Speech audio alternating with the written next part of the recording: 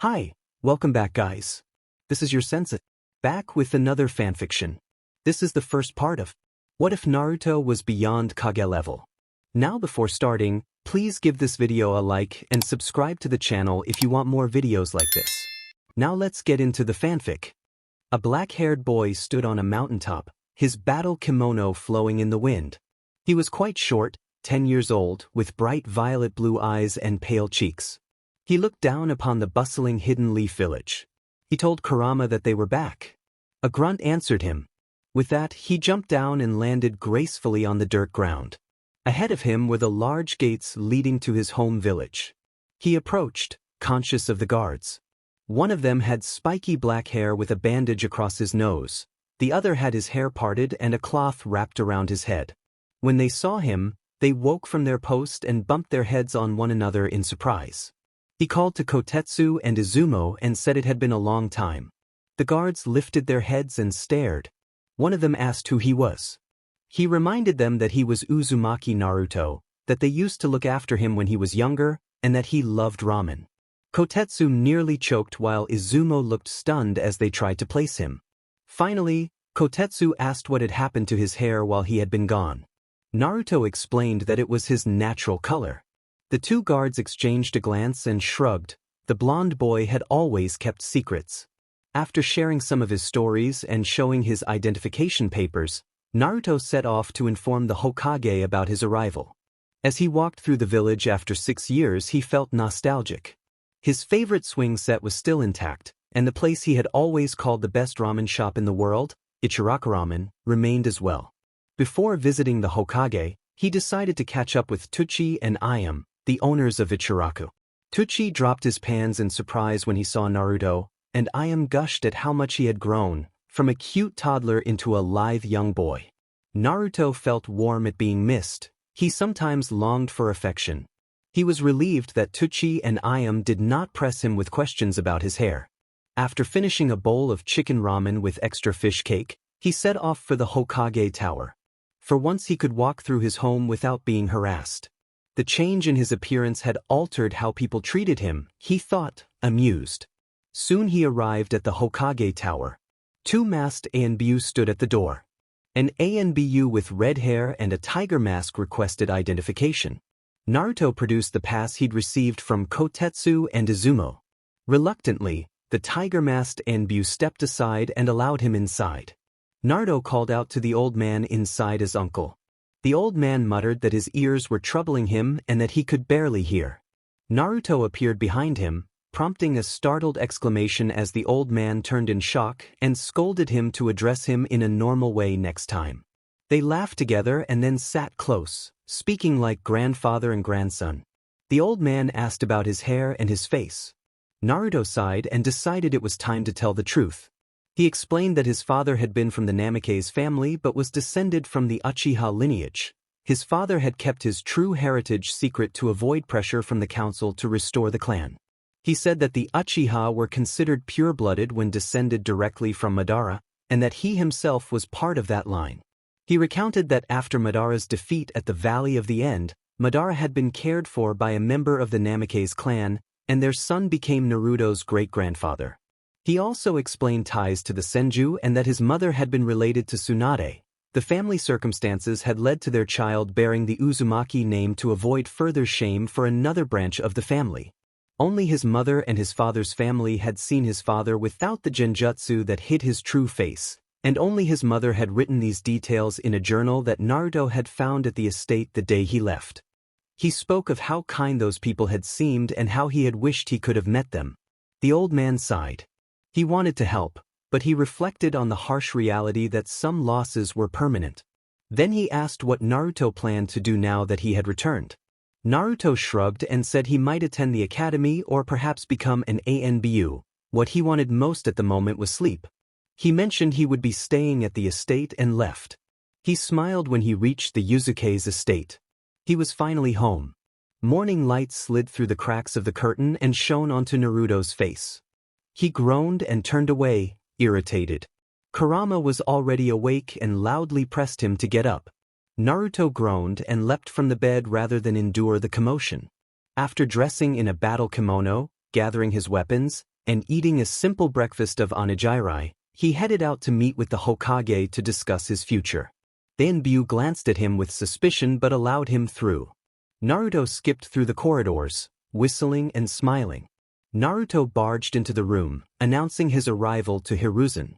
Hiruzen looked up from his paperwork, greeted Naruto with a smile, and asked him to sit. He explained that he would have Naruto spar with one of his shinobi to assess his ability and determine his rank, and he asked if Naruto had any complaints. Naruto shook his head. Hiruzen called for Kakashi. A tall man with broad shoulders, the standard Jonin uniform, a black mask, and striking silvery white hair entered.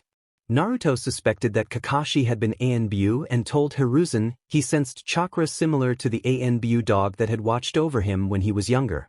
Hiruzen confirmed the suspicion, and Kakashi was surprised by Naruto's perceptive detection. Hiruzen then arranged a match so he could grade Naruto's abilities. Naruto eagerly said he looked forward to the fight, adding his habitual verbal tic he had inherited from Kushina. Hiruzen transported them to an arena. Hours later, Hiruzen had mapped out Naruto's skills and found them astounding. Naruto could outperform Kakashi with ease, perform a vast array of ninjutsu including techniques of his own creation, and showed prodigious talent across many disciplines. His medical ninjutsu rivaled the best, his sealing techniques were exceptionally advanced, his genjutsu was inventive and powerful, his ninjutsu highly skilled, and his kenjutsu extremely refined. Yet as a shinobi he preferred relying on sealing techniques and a taijutsu style influenced by medical ninjutsu rather than depending heavily on ordinary ninjutsu.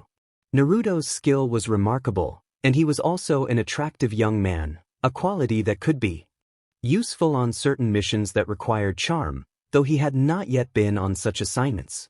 As a reward, Kakashi took Naruto to meet old Anbu and Jonin friends at a yakiniku restaurant. Kakashi greeted Asuma with a warm smile. Asuma waved and returned to his conversation with a woman who had red eyes. Anko, a woman with spiky purple hair in a trench coat, teased Kakashi about the newcomer and asked who the boy was, jokingly suggesting Kakashi might be flirting. Kakashi rolled his eye and replied playfully that he had followed her.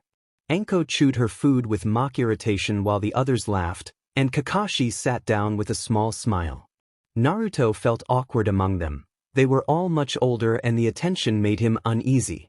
After a brief silence, Might Guy broke the ice with enthusiastic, overflowing praise for youth and asked who the newcomer was. Kakashi introduced Naruto, explaining that this was Uzumaki Naruto, the boy they had looked after in the village 6 years ago. The announcement surprised those present. Anko froze mid-bite, Asuma sputtered on his cigarette, Guy quieted, and Kurenai looked puzzled. Guy immediately welcomed Naruto with characteristic exuberance. From that night on, Naruto felt accepted not only in Konoha but among Kakashi's circle of friends: Asuma, Anko, Kurenai, Ibiki, Guy, Yamato, Yugao, Gunma, Heiate, and others. He spent the evening laughing at their jokes and sharing stories of his travels, fielding the inevitable questions about his hair. He did not tell them about his true heritage, but he enjoyed their company, and even Kurenai, who had not known him as a child, took a liking to him. On his second day back in his home village, Naruto reflected on why he had left in the first place, but the thought no longer mattered. For the first time in a long while he felt like he belonged, and he went to sleep with a contented smile. A short while later Naruto groaned as he realized that only minutes before he had been at the Hokage's tower, now he stood in front of the Shinobi Academy introducing himself to everyone. For the next 2 years he would be assigned an S-rank mission protecting the last remaining Uchiha, Sasuke. Hiruzen's words echoed in his mind. Sasuke's mental state had not recovered after the massacre. His single desire was to confront Itachi, and to do so he might seek out Orochimaru. If the Uchiha left the village, Konoha would be vulnerable, and other villages might see opportunity to attack. The future of Konoha rested in their hands. Naruto thought that guarding someone like Sasuke did not seem worth such a high-level mission, but he accepted the responsibility because someone had to do it, and that someone was him. This meant he always had to stay within a close radius of Sasuke. Naruto also cast a genjutsu on himself to hide his real appearance so Sasuke would not become jealous of him being a pure-blood Uchiha and so his heritage would remain undisclosed. Even worse, to blend in as a simple pre-academy student, he had to wear a bright orange jumpsuit that he hated. His teacher, Umino Irika, led him into the classroom.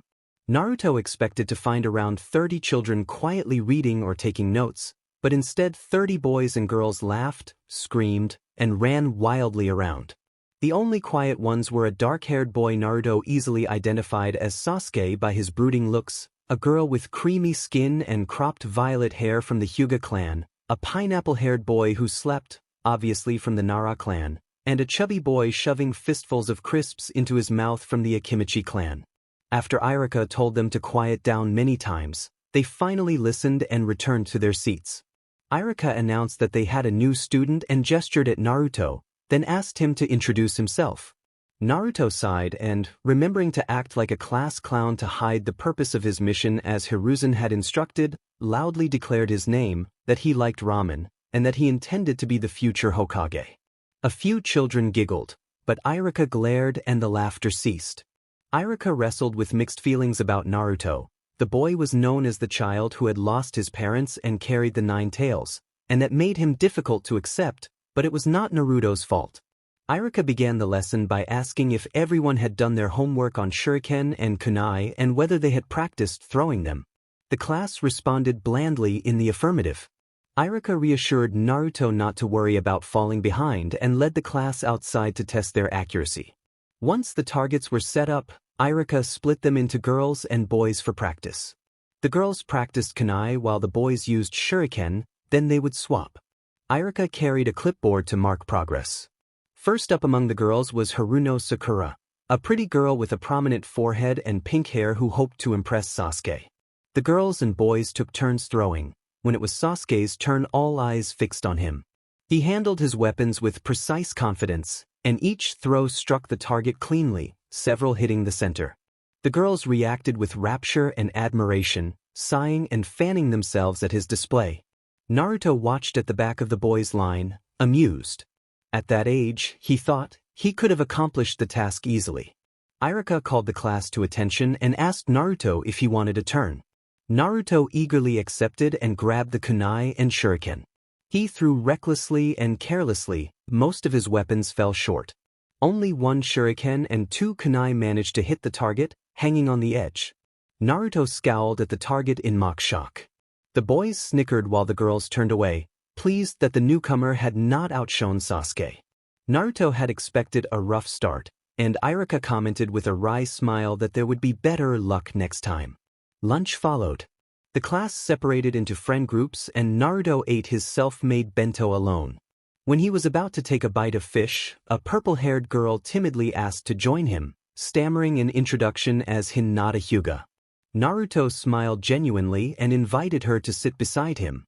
For an heiress to a prestigious clan, Hinata's choice surprised him. He suspected her family would not approve of her sitting with the boy labeled an outcast. Hinata blushed and took her place. After lunch, the class returned to lessons. Irika finished explaining chakra and dismissed them. Naruto watched sadly as classmates were picked up by their parents. He had no one. As he was about to leave, he sensed a familiar chakra. Kakashi. Kakashi greeted Naruto with a lazy smile. Naruto, suspicious but somewhat pleased, asked why Kakashi was picking him up. Kakashi smiled and motioned for him to follow. They passed the village square and headed toward the border, then stopped. Naruto complained about the bright orange jumpsuit and how embarrassed he was to wear it, mentioning that the 3rd Hokage had insisted he wear it. Kakashi smiled with his usual calm expression and explained that they were not training today.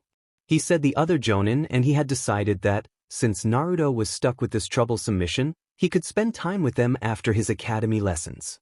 Naruto grinned and declared that this was their hangout. Guy agreed that it was much better than the academy and complained that the standards there had fallen. He noted how the younger students showed little understanding of chakra. Kakashi hid a sad smile as he remembered Naruto's short-lived childhood and how quickly the boy had been forced to grow up. Guy asked Naruto if he wanted to join them for the afternoon, and Naruto nodded. Kakashi assured Naruto that he was welcome to hang out with them anytime and praised Naruto for having an unusually large chakra reserve paired with precise control, calling him a prodigy. Naruto blushed at the praise, a rosy pink tinge dusting his pale cheeks. The group spent the afternoon at the Jonin shack playing light-hearted games and sharing jokes. Guy became animated with his energetic proclamations of youth. They agreed to keep Naruto out of any games that weren't appropriate for him, wanting to preserve his innocence. When most of the Jonins had sobered up, they began a quieter round of truth or dare. Some pairs took the opportunity to share private moments away from the others, and the mood stayed playful rather than raucous. Guy took on a challenge to avoid certain words and failed almost immediately, prompting laughter from the group. Anko spun the bottle and it landed on Naruto. The Jonins decided not to put him on the spot with a personal or inappropriate question and moved on to safer topics. Naruto answered honestly when asked whom among the Jonin he admired, and he mentioned Anko for her strength and independence. Anko looked surprised at being singled out, and Kakashi made a teasing comment that drew chuckles from the others. Naruto, in a mock-serious tone, warned Kakashi that if he kept teasing, he would confiscate Kakashi's questionable novels and get rid of them, which made Kakashi flinch at the thought. The room erupted in laughter at the exchange. Naruto then remarked that Kurenai and Asuma were very close and likely to become an official couple, which prompted the Jonins to tease them by nudging them together. Anko joined in the teasing by leading the group in a playful, catchy tune about love being in the air. The song ended to a round of applause, and the rest of the night passed with jokes, gentle teasing, and plenty of laughter. Naruto felt welcomed and happy. 2 years passed. The day of the graduation test arrived. Irika called the class to order and explained the procedure. When each student's name was called, they were to enter the next room for their graduation test. Those who could perform the clone jutsu would pass. Naruto was next. Kurama spoke to Naruto with a casual reminder to focus. Naruto went into the testing room, and Irika asked to see his clones. Naruto performed the clone jutsu and produced 3 clones, slightly off in hue but functional and within the academy's standards. Irika beamed with pride at Naruto's progress, pleased that his student had grown. Irika congratulated Naruto on passing, and Naruto erupted in an exuberant display of joy. Mizuki, watching, expressed his displeasure at the imperfect appearance of Naruto's clones, but Irika defended Naruto, saying the clones met the requirements and that Naruto had earned his graduation. Back in the classroom, Kurama warned Naruto to be cautious around Mizuki, admitting a sense of unease about him. Naruto agreed that Mizuki felt suspicious and suggested they keep an eye out for anything untoward. When Naruto returned to the classroom and his classmates realized he had graduated, Sakura expressed disbelief that Naruto had made it through. Sasuke also looked surprised, and Naruto inwardly snickered at their reactions while forcing a smile on the outside. After the ceremony, Naruto was called up to the Hokage Tower, marking the end of his academy days. Hiruzen told Naruto he could officially drop his act, and Naruto sighed in relief. Hiruzen warned him not to relax too soon and explained he had another mission. He had received reports of suspicious behavior from Mizuki, one of the academy teachers, and he wanted Naruto to spy on him. Naruto replied that he would and bowed before slipping away. Late that afternoon, Naruto watched Mizuki as the white-haired man slipped into one of the Hokage's private rooms.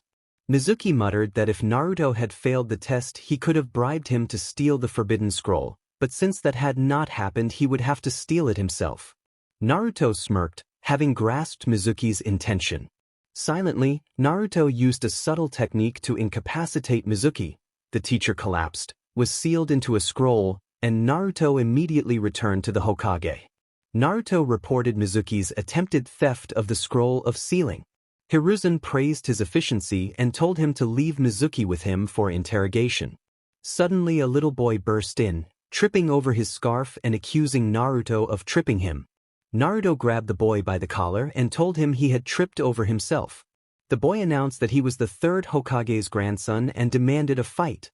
Naruto, blunt and unimpressed, slapped him, leaving the boy wide-eyed, and then disappeared.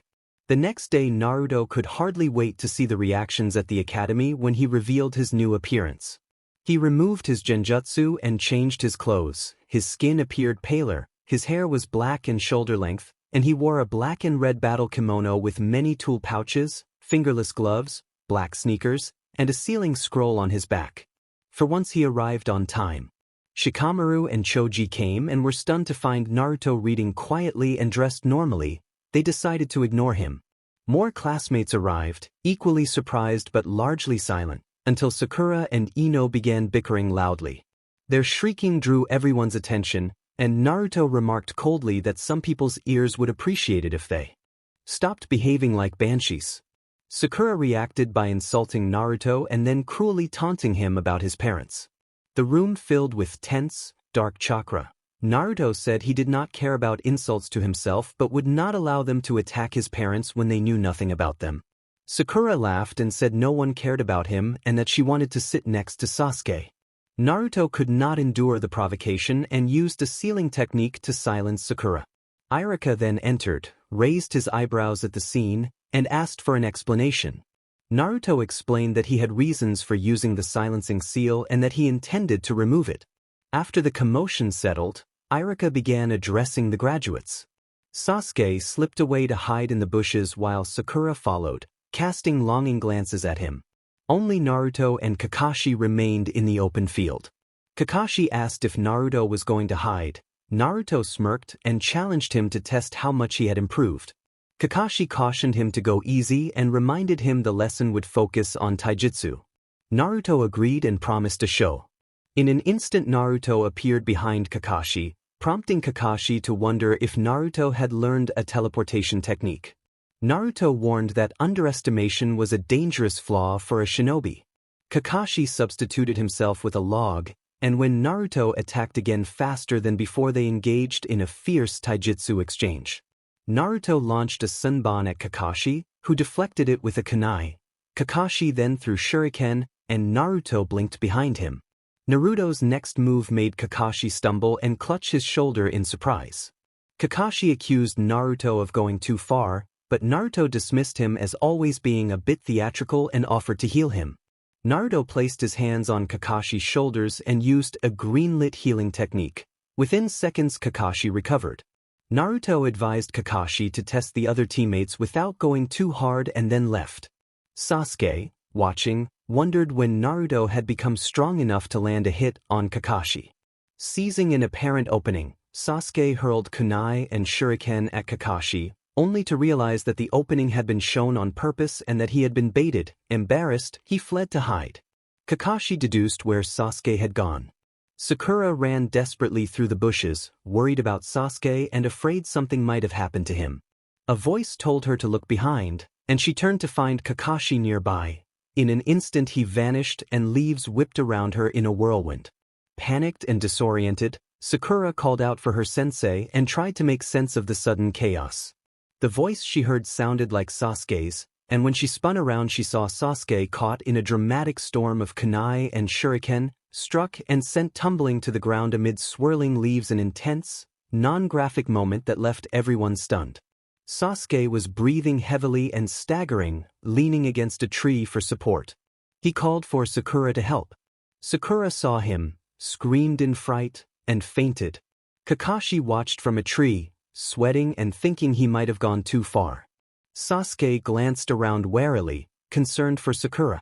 Kakashi appeared out of nowhere and explained that the second lesson was about illusion techniques and that Sakura had been an easy target. Sasuke insisted that he was not like the others. Kakashi told him to prove it by earning a bell and noted the reputation of the Uchiha clan, saying the match would be interesting. Sasuke suddenly attacked. They exchanged quick, sharp strikes and evasive moves.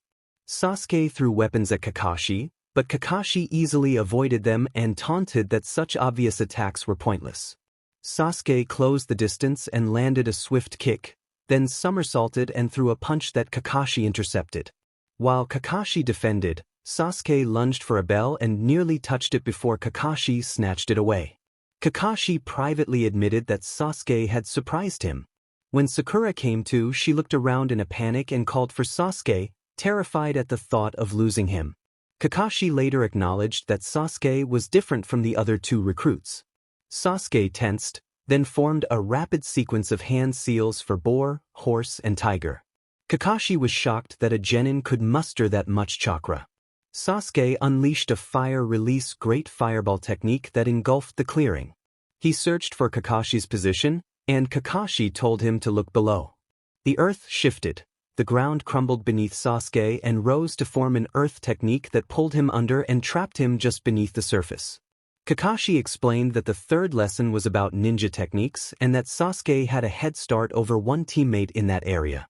He admitted that Sasuke stood out, though perhaps not always for the best reasons. Kakashi smirked and walked away. Sasuke struggled beneath the earth for a time until Sakura returned. She reacted with shock, believing Sasuke had been seriously harmed, and fainted again. Sakura half heard a voice and opened her eyes to see Sasuke. She was relieved and exclaimed that he was all right. Sasuke pushed her back and warned that there was little time until lunch and he had to go. He told her coldly that he had already touched a bell and that next time he would take it. Sakura, worried about being separated from him, fretted that she might not be able to get a bell. Sasuke glared and confessed that there was one man he intended to defeat. Sakura asked if he meant Kakashi, not fully understanding.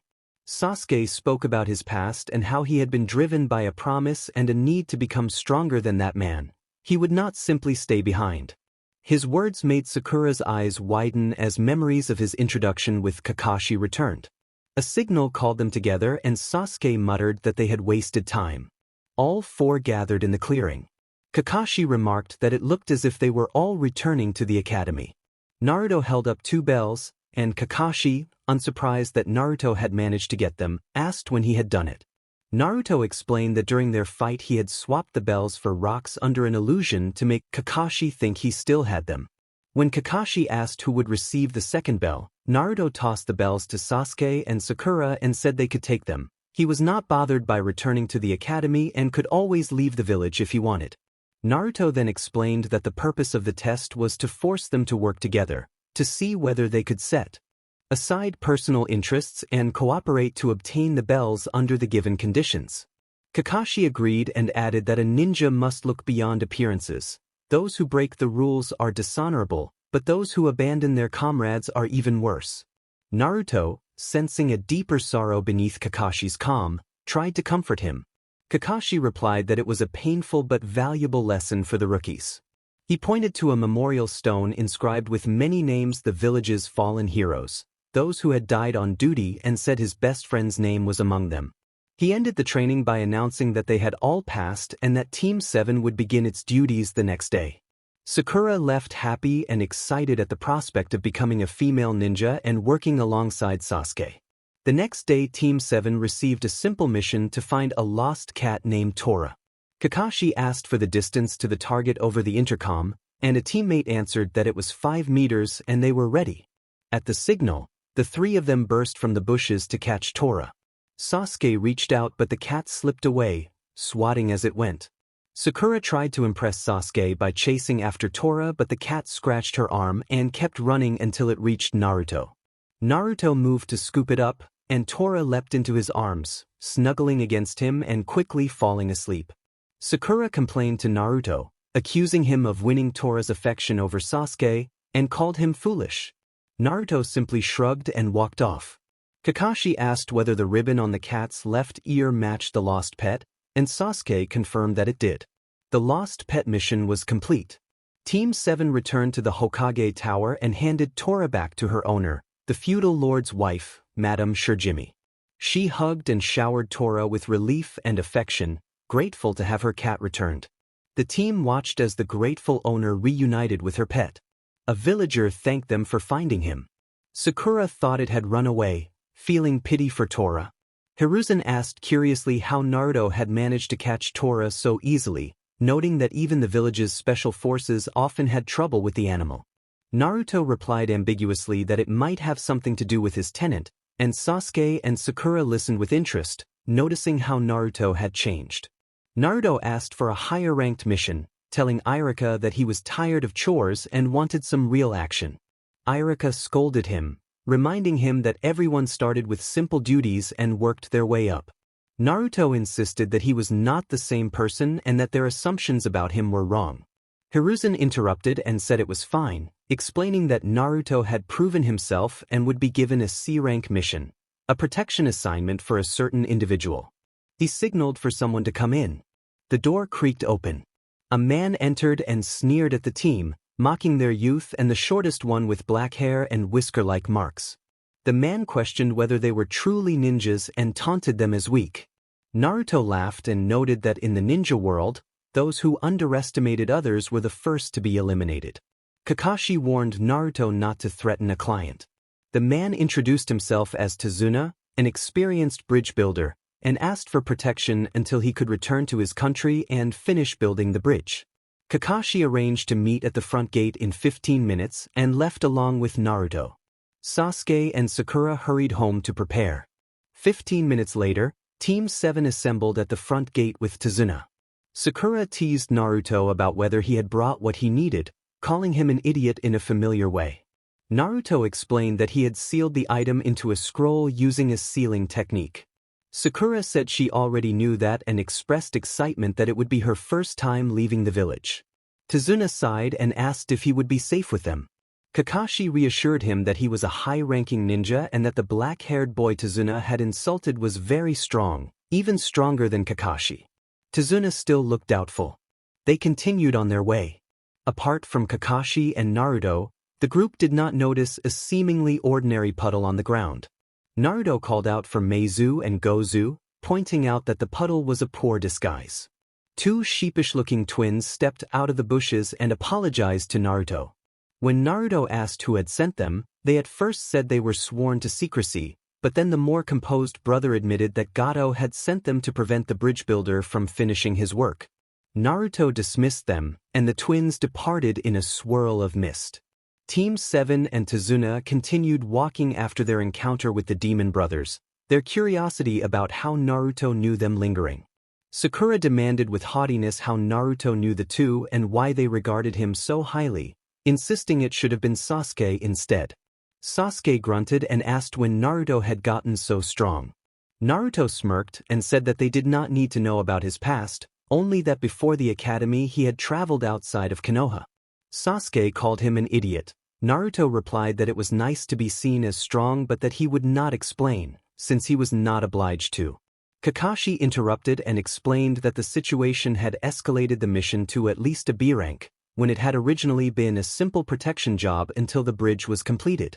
If it was known that ninjas were after Tazuna, the mission should have been listed at the higher rank, and hiding that fact caused problems and put them outside their duties. Sakura, shaken, suggested quitting, but Naruto argued that since Tazuna needed help they should continue. Tazuna then spoke seriously to Kakashi about the mission and confirmed Kakashi's concern.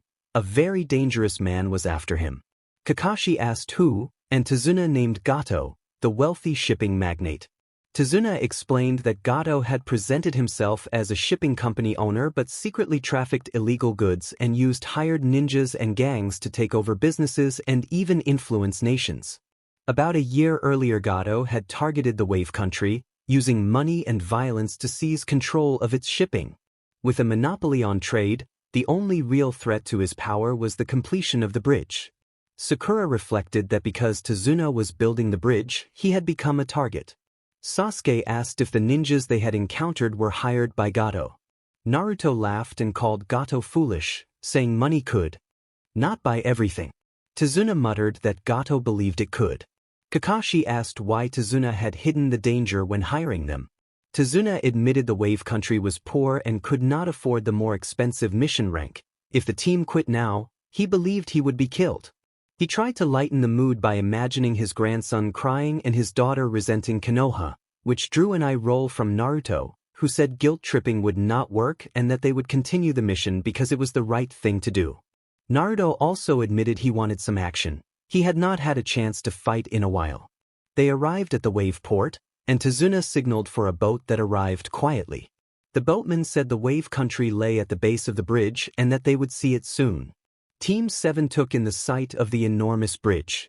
Tazuna hissed that they were keeping quiet and hiding in the mist for a reason. Detection by Gato would spell trouble.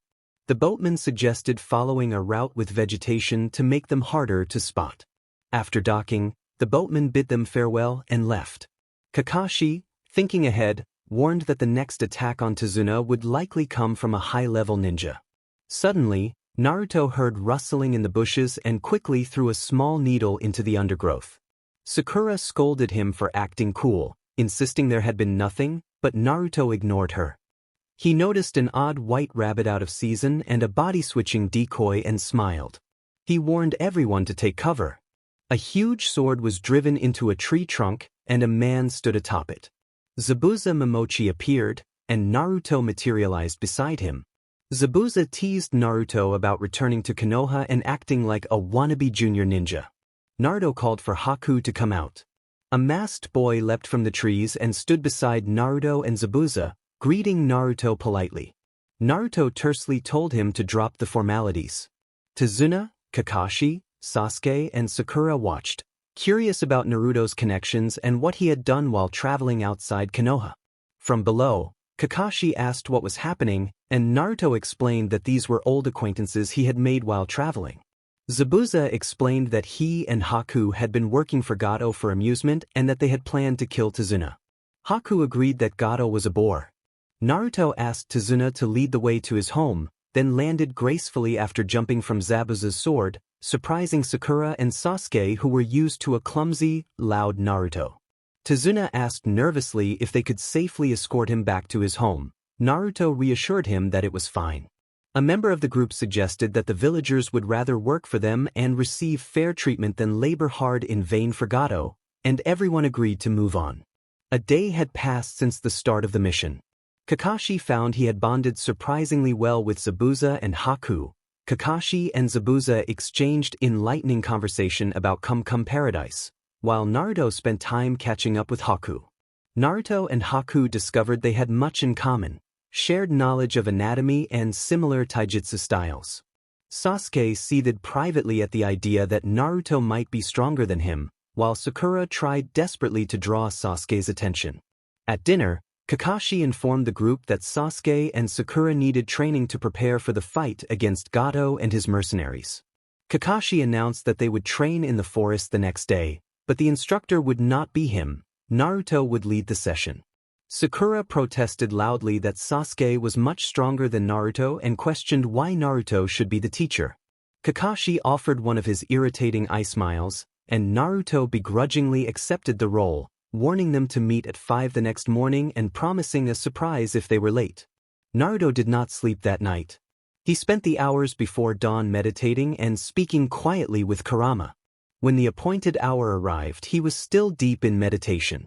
Sakura's shrill call for him to stop ignoring them brought him back, and he explained that he had been meditating.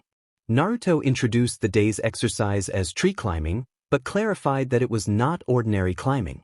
He explained that they would climb without using their hands by concentrating chakra at the soles of their feet so they could adhere to the trunk as if walking up it. He emphasized that the true purpose of the exercise was to learn fine chakra control and conservation so they would tire less quickly in battle and be better able to perform jutsu. Sakura dismissed the idea as boring and questioned its usefulness, so Naruto demonstrated by calmly walking up the tree himself. He then instructed them to mark progress with kunai and to begin by running up the trunk for momentum, since most would not immediately be able to stick to the wood. Naruto left a clone behind to supervise while he attended to other matters. Sasuke ran up a tree but fell back after a few meters, irritated by the delicate balance of chakra needed to avoid cracking the wood or failing to adhere. After many attempts, he lay on the ground exhausted. Naruto encouraged him, and Sasuke tried again, reaching about 5 meters. Sakura, sitting on a branch, declared the exercise easy. Naruto appeared beside her and explained that her apparent ease came from having a smaller chakra reserve than Sasuke. He advised her to run continuously up and down until she nearly depleted her chakra so her reserves would expand over time, making it easier to show strength in front of Sasuke. Sakura, motivated, resolved to train for Sasuke's sake. That evening, Kakashi asked about the training session with Sasuke and Sakura. Naruto, irritated, said he had left a clone to supervise while he had been sparring gently with Haku. Otherwise, he would have been furious. Kakashi apologized sheepishly.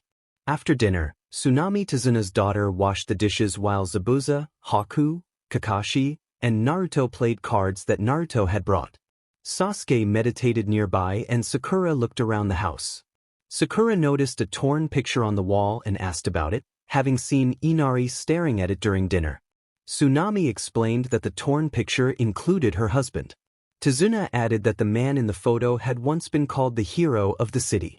Inari walked out of the room. Tsunami called after him anxiously and then scolded her father for mentioning the man in front of Inari. Sakura asked what was wrong with Inari. Kakashi replied bluntly that there was an explanation, and Zabuza asked what had happened to the boy. Tazuna said that Inari had once had a man in his life who was like a true father, but that Inari had changed since an incident involving that man. Tazuna explained that since that day, courage had been taken from the people of the island and from Inari. When asked for details, Tazuna described how, 3 years earlier, Inari had met a fisherman named Kage. One day, 3 other kids had bullied Inari, threw his dog Pucci into the sea, and forced Inari to try to retrieve it even though he could not swim. Pucci managed to swim back to shore on his own, and Inari was left struggling in the water until he lost consciousness. He later woke to find Kage, a fisherman who had come to the island to follow his dreams, sitting beside him. Kage had saved him. After that, Kage became inseparable from Inari and acted as a substitute father, and the two grew very close. Eventually, Kage became part of the family. Kage also saved the city when the rain overflowed the dams. He was courageous enough to swim against the strong currents and secure the dam with a rope. The people of the city called Kage a hero, and Inari could not have been prouder of his father. When Gato later came to the city and Kage defied him, Gato executed Kage in front of everyone. From that day, Inari, Tsunami, and the whole city were changed.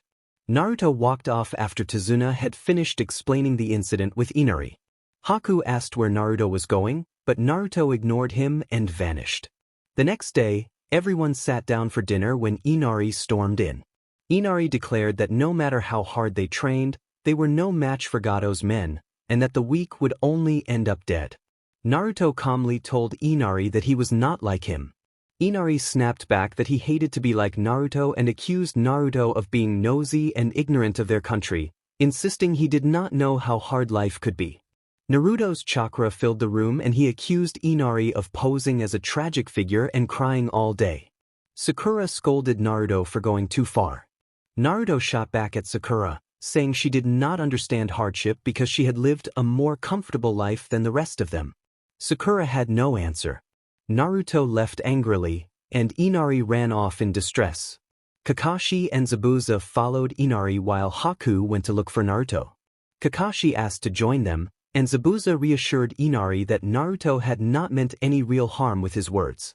Kakashi and Zabuza told Inari that Tazuna had told them about his father and then explained that Naruto had also grown up without parents.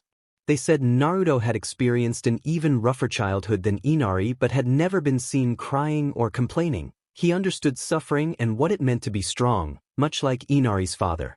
After their talk, Kakashi and Zabuza left Inari alone to reflect. The next day, everyone except Naruto went to the bridge to protect Tazuna. Naruto had been meditating in the forest and had told them he would come later. Just before lunch, Kakashi, Zabuza, Haku, Sasuke, and Sakura arrived at the bridge and found several people injured and others lying motionless. Tazuna reacted with anguish at the scene, and the group realized a violent attack had occurred. Meanwhile, Naruto moved quickly through the forest, leaping from branch to branch. He intended to go to Tazuna when he spotted a fallen boar and a trail of markings leading toward Tazuna's home. Sensing danger, he returned and masked his chakra to hide as he observed Tsunami and Inari. A pair of mercenaries confronted Tsunami, insisting she come with them. Inari screamed for his mother. Tsunami tried to reason and offered herself as the only hostage to protect the child. The mercenaries laughed and took her away anyway. Inari cowered and trembled with fear, apologizing silently to his mother, wishing he were stronger like his father. When one of the mercenaries made cruel threats about harming Tsunami, Inari charged at them in a desperate attempt to protect his mother. The mercenaries mocked him and ordered the attack. At that moment, a powerful chakra filled the area. Naruto appeared and moved with startling speed. In an instant, the mercenaries were defeated in a swift, decisive confrontation that left them neutralized and the area safe. Naruto then untied Tsunami and removed her GG. He apologized to Inari for his harsh words the previous day and praised the boy's resolve.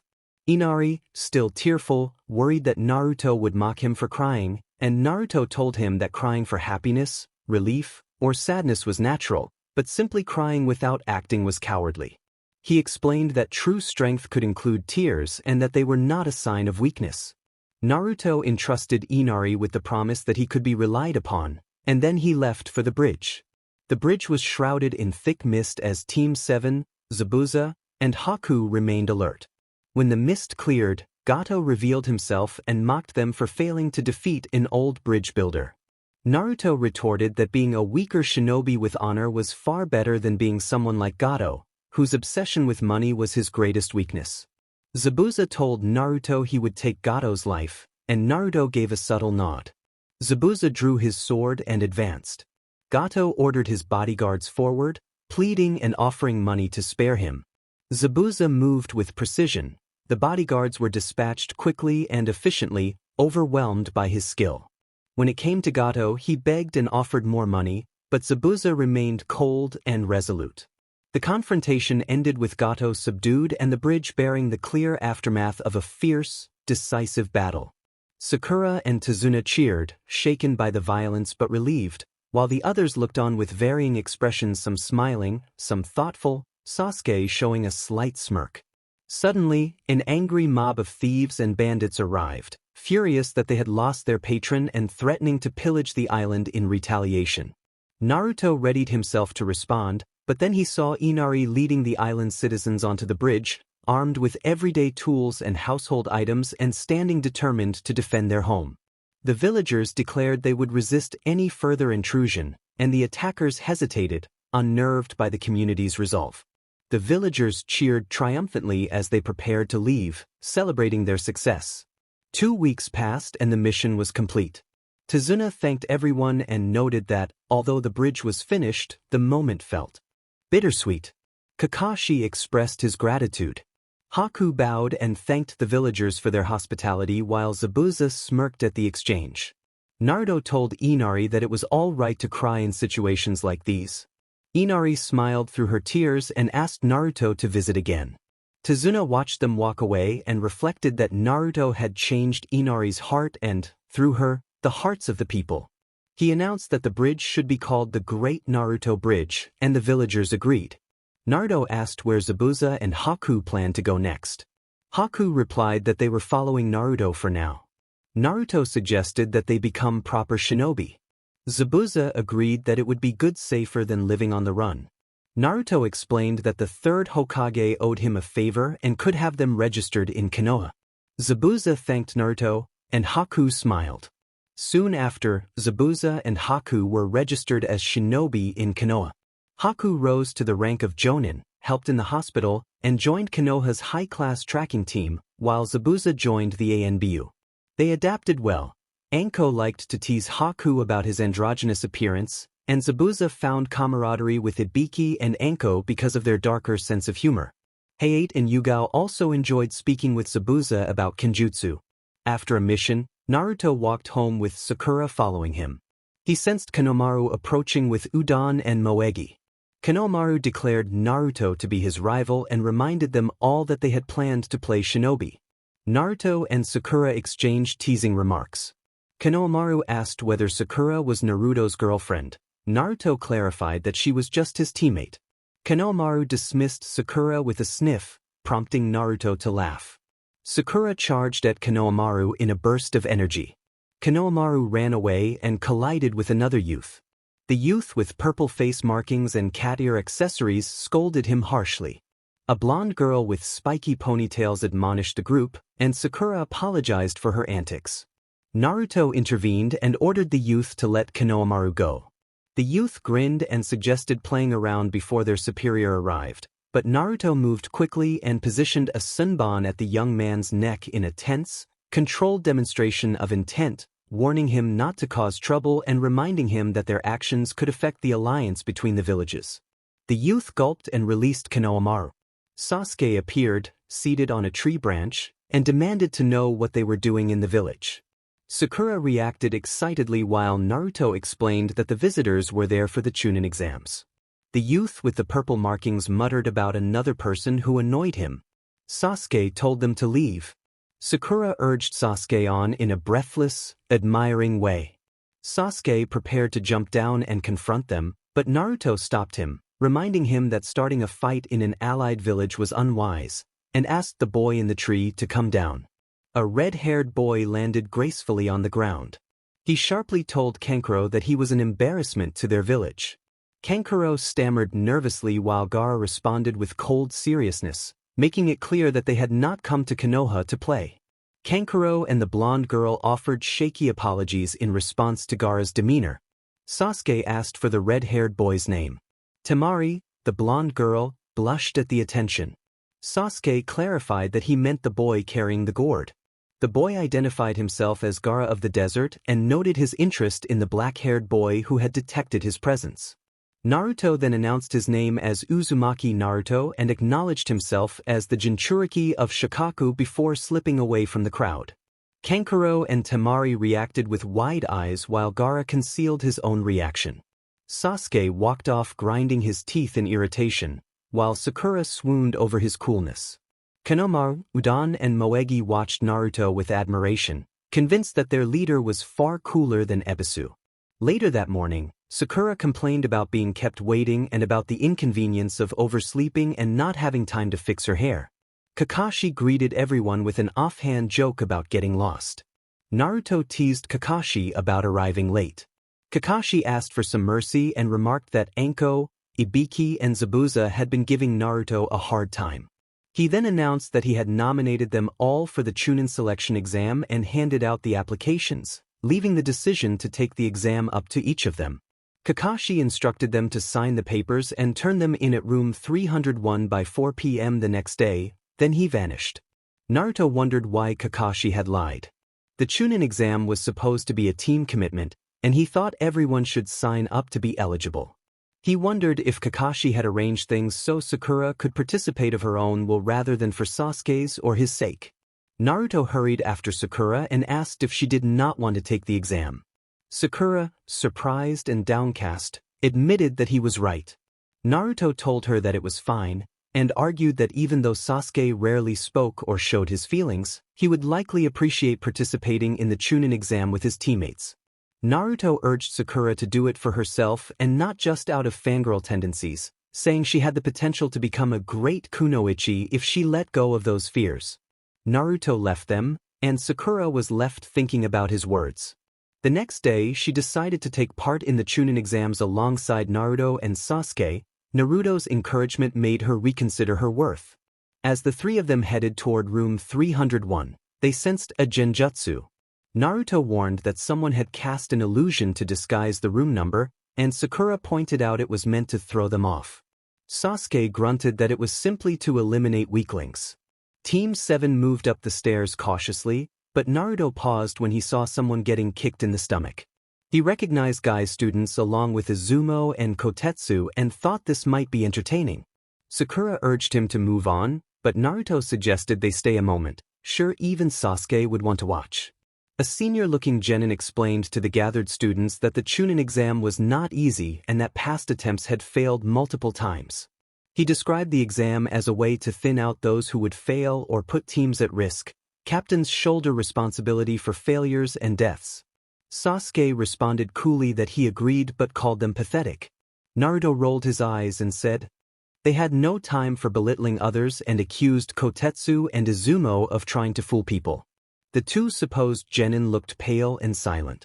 Team 7 was about to walk away when a young man in green leapt forward to declare his name as Rock Lee and pledged to protect Sakura with everything he had. Sakura rejected him, finding his overtures embarrassing. Lee's teammate tried to intervene with a calmer question, and a genin with blank eyes and long hair demanded a name. Sasuke told him that if he wanted someone's name he should give his first. Lee's persistence continued until Naruto urged them to stop wasting time. Sasuke clenched his teeth but remained silent. Sakura then pulled the team upstairs while the students still under the genjutsu watched them oddly. Lee hesitated, saying there was something he wanted to test, and his teammates sighed as he caught up to Team. He promptly challenged the boy with dark eyes to a fight, introducing himself and saying he wanted to test his techniques against the offspring of the Uchiha clan. He winked at Sakura, who recoiled and complained about his appearance. Lee blushed and attempted a theatrical gesture that Sakura dodged, exclaiming she barely escaped. Lee pouted at her reaction. Naruto observed the exchange with a deadpan expression. Sasuke sneered that Lee was a fool for challenging him by name. Lee, confident, claimed he was currently the strongest genin in the leaf and insisted he could not be defeated because he relied solely on taijutsu, no ninjutsu. Sasuke accepted the challenge. Sakura pleaded with Sasuke not to fight, reminding him they had only 30 minutes before the meeting. Naruto argued it was pointless to waste energy on a fight that wouldn't count toward the exam and suggested Sasuke couldn't beat someone who didn't use chakra. Sasuke resolved to win quickly anyway and assured Naruto he would finish in 5 minutes. Sakura's urgent pleas went unanswered. The fight began and quickly took on the tone of a high-energy, anime-style duel. Lee's speed and precise strikes pushed Sasuke back. Sasuke responded with fast counters and eventually activated his Sharingan to read Lee's movements. Lee's agility and relentless taijutsu kept Sasuke off balance, and Sasuke found himself propelled into the air by a powerful kick. Sasuke realized Lee's taijutsu mastery was formidable and that while the Sharingan could detect patterns, it was difficult to outpace Lee's speed. Lee mentally thanked his teacher and executed a rapid flanking technique called Shadow of the Dancing Leaf, appearing behind Sasuke in an instant. Sasuke was surprised by Lee's sudden repositioning. Before Lee could capitalize further, Naruto intervened and pulled Lee away, saying the confrontation was a waste of time. Lee was startled by the interruption. Suddenly, a tortoise ambled forward with a gruff command to stop. Naruto released both fighters with a smile and greeted their instructor, noting how busy he had been lately. The older instructor responded with exuberant praise for Naruto's youthful spirit and asked after Kakashi. Sasuke asked if Naruto knew this man, and the instructor boasted about his rivalry with Kakashi, claiming a long record of victories in jest. Naruto reacted skeptically and told him he was exaggerating, which prompted a playful rebuke from the instructor. Guy flickered away while Lee rewrapped his bandages. Guy had teased that Kakashi was cold and urged them to be more like a youthful spring breeze, then told them to head to room 301 and wished Lee good luck before leaving. Sasuke admitted to Sakura that he had come to the exam to test his abilities and that he had lied earlier. He wanted to see how he measured up against the strongest genin and had marked several people as targets. He wished her luck and walked off, leaving only Team 7 in the room. Sasuke noted that they had seen Lee's hand and guessed that Lee must have trained harder than most. He conceded that hard work might beat genius. Naruto said the Chunin exam was getting interesting and urged them to go. At the doorway they met Kakashi. Kakashi remarked that Sakura had come as well, which made the team complete and allowed them to take the exam properly. Sakura asked what he meant. Kakashi explained that the test could only be taken by teams of 3. He had not told them that because he did not want anyone to feel pressured into taking it for the sake of another. He said he was proud of them for coming of their own will and sent them in. Inside, Sakura was overwhelmed by the number of participants and how strong they all seemed. Her thought was interrupted when Ino rushed to Sasuke and announced her excitement at seeing him. Sakura responded angrily, calling Ino away. Ino returned Sakura's insult with a jab about her forehead. Shikamaru commented that he was taking the test too and muttered that the situation felt troublesome. Kiba announced that everyone was assembled. Hinata greeted shyly, and Shikamaru sighed at the commotion. Kiba observed that all 9 of the rookie genin from that year were taking the exam and wondered how far they would get.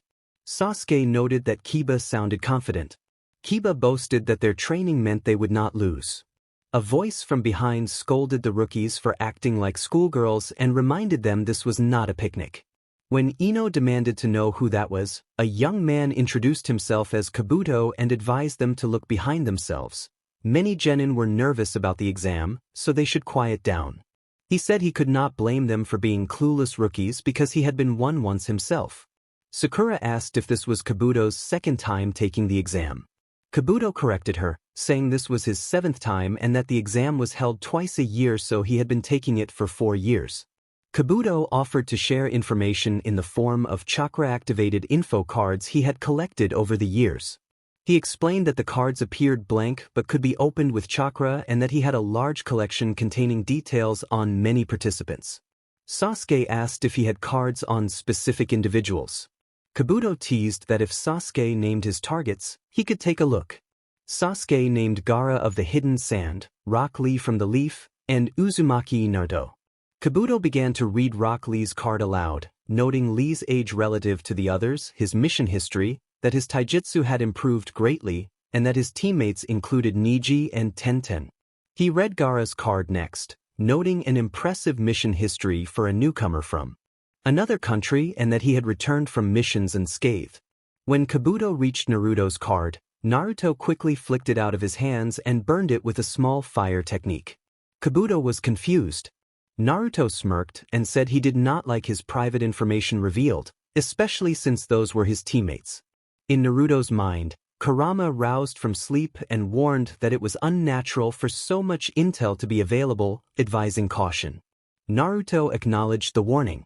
Kabuto continued, remarking that many outstanding genin from the hidden villages Leaf, Sand, Rain, Grass, Waterfall, and Sound were present to take the exam. He noted that the Hidden Sound was a newly formed, smaller village, so less information was available on its people, but the other villages were filled with talented youngsters. Hinata admitted feeling intimidated. Someone joked about the Sound village being minor and proposed taking the newcomers lightly. Another unhelpful comment suggested proving the Sound shinobi could be vicious. A spiky-haired youth moved as if to attack Kabuto, but Naruto instantly stepped in, immobilizing him in a quick, precise hold and pressing a small needle against his skin to subdue him. Naruto warned that causing trouble before the exam would lead to serious consequences. The restrained youth protested, and Naruto released him. Everyone watched as Naruto calmly took a book from his pocket and began to read. Many of the onlookers wondered who that kid was. A group of Leaf shinobi appeared. A man with multiple scars on his face introduced himself as Ibiki Marino and identified himself as the examiner for the Chunin selection exam's first test. He announced that there would be no fighting without the examiner's permission. Ibiki warned the candidates that even if permission was granted, killing an opponent would not be tolerated and those who disobeyed would fail immediately. Naruto laughed and remarked that he had not seen Ibiki in a long time and that Ibiki treated him as if he were not there. Ibiki dismissed him and announced that the first test of the Chunin exam would begin. He instructed everyone to pick a seat and wait while the exams were handed out. After a few minutes, everyone settled. Ibiki told them not to turn over their tests and explained the rules without allowing questions. He explained that each examinee would start with 10 points and that the written test would consist of 10 questions. Each incorrect answer would cost 1 point. He emphasized that the test was a team test and that passing would be determined by the combined score of the 3 teammates, with each team starting from a total of 30 points. He warned that anyone caught cheating would lose 2 points for every offense and that those who lost all their initial points or failed to answer any questions correctly would be failed along with their teammates. He announced that the exam would last 1 hour and then ordered them to begin. Sasuke mentally focused on the cryptogram that opened the test, while Naruto and Sakura moved through the questions quickly. After 10 minutes, Naruto finished early and, still amused, formed a mental bond with his teammates to create a quiet telepathic link so they could communicate without speaking aloud. Sakura and Sasuke reacted with surprise. Sakura wondered how Naruto could do it, and Naruto brushed off the question, urging them to recognize the true aim of the test. He explained that the exam measured not just intelligence but also information-gathering skills, and suggested that if they were going to share answers they should do it discreetly. He proposed they exchange answers quietly in case many teams advanced. As the exam continued, many genin began to reveal how they were approaching the challenge. Kiba used Akamaru to observe others' papers, Shino deployed his insects, Tenten and Lee used their head protectors as mirrors and reflectors, Niji and Hinata relied on the Byakugan while Sasuke used his Sharingan. Ino copied Sakura's answers and then used her mind-body switch technique to have other students write for their teammates. Gaara used his third eye and Kankuro used his puppet Karasu to pass messages and help Temari. Sound-based shinobi used detection devices to listen for writing patterns. The room filled with quiet, clever attempts to obtain information. When the proctor announced the 10th question, he explained the special rules for it. He told everyone they had to choose whether to attempt it. If a candidate chose not to take the question, that person's points would be reduced to 0 and their entire team would fail. He also warned that if a candidate chose to take the question and answered incorrectly, that person would lose the right to take the Chunin selection exam again. Several genin, shaken by the stakes, raised their hands and left the testing area in tears. Naruto laughed and urged his teammates not to be cowards, saying that ranks did not matter and that the more people who stayed, the more exciting the competition would be. Many candidates remained. After the choices were tallied, Ibiki surprised the remaining examinees by congratulating them on passing the first test. Confused protests followed from Sakura and others who asked about the 10th question. Ibiki explained that the 10th question had never been a written problem. The options given at the end had been the 10th question. He clarified that the earlier 9 questions had not been pointless. They had been designed to test how the candidates gathered information, because the success of the exam depended on team performance and on the pressure each member felt not to jeopardize their teammates. He revealed that the premise of the test assumed cheating. Some Chunins had been mixed into the crowd to provide answers, and the real evaluation was how candidates obtained those answers. Those who attempted to cheat clumsily would fail, he said, because in real missions and on the battlefield information can be more valuable than life, and people sometimes risk everything to secure it. To underscore his point, Ibiki removed his forehead protector, revealing a face marked by old battle wounds and scars, a reminder of harsh experiences. He asked them to remember that information could be a powerful weapon for their comrades and for the village, and that the exam had been a lesson in gathering and protecting it. This separated those without the right abilities to gather information from those who could. Temari said that she still did not understand the final question. Asked for clarification. The examiner explained that the 10th question was the true purpose of the test. He described it as a painful choice between accepting a risky mission or refusing it and failing alongside teammates. He explained that accepting could cost the chance to take the test again, a true leap of faith. He gave an example. If they became middle-rank ninja and were assigned to steal a secret document with unknown numbers of enemy ninja and traps, they would have to decide whether to accept or refuse. Refusing to risk themselves to protect comrades was not acceptable. Some missions could not be avoided. The ability to be courageous and to survive hardship was what was needed to become a middle-rank ninja team leader. Those who clung to the uncertain future of "there's always next year" and walked away from their chance were unfit to be middle-rank ninja. The examiner declared the entrance complete and wished them luck. Suddenly, a window smashed into pieces and glass crashed loudly. Ibiki thought with irritation that it was the one inevitable interruption. Naruto went pale at the thought that it might be Anko. Mitarashi Anko announced that she was the examiner for the second test and ordered everyone to follow her. Anko confronted Ibiki and scolded him for leaving 26 teams. Ibiki countered that there were many outstanding participants, and he gave some credit to Naruto. Anko mocked Naruto, threatening him playfully and then tossed a kunai. Naruto caught it with practiced ease, and Anko teased him about his speed, then added that she was eager to see how the upcoming battles would unfold. A young ninja nearby smiled eagerly at the prospect of action. Anko explained that the remaining teams would follow her. They stopped when she reached a forest surrounded by a gate with warning signs. She announced the location as Practice Arena 44, also known as the Forest of Death, and hinted that they would soon understand the name. Naruto deadpanned that Anko was being overdramatic. Anko grinned and said she would cut the teams roughly in half during the second test and that she was excited. She told them she would explain the rules once they had moved to the testing area and then distributed forms, stating that they must sign agreement forms because there could be deaths in this test and they had to be responsible for their actions. Anko gathered everyone and explained the second test. She said it was a survival challenge and described the area. Around Practice Arena 44 there were 44 locked gates surrounding a central tower, and the distance from the gates to the tower was about 10 kilometers. During the test, teams would use all their skills to compete in a no-rules scroll battle over 2 scrolls, Heaven and Earth.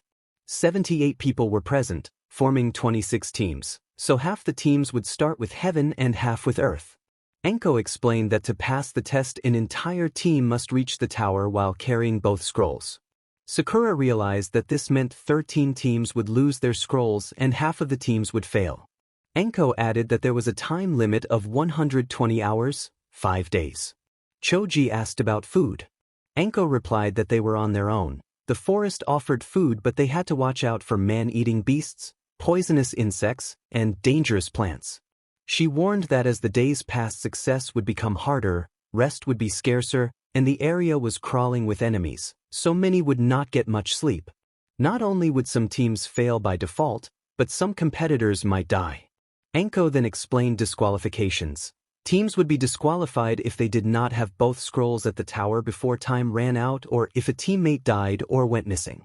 She stressed that no one was to look inside a scroll until reaching the tower and warned that breaking the rule would result in disqualification. Enko warned the examinees that there would be no quitting once the test began and gave a final piece of advice to stay alive. Soon after, everyone assembled at the gates and prepared to start. Enko announced that the second test of the Chunin selection exam had begun. Naruto smirked and urged everyone to move forward as the gates opened. Kiba clarified that everyone appeared to be heading to the tower, and he concluded that setting traps would be the best strategy. A Konoha team watched Team 8 from the treetops, confident that the others standing in the open would be easy to find. One of the Konoha shinobi taunted that Team 8 had sensed them but did not know their exact positions. A teammate asked what was wrong and noticed his companion beginning to turn pale. The taunting shinobi then spotted a leech clinging to his arm and reacted in alarm. Soon, a cluster of leeches plunged from the trees and latched onto the observing shinobi.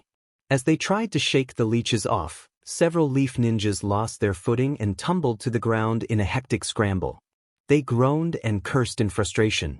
Kiba smirked and explained that Konoha's jumping leeches could sense life and attack together in a coordinated group. The genins were pulled into a net trap. Enko observed with a small, satisfied smile that the exercise had begun.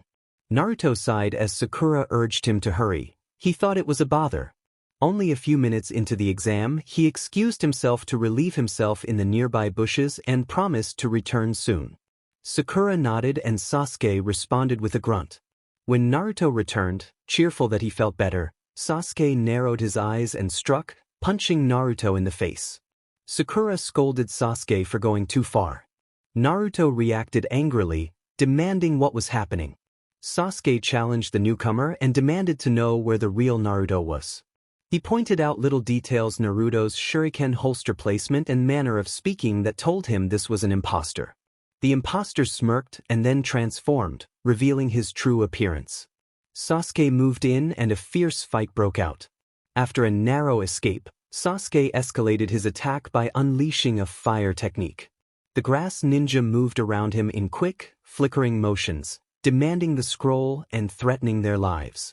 Just as the grass ninja reached for Sasuke's scroll, a slender needle flew and struck the would-be thief, forcing him to retreat. Naruto had intervened with that needle and the grass ninja disappeared into the undergrowth. Sasuke glared but decided the intruder had fled. Sasuke called for a safety measure. He told Sakura and Naruto they needed a code word to avoid mistaking friends for foes if they were separated. He gave the long phrase only once. Sakura confirmed she had it, and Naruto grumbled about the length but agreed. Smoke suddenly filled the area again, forcing Sakura, Sasuke, and Naruto apart. When the haze lifted, Sakura ran straight to Sasuke, relieved to see him unhurt. Sasuke asked for the code word and Sakura recited it correctly. Naruto arrived shortly after and, remembering the code word in a rush, recited it as well. Sasuke tested the response with a thrown kunai. Naruto dodged just in time. Sakura protested that Naruto had said the code word correctly, puzzled by Sasuke's reaction. The imposter shed his disguise with a sinister laugh, revealing himself as the grass ninja. He asked how they had seen through him. Sasuke explained that Naruto's speech and manner were different from the real match. The grass ninja reveled in the challenge and produced his scroll. With an odd, unsettling motion he swallowed the scroll whole while Sakura and Sasuke watched in disgust. The grass ninja declared the battle for the scroll would be fought to the finish, and the confrontation began in earnest. He threw a kunai that, within the illusion he cast, appeared to strike through Sakura and embed into a nearby tree. Sasuke steadied himself and realized they were under genjutsu. The enemy's killing intent was shaping terrifying images to paralyze them. The realization made Sasuke feel suddenly weak and unsteady. The grass ninja taunted them, convinced they could not move. Sasuke forced himself to act, dodging 2 thrown kunai in a desperate attempt to break free. In the struggle he jabbed his hand on a kunai to steady himself and then pulled Sakura with him into the bushes to hide, groaning from the strain. The grass ninja mocked the tactic of using pain to overcome fear, noting that they were not ordinary prey. Sakura began to speak but Sasuke covered her mouth to stop her from calling attention. In the frantic moments that followed, a large snake appeared and coiled toward them with swift movement. Sasuke cursed for not noticing the snake sooner. He quickly threw a set of shuriken and kunai to pin the snake and neutralize it, then leaned against a tree panting from the effort. The grass ninja taunted them for relaxing at all, arguing the only way prey escapes a predator is to divert the predator's attention. Panicked, Sasuke offered the scroll and flung it away to buy time, pleading with the ninja to take it and leave them. Before the grass ninja could grab it, Naruto intercepted and caught the scroll. Naruto rebuked Sasuke for surrendering and warned him that now was not the time to give up, especially against someone like their opponent. Sasuke protested that they were outmatched and that the threat was beyond them. Sakura shouted that Naruto could be aggravating sometimes, but at least he was not a coward like Sasuke. Sasuke growled as his anger flared and his Sharingan activated, the 2 tomo rotating intensely. The grass ninja noted that the blood of the Uchiha was beginning to boil and realized he needed to act quickly now that Naruto was present. Sasuke attacked with speed, launching a kick and sending several weapons toward the grass ninja. Sasuke observed that the opponent was reading his movements and aiming for a critical strike. Sasuke discreetly wound some string behind the grass ninja and announced that he was using the Sharingan manipulating windmill blades. The grass ninja smirked at Sasuke's skill while Kurama observed that Sasuke was not as weak as he had expected. Naruto watched proudly. Sakura cheered for Sasuke. Sasuke thought about reading all the places he could run and attack from where he could not see, and he felt a new power well up inside him as he unleashed Fire Release, Fire Dragon Jutsu. Orochimaru watched with interest and mused that using the Sharingan so well at this age marked Sasuke as a true Uchiha, a power that might even surpass Itachi. He laughed with dark amusement and hinted at his desire to draw Sasuke to him. Sasuke demanded to know who he was. Orochimaru introduced himself, and Naruto stepped forward with a cold warning for Orochimaru to disappear unless he wanted a repeat of their last encounter. Orochimaru replied that Naruto might have made a good vessel had he not opposed him, and that Sasuke would seek power. He warned that the world would change before Naruto's eyes and then mentioned the Sound Trio as obstacles to be dealt with. Sakura protested that they never wanted to see Orochimaru again. Orochimaru answered ominously that things would not go that way. He then extended his neck and bit Sasuke's neck, marking him with a curse seal before disappearing. Sakura demanded to know why he had done this. Orochimaru laughed and said he had given Sasuke a parting present, and he left with a final ominous remark about seeking immortality. Sasuke cried out in pain and clutched his neck. The team took advantage of the approaching dawn. One of the team leaders noted that the sun would be up in less than an hour and that they had spent the day gathering food and water. Most teams were resting, so they planned to attack during that time. They arranged to split up and spend 30 minutes scouting the area, with a strict rule to return to the meeting point in 30 minutes. Tenten agreed, Lee saluted, and Neji smirked and led them onward. Sakura watched as Naruto used medical ninjutsu to treat Sasuke's wounds. Naruto reported that Sasuke's breathing had returned to normal but that he still had a high fever. Naruto instructed Sakura to stay and care for Sasuke while he went to collect herbs, giving her a smoke bomb to signal him to return immediately if anything went wrong. Sakura accepted it gratefully and apologized quietly for having been annoying to Naruto. Naruto smiled and reassured her that everything would be fine. When Naruto left, Sakura set up some simple traps for safety. Sasuke sweated and groaned from the fever while Sakura dampened a cloth from spare water and placed it on his forehead. She prayed that Naruto would return soon and forced herself to stay awake. When she heard rustling, she reached for a kunai and threw it toward the sound, only to find a squirrel. Relieved, she returned to tending Sasuke.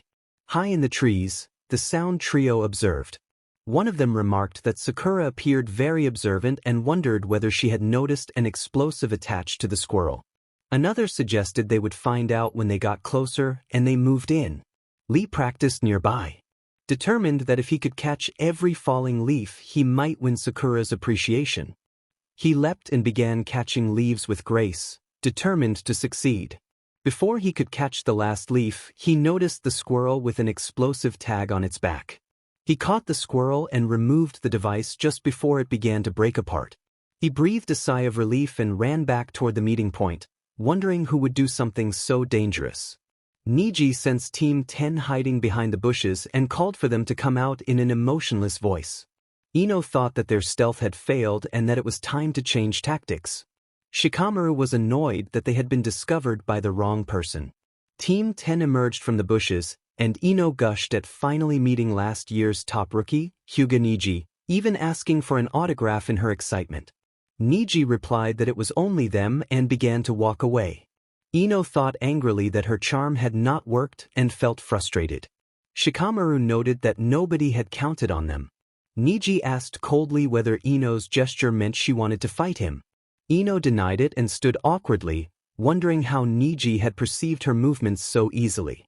She then decided to try a different approach. She let her hair down and expressed that she had always wanted to get to know Niji better. Niji told her to leave, and the teams shifted back into their own concerns. A brief pause followed as everyone readied for the next phase of the exams. Niji said that taking a scroll from cowards like Team 10 would only make him the laughingstock of the village. Team 10 ran off at once. Niji dismissed them as pathetic and walked away. After running for a few minutes to get away from Niji, Team 10 reached a clearing and dropped to the ground, panting. Ino cheered that they should look for weak opponents. Shikamaru rued that there was no one weaker than them and sighed. A voice teased, asking if someone had been up all night. Sakura's eyes widened and wariness overtook her fatigue. Dosu ordered Sakura to wake Sasuke. Sakura shakily reached for her throwing knife and demanded to know what was happening, accusing someone named Orochimaru of pulling strings from the shadows and demanding to know the purpose of the strange mark on Sasuke's neck. She accused Dosu of doing something to Sasuke and demanded answers. Dosu wondered what his companion was thinking. Sasuke declared that they would not let them go and that he would kill Sakura and Sasuke. Dosu intervened, murmuring that the area showed signs of a recent disturbance and that a trap would be pointless if it were obvious. Zaku scoffed and suggested the throwing knife had been meant to stop a small animal from setting off the trap. Dosu said they had no use for Sakura and ordered her killed. Before the trio could attack, Sakura triggered another of her traps. Dosu's eyes widened at the incoming log, but he smirked and nullified it with his sound-based technique.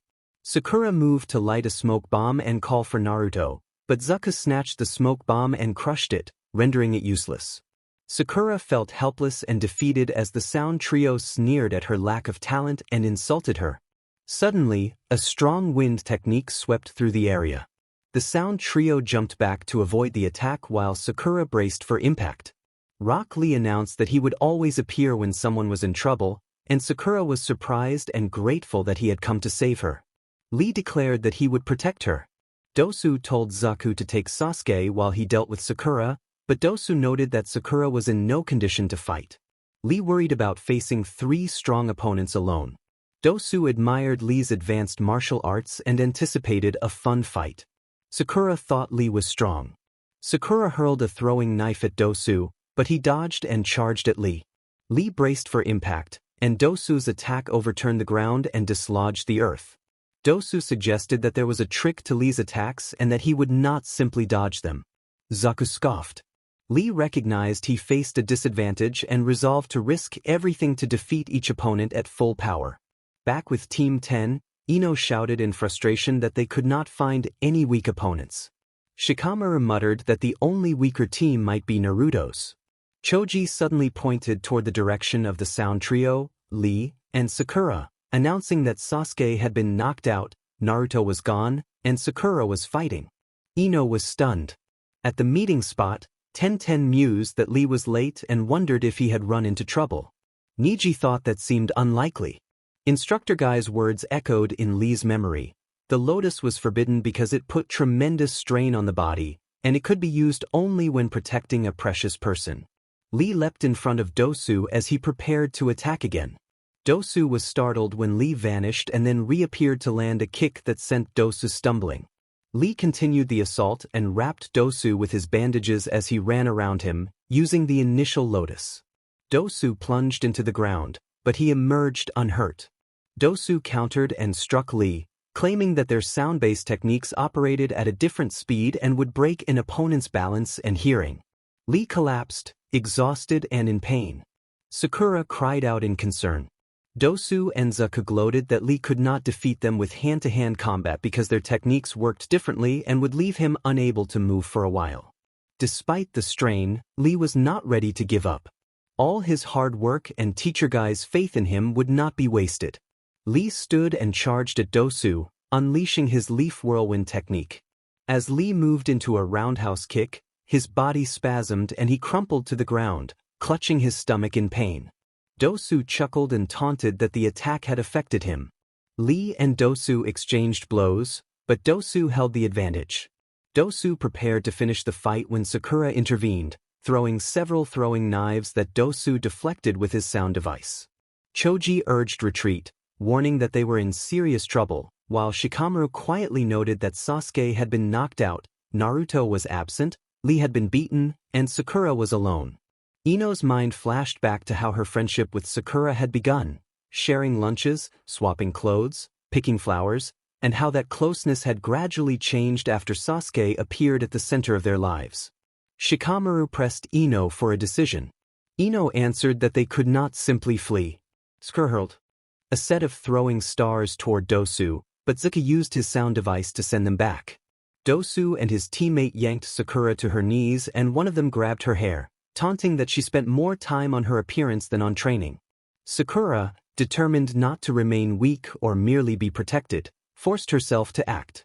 She drew a throwing knife. When Kin declared it useless, Sakura surprised them by slicing off her own long hair. The others watched in shock. Kin moved in to strike, but the move was a substitution. Sakura launched a volley of throwing knives from the side. Zaku countered with an air-slicing blast technique that appeared to strike Sakura, but it was another substitution. When Zaku searched for her, Sakura leapt out and was caught in a headlock. Desperate to escape, Sakura bit Zaku's arm to break free and struggled to get away. Ino watched in horror, memories of their earlier encouragements coming back, telling Sakura she should be confident about her face and not hide her forehead, offering a ribbon and a smile. Those memories strengthened Ino's resolve. Zaku prepared a finishing strike, but Team 10 jumped in to protect Sakura. Dosu mocked their arrival, then taunted the Leaf fighters. Choji was ready to flee until Shikamaru stopped him by grabbing his scarf. Ino told them they were a team and could not abandon their comrade. Zaku hurled insults at Choji, and when the taunt pushed him too far, Choji snapped, insisting he was not fat and declaring that this was a battle between the Leaf and the Sound. Ino ordered Sakura to guard Sasuke and told her to watch as Ino, Shikamaru, and Choji revealed their formation. Choji used his multi-size technique, expanding into a ball and rolling towards Zaku, bouncing off an attack and landing squarely on him. Shikamaru used his shadow imitation technique to immobilize Dosu, causing Dosu to panic at the loss of control. Ino then executed a mind-body switch technique, swapping her consciousness into Kin's body and causing the real Kin to collapse. Speaking from Kin's body, Ino threatened to harm the captured girl if anyone moved and demanded the scrolls be left behind.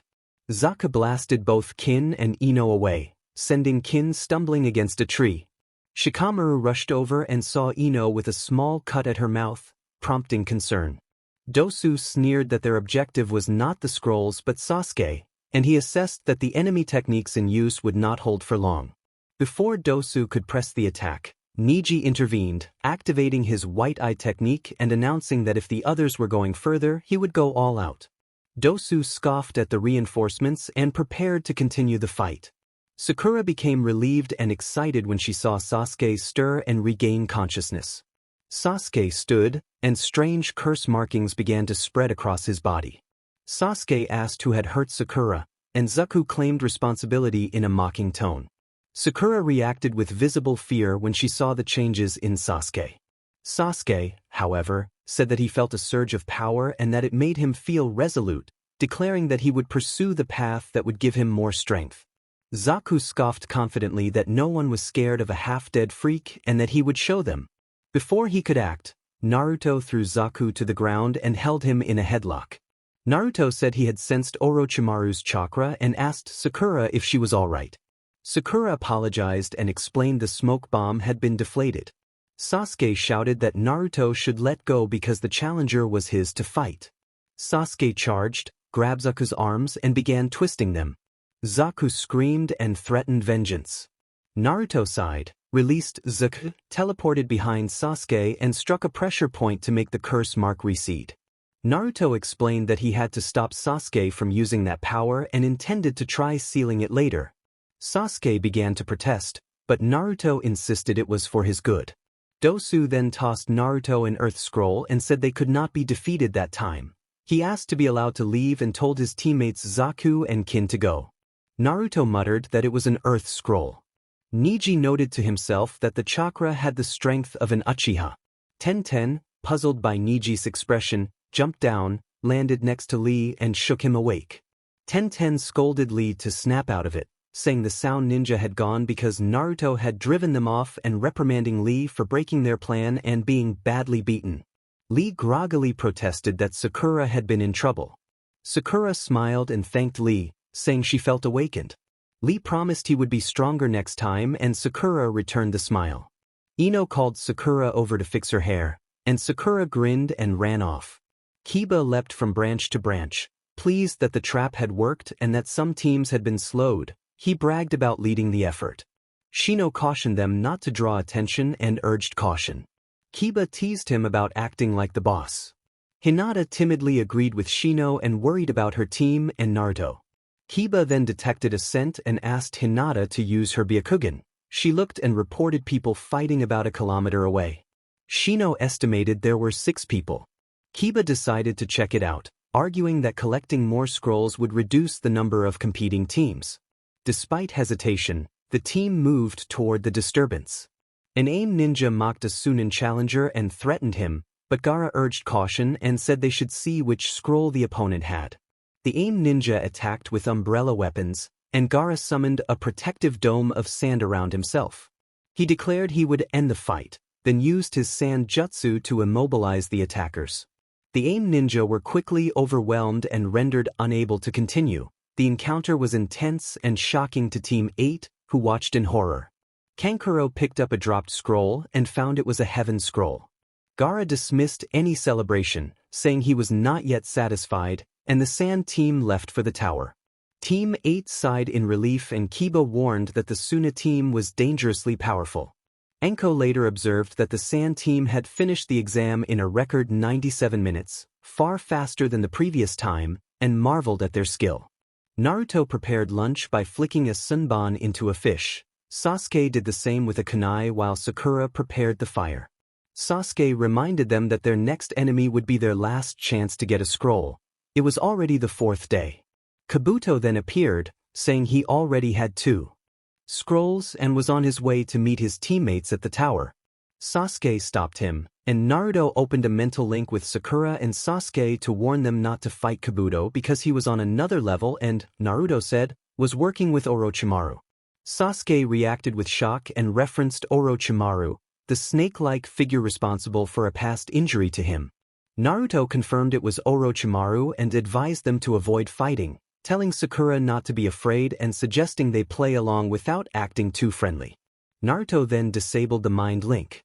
Kabuto offered to help and invited them to follow. Sasuke scrambled after him and asked if there could still be enemies left.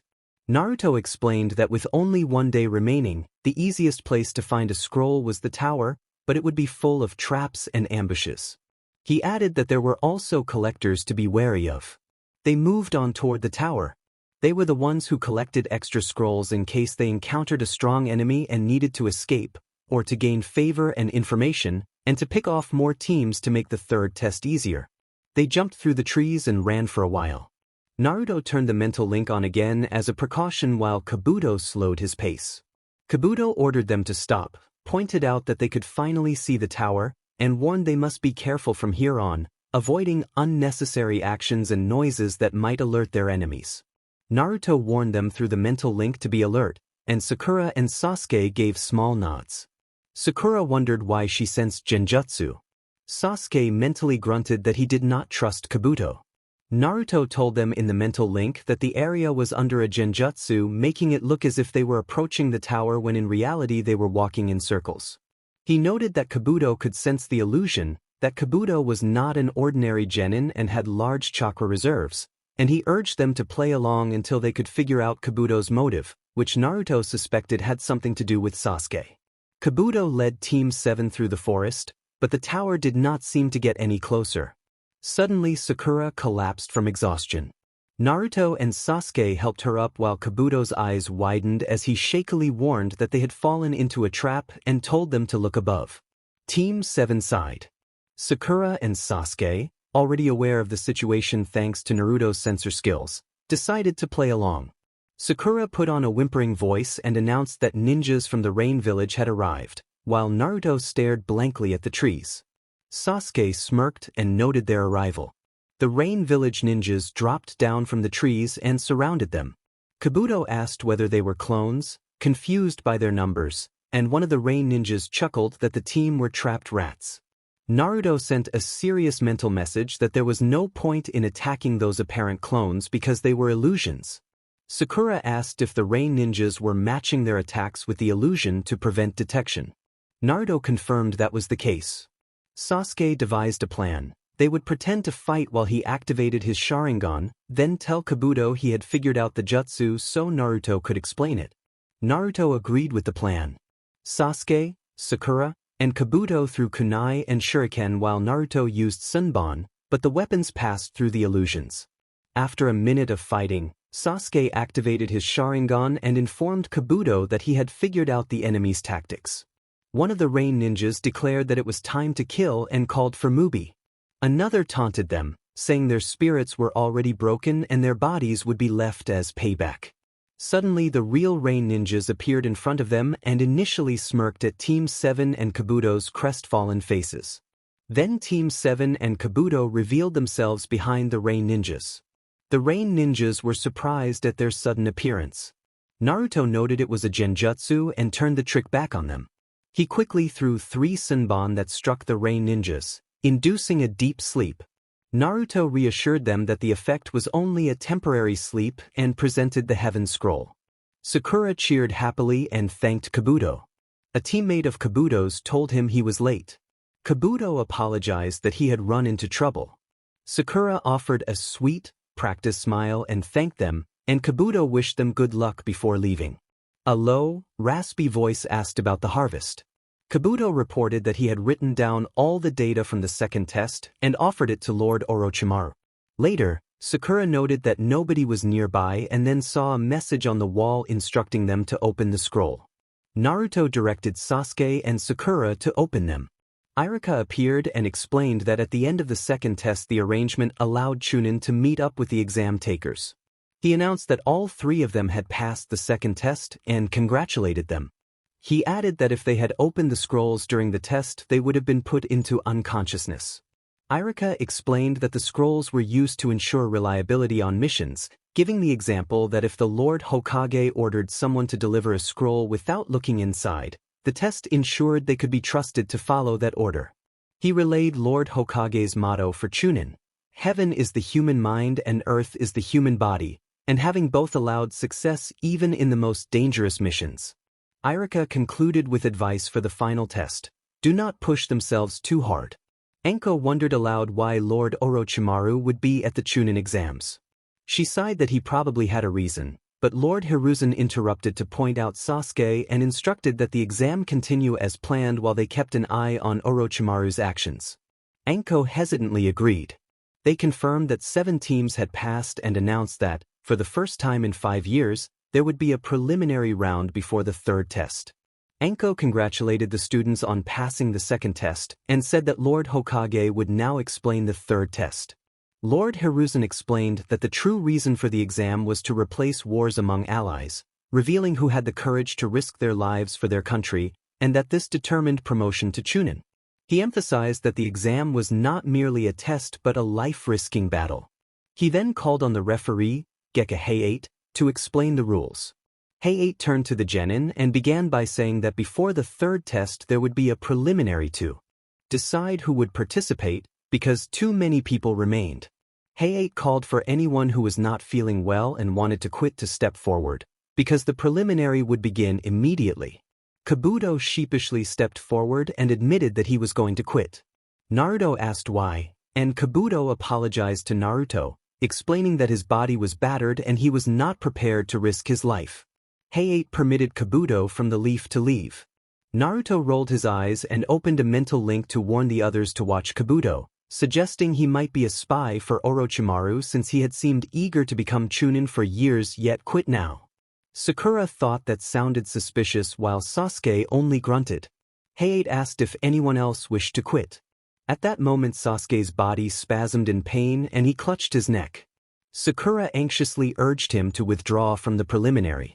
Naruto insisted that Sasuke should be allowed to participate. Sakura worried that Sasuke was still hurt from the curse mark Orochimaru had placed on him and pleaded with him to quit, but Naruto argued that Sasuke was driven by vengeance and wanted to test his strength in battle more than he cared about rank. Naruto promised to try to seal the curse mark after the preliminary, though not immediately because it would require preparation, and he warned Sasuke to avoid using the Sharingan since it drained chakra quickly and could be deadly in that state. Sasuke grunted in acknowledgement. Sakura asked him to be careful. Heiate then announced that the preliminary would begin and instructed everyone to treat their battles as real-life confrontations. He explained there were 21 contestants, so 10 matches plus 1 extra, and the winners would advance to the 3rd test. There would be no rules. Fights would continue until an opponent admitted defeat, was knocked out, or could not continue. A board on the wall would display the matchups. The board displayed the first match, Uchiha Sasuke vs Akado Yoroi. Sasuke smirked while Sakura's eyes widened with fear. Heiate called them to the front and confirmed they were ready. They both moved forward and everyone not fighting was told to move to the upper level. Yoroi slid across the floor and took Sasuke down with a sudden frontal assault, placing a hand on Sasuke's hair to restrict him. Sasuke struggled and realized his strength was waning as his chakra seemed to be drained. Yoroi taunted him, but Sasuke kicked him off and forced him to the floor. Yoroi activated a chakra-absorbing device in his hand and charged again, throwing a barrage of punches that Sasuke barely evaded. From the spectator area, Naruto mocked Sasuke's performance, but Sasuke countered with a swift series of moves known as Shadow of the Dancing Leaf, a technique that surprised onlookers Guy and Lee. Sasuke then switched to his own style. As he prepared a finishing blow, the curse mark flared and his body spasmed, but his determination to prove himself overrode the influence and the mark receded. Several observers, including Anko, Kakashi, and Orochimaru, watched in surprise. Sasuke followed with a powerful sequence called Lion Barrage that carried Yoroi into the air. He then struck Yoroi's leg to bring him down, and Yoroi collapsed, unable to continue. Heiate declared Uchiha Sasuke the winner of the first match. Naruto called Sasuke up to the stands, reminding him of the plan he and Sakura had agreed upon for sealing the curse mark. Sasuke nodded and left the arena with Naruto. The crowd watched curiously, and Sakura understood what was happening. Hiruzen, Anko, Heiate, and Kakashi realized that Naruto intended to attempt sealing Orochimaru's mark and exchanged worried looks. They doubted whether he could do it under the circumstances, but Naruto was determined. Orochimaru hissed in frustration but held back. The board then showed the next match, Abumi Zuka vs Aburame Shino. Both stepped into the arena. Zuka mocked his opponent, while Shino warned calmly that a fight there could end badly and that forfeiting might be wiser. Zaku insisted that one arm would be enough, and they charged at each other. Shino was ready and blocked Zaku's attack, remaining composed despite Zaku's strength. Zaku unleashed a powerful blast that sent Shino backward, creating a cloud of smoke. When the smoke cleared, Shino was unhurt. A swarm of insects crawled across Shino and then surged to surround Zaku. Shino explained that his insects were a type that attacked in large numbers to disrupt and feed on chakra. If Zaku blasted them back, the bugs behind him could still strike. He emphasized the importance of always having a trump card. Zaku, enraged, removed his right arm from its sling and presented it as his trump card, preparing to fight back.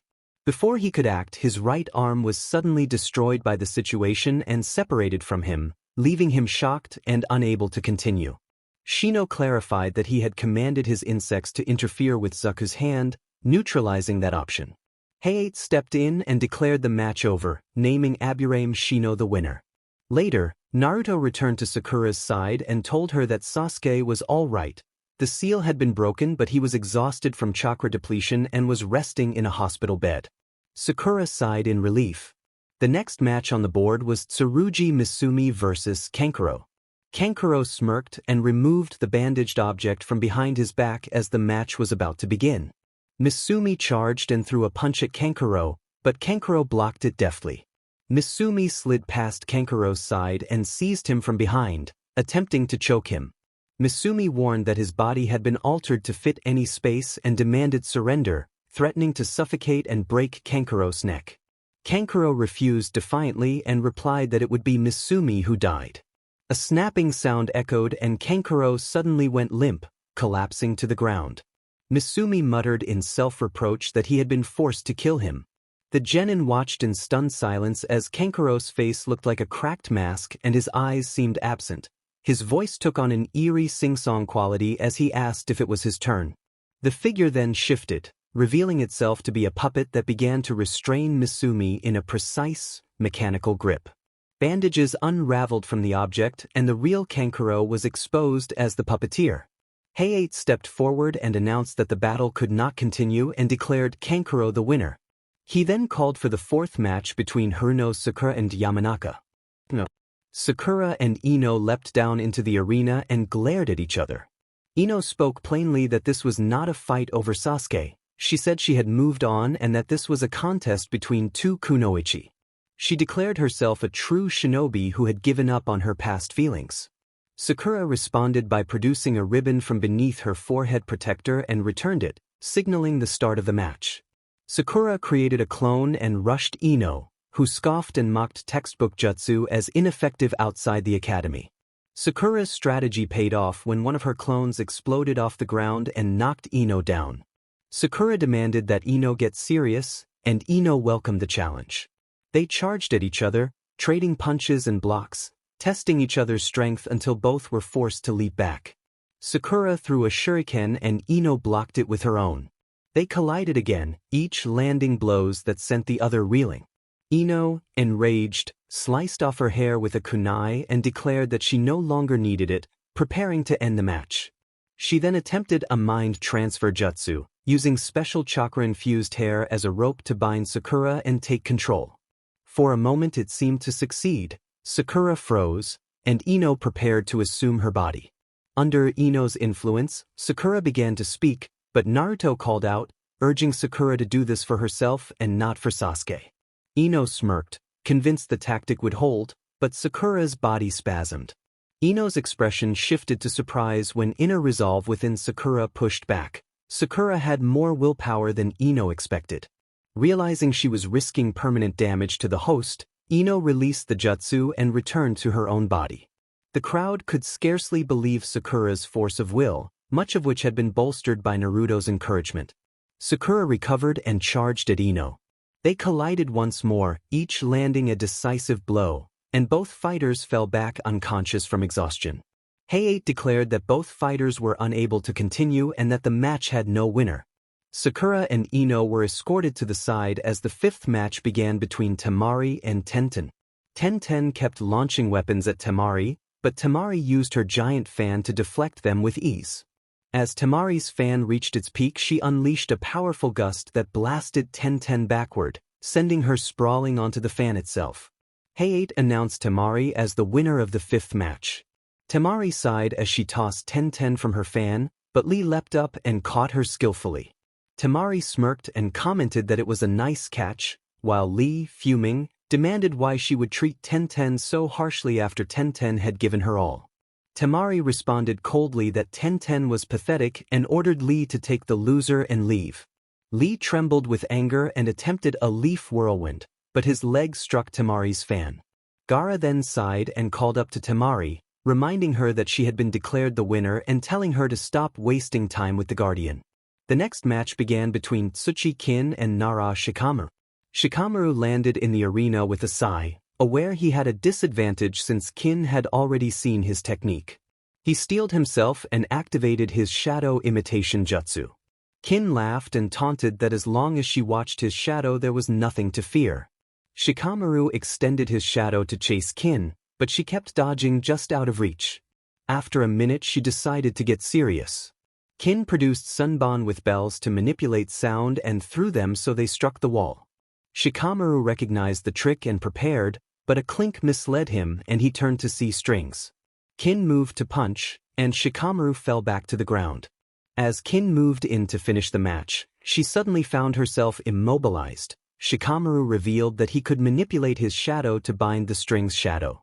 Realization flashed across Kin's face too late. Both reached for shuriken and threw at the same moment. The blades crossed and Kin slammed into the wall behind her, dazed. Shikamaru noted that a shinobi should use the surroundings to their advantage. Team 10 cheered, and Hayate announced Nara Shikamaru as the winner. The bracket moved on to Uzumaki Naruto vs Inuzuka Kiba. The two leapt down into the arena. Kiba boasted that with Akamaru they could win with one punch, while Naruto ignored the taunt and went to check on Hayate about his cough. Hayate smiled and said he was fine, thanking Naruto. Naruto then asked how things had been with Yugao, and Hayate flushed briefly before trying to move the focus back to the match, prompting the start. Kiba assumed a low stance and activated beast mimicry, all fours jutsu, charging on all fours and slamming Naruto into a wall. Kiba declared victory, but the impact revealed only a puff of smoke. Naruto had used a shadow clone. Naruto appeared behind Kiba and chided him for underestimating shadow clones, reminding Kiba that the academy image was not the whole story. Kiba snarled that changing clothes and hair did not make someone better and demanded a straight fight. Naruto replied that using clones against Akamaru's teamwork was fair and that they should fight properly. Kiba fed Akamaru a soldier pill and the dog grew larger. They charged again, but Naruto skillfully dodged every attack. The Inuzuka style favored direct heavy blows, which proved ineffective against Naruto's precise evasion. Frustrated, Kiba unleashed Beast Ultimate Taijutsu, Fong passing Fong, but Naruto evaded once more, leapt into the air, and threw two Sunban that struck Kiba and Akamaru, knocking them unconscious. Hayate declared Uzumaki Naruto the winner, and Naruto removed the Sunban and revived them both before stepping back. The board flickered through the names and settled on Hyuga Niji versus Hyuga Hinata. Hinata paled as Niji smirked. The match promised to be intense. They descended into the arena and Niji began taunting Hinata, asserting that she lacked confidence and was unfit as a shinobi, claiming that she clung to hope for harmony and would never change. Hinata faltered, recalling the shame she felt about the main family, and tried to say she wanted to improve. Niji pressed on with his accusations, analyzing her gestures through the Byakugan and insisting she would never overcome her nature. Naruto interrupted and told Niji it was unwise to judge another so harshly, arguing that Hinata had shown strength by forging her own path while Niji still followed the branch's expectations. He urged Hinata to fight for herself. The words reached her. She found new determination and declared she no longer wanted to run away. She activated her Byakugan and challenged Niji to fight. Both assumed the Hyuga stance and charged, palms extended. Their exchanges were rapid strikes met blocks and neither could land a decisive blow at first. Hinata managed occasional hits, but Niji's speed and precision gave him the advantage. Niji grazed Hinata's arm, forcing her to stagger, and then landed a stronger strike that left her winded and reeling. Despite the pain, Hinata remained determined and refused to give up. Hinata landed a blow on Niji's neck, but Niji countered by striking an opening point on her arm. She screamed and fell back. It seemed the match was over. Niji taunted Hinata, saying there was a clear difference between the elite and the loser and that reality could not be changed, and he ordered her to forfeit. Hinata coughed and stood up, staggering. She smiled and made clear that she would not go back on her words because that was her ninja way, and Naruto's eyes widened as he realized she was referring to the same resolve he had often spoken of in the past. Niji ordered her to come forward. Hinata tried to charge, but she doubled over, clutching her stomach and miming in pain. Naruto encouraged her, smiling gently. Strength returned to Hinata's eyes and she charged Niji again, determined. Niji grabbed her arm and flung her back, but Hinata pushed herself up and charged once more. Niji pressed another point and Hinata collapsed to the ground. Everyone watched with pity, assuming the match's outcome. Naruto, however, refused to give up. He urged her to keep fighting and to prove her worth. Hinata rose shakily. Niji, frustrated and angry, told her she should stop pushing herself and that she would only be harmed if she continued, insisting that people could not change. Hinata replied that Niji himself was the one trapped by the fate of the main and branch houses. Niji charged at her with obvious hatred, but Hayate intervened, declaring the match over. Hayate moved to stand between Niji and Hinata. Guy and Kakashi restrained Niji, Kurenai knelt beside Hinata, and Naruto helped Hinata to her feet.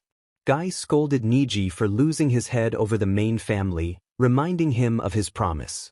Niji scoffed and complained about what he saw as another instance of special treatment for the main family. Hinata's eyes widened, then she doubled over and became sick. Naruto carried Hinata and placed her gently on the ground, then began to treat her with medical techniques while the others watched in surprise. Hinata coughed and her breathing grew weak. Naruto realized she was slipping into unconsciousness. His emergency measures were not immediately enough, so he quickly used his teleportation to take Hinata to the hospital while holding her.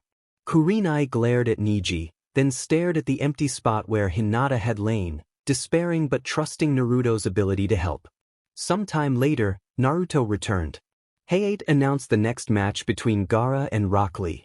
Lee was eager to face Gaara early in the tournament. He launched a spinning attack called Leaf Whirlwind, but Gaara's sand intercepted the kick and pushed Lee back. Lee attacked repeatedly, each attempt blocked by Gaara's sand. Guy told Lee to remove his training weights. Though surprised, Lee obeyed when Guy gave him permission. Temari thought inwardly that removing a few weights would not be enough to overcome Gaara's sand. With the weights off, Lee charged again, kicking up dust. Gaara's sand blocked the front, but Lee targeted Gaara's back and managed to land a succession of strikes. It appeared at first that Lee had broken through, but Gaara remained protected by a shifting armor of sand. Lee continued, unraveling bandages and focusing his strength. He executed the initial lotus and drove Gaara to the ground. A maniacal laugh came from nearby as things quickly escalated. Gaara responded with hardened sand that pinned Lee against the wall. Lee refused to give up and opened several inner gates, pushing his body to its limits: third gate, fourth gate, then the fifth gate to press the attack. Lee kicked and struck Gaara repeatedly, breaking through the sand's defenses as far as he could, and then attempted a final, overwhelming technique. Gaara countered with Desert Coffin, and sand began to close around Lee. Before the situation could worsen, Guy and Naruto intervened. Guy acted on instinct to save his comrade, and Naruto immediately began treating Lee and then used his teleportation to take him to the hospital. The match was declared in Gaara's favor. Hayate announced the 10th and final match between Kinyuta Dosu and Akimichi Choji. Dosu and Choji glared at each other as they measured one another up. Choji responded first by activating his multi-size technique and curling into a ball, packing his increased bulk around his ears. He rolled toward Dosu, who dodged smoothly and raised his sound amplifiers. Choji thought his earplugs would protect him, but Dosu blasted him back. Choji hit the wall and fell face first as Dosu gloated over the victory. Heiei then declared Kinyuta Dosu the winner and announced that the preliminary trials of the Chunin exams were complete. Hiruzen then addressed the group and explained that the finals would be held in 1 month and that this break was for preparation. He instructed the contenders to draw pieces of paper from the box Anko held to determine pairings. He clarified that genin were promoted to Chunin based on evaluated abilities and necessary qualities rather than strictly by tournament wins, and that those who lost might still become Chunin. Temari asked whether everyone could possibly become Chunin, and Hiruzen confirmed that it was possible but not guaranteed. With that, he dismissed them until the finals. Kabuto slipped into Sasuke's hospital room after defeating Konoha Anbu. As he approached Sasuke's bedside, Kakashi and Naruto arrived and confronted him. Naruto made it clear that Kabuto was not an ordinary genin and that Orochimaru and espionage were in his history. Kakashi watched him sternly. Naruto warned Kabuto to leave and implied the danger of staying outmatched. Kabuto smirked, taunted with an affectionate nickname, and slipped away, promising that next time Sasuke would be his. The next few days were relatively relaxed for Naruto. He spent more time reading and helping care for Lee, whose recovery progressed well. Jiraiya arrived in town, surprising Naruto. They had met before during Naruto's travels and maintained a friendly, if sometimes exasperating, rapport with Jiraiya claiming to be doing research. Sasuke recovered well thanks to Naruto's medical ninjutsu and trained hard with Kakashi to refine the Chidori. Tenten assisted Neji with his gentle fist technique while making daily visits to Lee, who continued to improve. Shikamaru lounged more than he trained until Asuma pushed him to build stamina. Shino practiced with his insects, and Kiba helped Hinata recover physically. Ino and Sakura reconciled and became close friends again over several outings.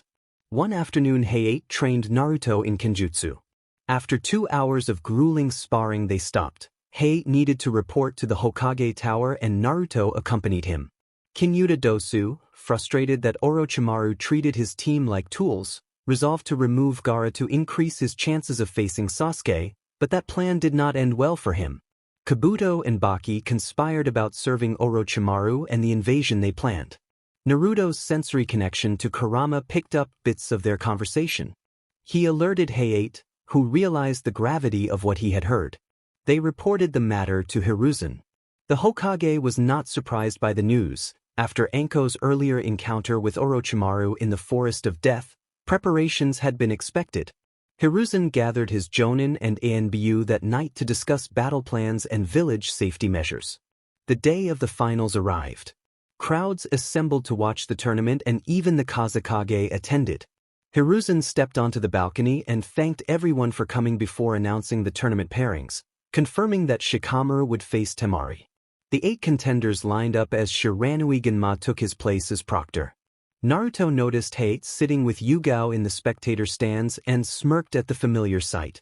Zabuza and Haku had also come to watch. Genma announced that the first match would be between Hyuga Neji and Uzumaki Naruto. Hayashi watched with Hanabi and commented on the strength of their Hyuga bloodline. Zabuza observed the match with a grim expectation and Haku quietly hoped Naruto would be shown mercy.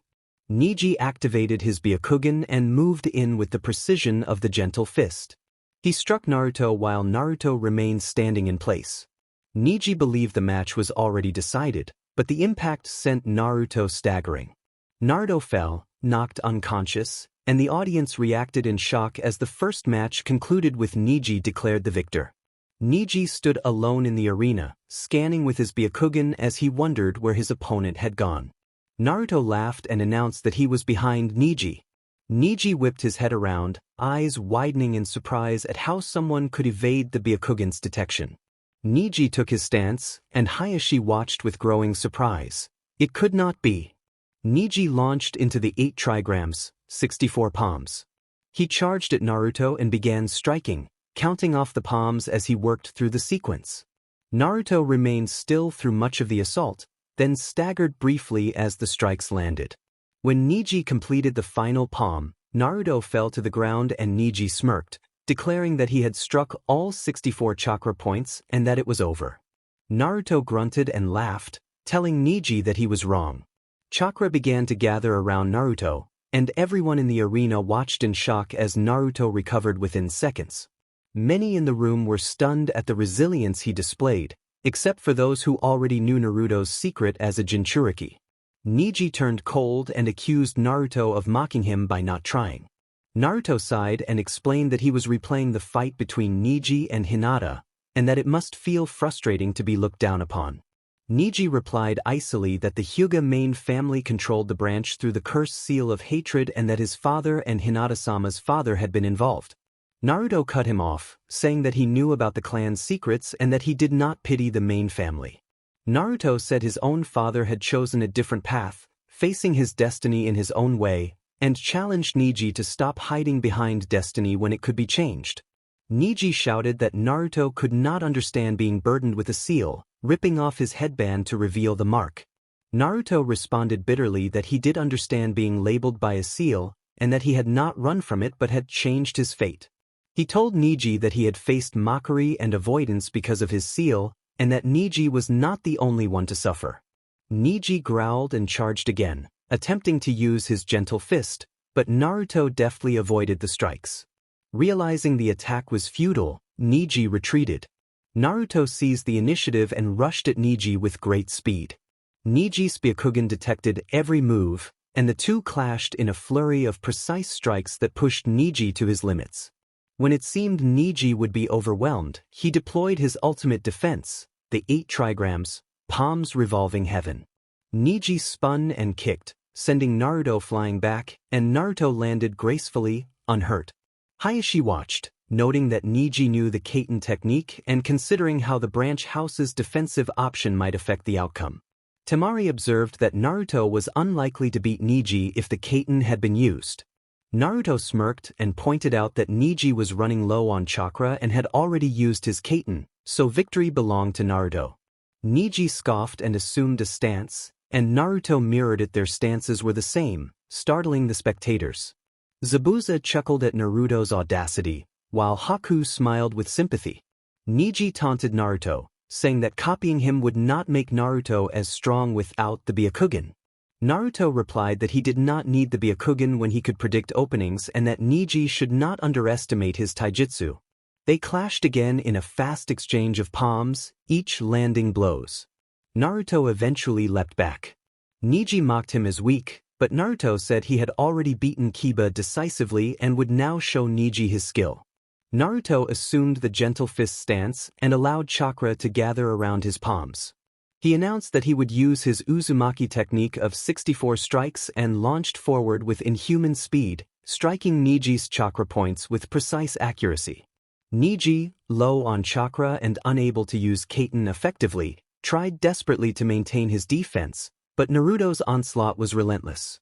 Neji staggered as the strikes accumulated and showed clear signs of strain as Naruto reached the midpoint of the sequence. When Naruto completed the 64 strikes, Neji crashed into the ground with a heavy impact that left a crater. The referee Genma declared Naruto the winner. The stadium erupted in cheers. Sakura and many others shouted support for Naruto. Zabuza smirked while Haku looked on with pride. Hayashi and Hanabi stared at Naruto in stunned disbelief, unable to fathom how anyone could replicate Hyuga techniques so quickly by observation. Naruto crouched and tended to Neji, helping him recover from the match. Naruto told Neji that a trapped bird would find ways to escape if it tried, and that if Neji found his way out he would be free. Those watching marveled at Naruto's power and presence, wondering who the boy truly was and how he had become so formidable. The arena soon calmed, but the crowd grew restless when Sasuke and Gaara's match was delayed because Sasuke had not arrived. Kankuro's match had been forfeited due to the invasion, a detail the audience did not yet fully understand. Spectators settled in, eager for the Uchiha match after the excitement of the Hyuga bout. Neji was taken to the hospital and reconciled with Hayashi and the main family. He smiled when he thought of Naruto, acknowledging that the encounter had changed his outlook and helped him alter his destiny. Temari let out a sigh and descended into the arena on her fan while Shikamaru groaned, finding the whole event bothersome. Temari teased him about possibly forfeiting, and Shikamaru remained silent. Temari challenged him, fired up for a fight. Gunma protested that the match had not officially started, but Temari ignored him. Shikamaru stood and, with a smirk, said he might not care about becoming a chunin but he would not lose to a girl. Temari used her fan to blast Shikamaru, but he dodged and ran toward the trees. Temari scoffed. She suspected he would try to lure her where his shadow had more ground to work with, but she resolved not to let him. Temari performed wind release, sickle weasel jutsu while Shikamaru braced against the impact. Shikamaru's shadow chased Temari, and she easily dodged it until the shadow reached its limit. She marked the spot the shadow could reach at most. Shikamaru sighed, closed his eyes, crouched, and formed an unrecognizable hand seal. Kurenai asked what that hand seal had been. Asuma explained that it was not a hand seal at all but Shikamaru's thinking posture. He had once tested Shikamaru's strategic mind with a game instead of written exams and discovered an IQ over 200, a super genius. Shikamaru opened his eyes and prepared to be serious. Temari launched another wind release, sickle weasel jutsu, and Shikamaru ran for the trees. Temari taunted him for hiding, urging him to stop running. A kunai suddenly sped at her. She dodged but found herself over the line and leapt back just in time. Shikamaru noted that she had seen through his attacks. Temari retorted that he was stalling to stretch his shadow as the sun lowered. Shikamaru was many moves ahead. He chased Temari with his jutsu while extending his shadow by using his shirt as a makeshift parachute. Because of Kankuro's warning, she barely escaped. Temari continued to dodge the shadow with ease and judged the fight pathetic. She decided to end it. She planned to divert Shikamaru's attention to a clone while her real self, hidden behind her fan, would strike, but suddenly her body froze and Shikamaru's shadow finally bound her. He announced the success of shadow imitation jutsu. Temari, stunned, realized the shadow had caught her through a hole in the arena floor, the same hole created during Niji's defeat by Naruto. The parachute had been only a diversion. The arena turned its attention as Shikamaru's planning revealed itself. Shikamaru then conceded, explaining that chasing her with his shadow had exhausted his chakra and he could not hold her much longer despite the many moves he had thought out. He released his jutsu. Gunma declared Temari the winner. The next match was the one everyone had come to see, Gaara vs Uchiha Sasuke. Sasuke and Kakashi arrived in a swirl of leaves. Naruto teased Kakashi about being late and joked that he had already demonstrated his fire techniques earlier. The jonins who had been with Naruto laughed. Sasuke accepted Naruto's teasing, and Naruto said he looked forward to seeing Sasuke's progress, especially with Chidori. Gunma noted Kakashi's tardiness and announced that the fight between Uchiha Sasuke and Gaara would begin. Kakashi joined the spectators while Sasuke took a defensive stance. Sand swirled from Gaara's gourd, but then Gaara clutched his head in pain and muttered to his mother in a strained voice. Sasuke hurled shuriken at Gaara. Sand spilled from Gaara's gourd and deflected them with ease, forming a sand replica that launched spikes toward Sasuke. Sasuke jumped to avoid them, threw more shuriken, and then leapt down to kick Gaara's sand shield. He slipped behind Gaara, landed a punch that cracked the sand armor, and followed with a kick that sent Gaara to his knees, panting. Gaara's sand armor had consumed too much chakra. Gaara gathered sand into a sphere around himself. When Sasuke charged and struck it, spikes emerged and scraped his arm. Gaara laughed wildly and, in a frenzied voice, threatened to crush Sasuke and let the sand overwhelm him, his tone unhinged and dangerous.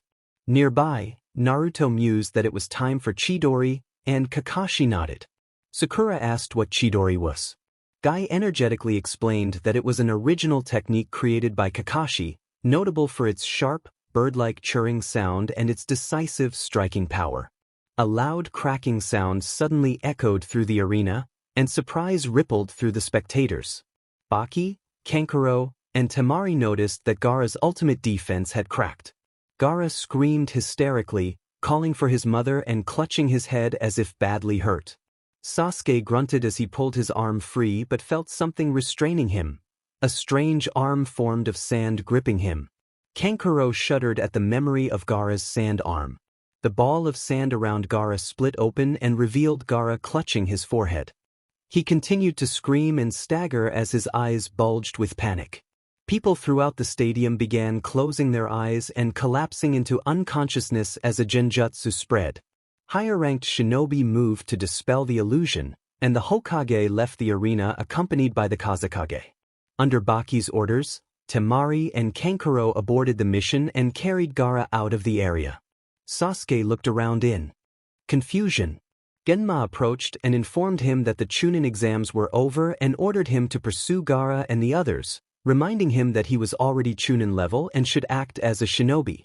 Sasuke issued a low growl and then vanished, intent on following Gaara. Guy directed Kakashi and Naruto to look inside the barrier. Kakashi peered and reacted with shock at the sight of Orochimaru. Guy expressed concern for the Hokage.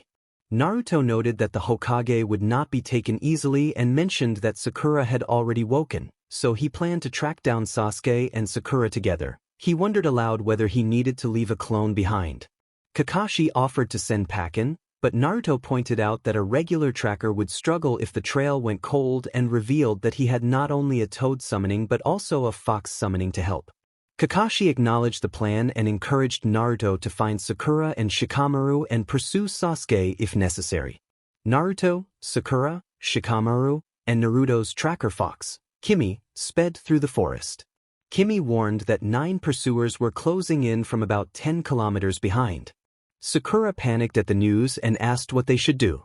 Shikamaru volunteered to stay behind as a decoy, explaining that he had little chakra left to continue the chase and that, as a leaf shinobi, using his shadow imitation jutsu as a diversion was the least he could do. Sakura quickly supported his choice and wished him luck, and Naruto teased him not to fall asleep. Shikamaru acknowledged the warning and broke off to draw the pursuers away. Shikamaru intercepted the Sound Nin and used his shadow to immobilize them, trapping the group with his shadow imitation. The Sound Nin boasted that they outnumbered him, but Shikamaru calmly noted that the 9 included a protector who was immune to the shadows and that they would have to find that one. He prepared to deal with the remaining threat. Sasuke watched in alarm as Gaara's appearance began to change, taking on a more inhuman aspect and sprouting a tail formed from sand. Gaara laughed wildly and lunged at Sasuke, who dodged just in time. Gaara's behavior became increasingly frenzied. He challenged Sasuke and seemed driven by an urge to test his strength against pain and opposition. As Sasuke prepared the hand seals for Chidori, Shino arrived and explained that he had been tracking the situation with his insects. Shino urged Sasuke to pursue Gaara since their match had not been resolved and indicated that he would take on the opponent who was meant to face him.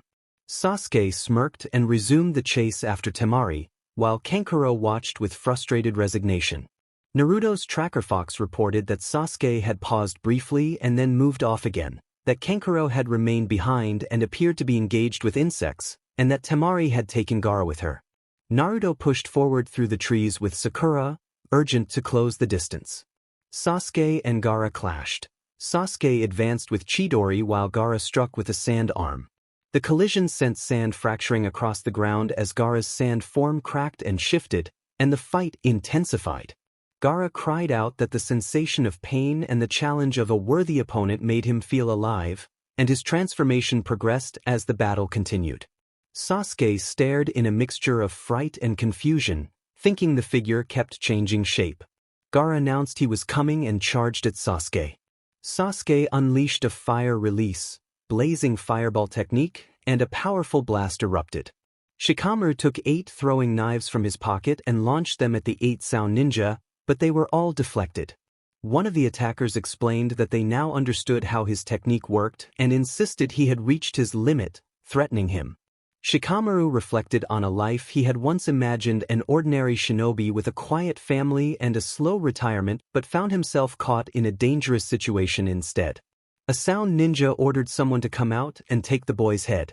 Shikamaru's eyes widened when he felt a hand on his back. Asuma had arrived, carrying the 9th Sound Ninja over his shoulder. Asuma announced that he had finally caught up and quickly knocked out all the Sound Ninja before Shikamaru could finish speaking. Sasuke was thrown against a tree and Gaara laughed at his apparent defeat, taunting that Sasuke's hatred was too weak to match his. Sasuke ignored the taunts and charged again, his head pounding and body shaking as Gaara's sand arm loomed to strike. Naruto intervened with a forceful kick that sent Gaara flying. Sasuke fell to the ground while Sakura and Kimi tended to his wounds. Gaara, fixated on Sasuke, lunged once more, but Naruto was faster and repelled him again. Naruto made it clear he would give Gaara a battle and took a fighting stance. Gaara asked what those people meant to Naruto, and Naruto declared that they were his precious comrades. Gaara formed more sand and launched sand-throwing blades, which Naruto dodged. When that failed, Gaara used a powerful wind and sand assault. Naruto used a teleportation throwing knife to slip behind some trees until the attack passed, then emerged accompanied by several shadow clones. While Gaara struggled to dispel each clone, the real Naruto produced a thin needle and jabbed it into Gaara's rear, provoking a furious roar. Gaara then moved into his final form and used a desert coffin technique.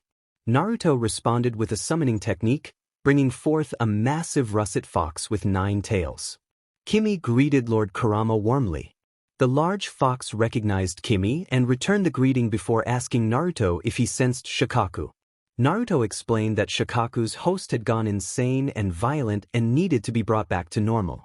He added that Konoha faced trouble because of Orochimaru and a new allied village, and that Suna had betrayed them by joining Orochimaru.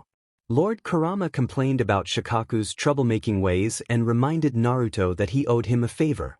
Naruto noted the difficulty that Shikaku was wind-aligned while his own natural affinity was also wind, so they would have to rely on fire. Lord Kurama accepted the plan. Lord Kurama unleashed flickering black fire bolts at Shikaku, which the sand beast blew away. Temari, Sasuke, and Sakura watched in amazement at the spectacle of 2-tailed beasts battling. The confrontation dragged on without clear progress. Naruto and Lord Kurama paused to think, aware they needed a new strategy. Lord Kurama urged immediate action. Naruto searched for a plan while Shikaku seized the opportunity to fire drilling air bullets. Naruto and Lord Kurama dodged, then teleported behind Shikaku. Naruto told Lord Kurama he had a plan. Kurama would distract Shikaku while Naruto summoned Gamabunta to assist and wake Gaara. Lord Kurama leapt into close combat with Shikaku, scratching and striking at the beast while Shikaku retaliated with heavy tail strikes and spikes. The clash remained intense but non-graphic. Naruto launched a summoning technique and instantly appeared atop Gamabunta's head. Gamabunta recognized Naruto and grumbled at him. Naruto apologized for skipping pleasantries and asked Gamabunta to help distract Shikaku while he dealt with the host. Gamabunta grunted and complained about always being summoned for dire situations, never for a friendly visit. Gamabunta asked what was in it for him. Naruto offered sake, appearing blank and a little nervous. Gamabunta insisted that Naruto should enjoy life and drink with him, then made his way to Kurama and Shikaku.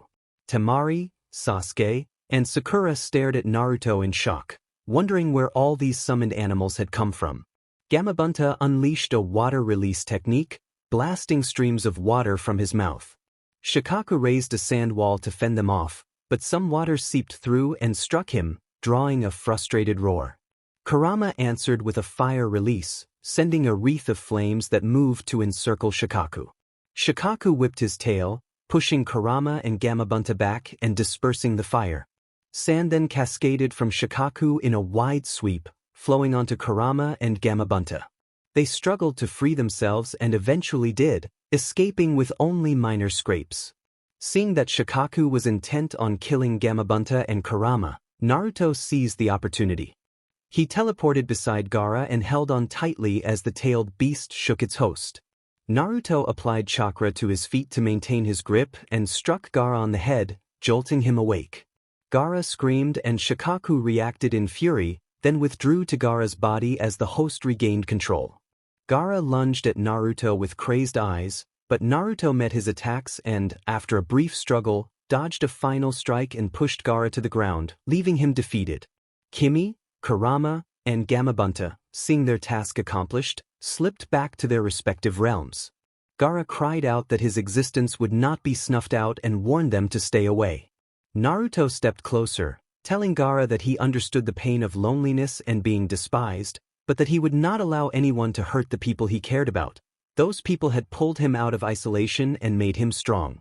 Naruto offered a small, gentle smile before turning to tend to Sasuke's injuries. Temari and Kankuro approached Gaara warily, seeing him defeated and exhausted for the first time. As they drew near, Gaara gave a tiny, genuine smile and mumbled an apology with his eyes closed. Temari and Kankuro were stunned. In one day they had seen Gaara defeated, smiling, and apologetic. They lifted him up and began to carry him away, giving Naruto a brief nod of respect and gratitude. Perhaps Gaara had changed for the better. Orochimaru demanded his arms back, voice edged with fury, while Hiruzen, gravely wounded, smirked at him. Hiruzen told Orochimaru that the arms were destroyed and held no more jutsu, and he spoke in a soft, enigmatic way about his apprentice and the village's enduring will. Hiruzen's strength faded, and he died.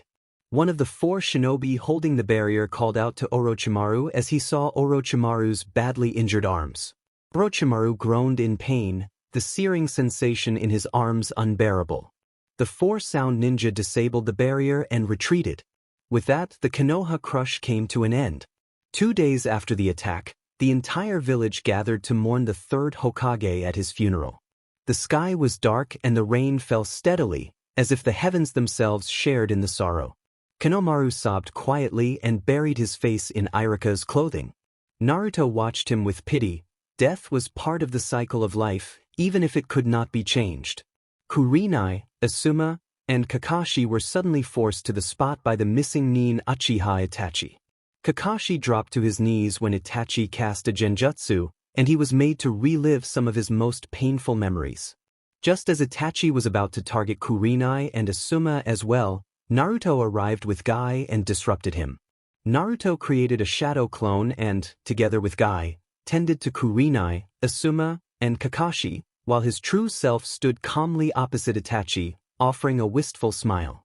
Itachi studied Naruto and observed that Naruto had changed.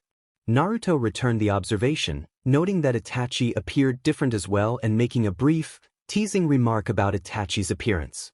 Itachi acknowledged Naruto's transformation and then explained that he and Hoshigaki Kisame were in Konoha for a purpose tied to the tailed beasts.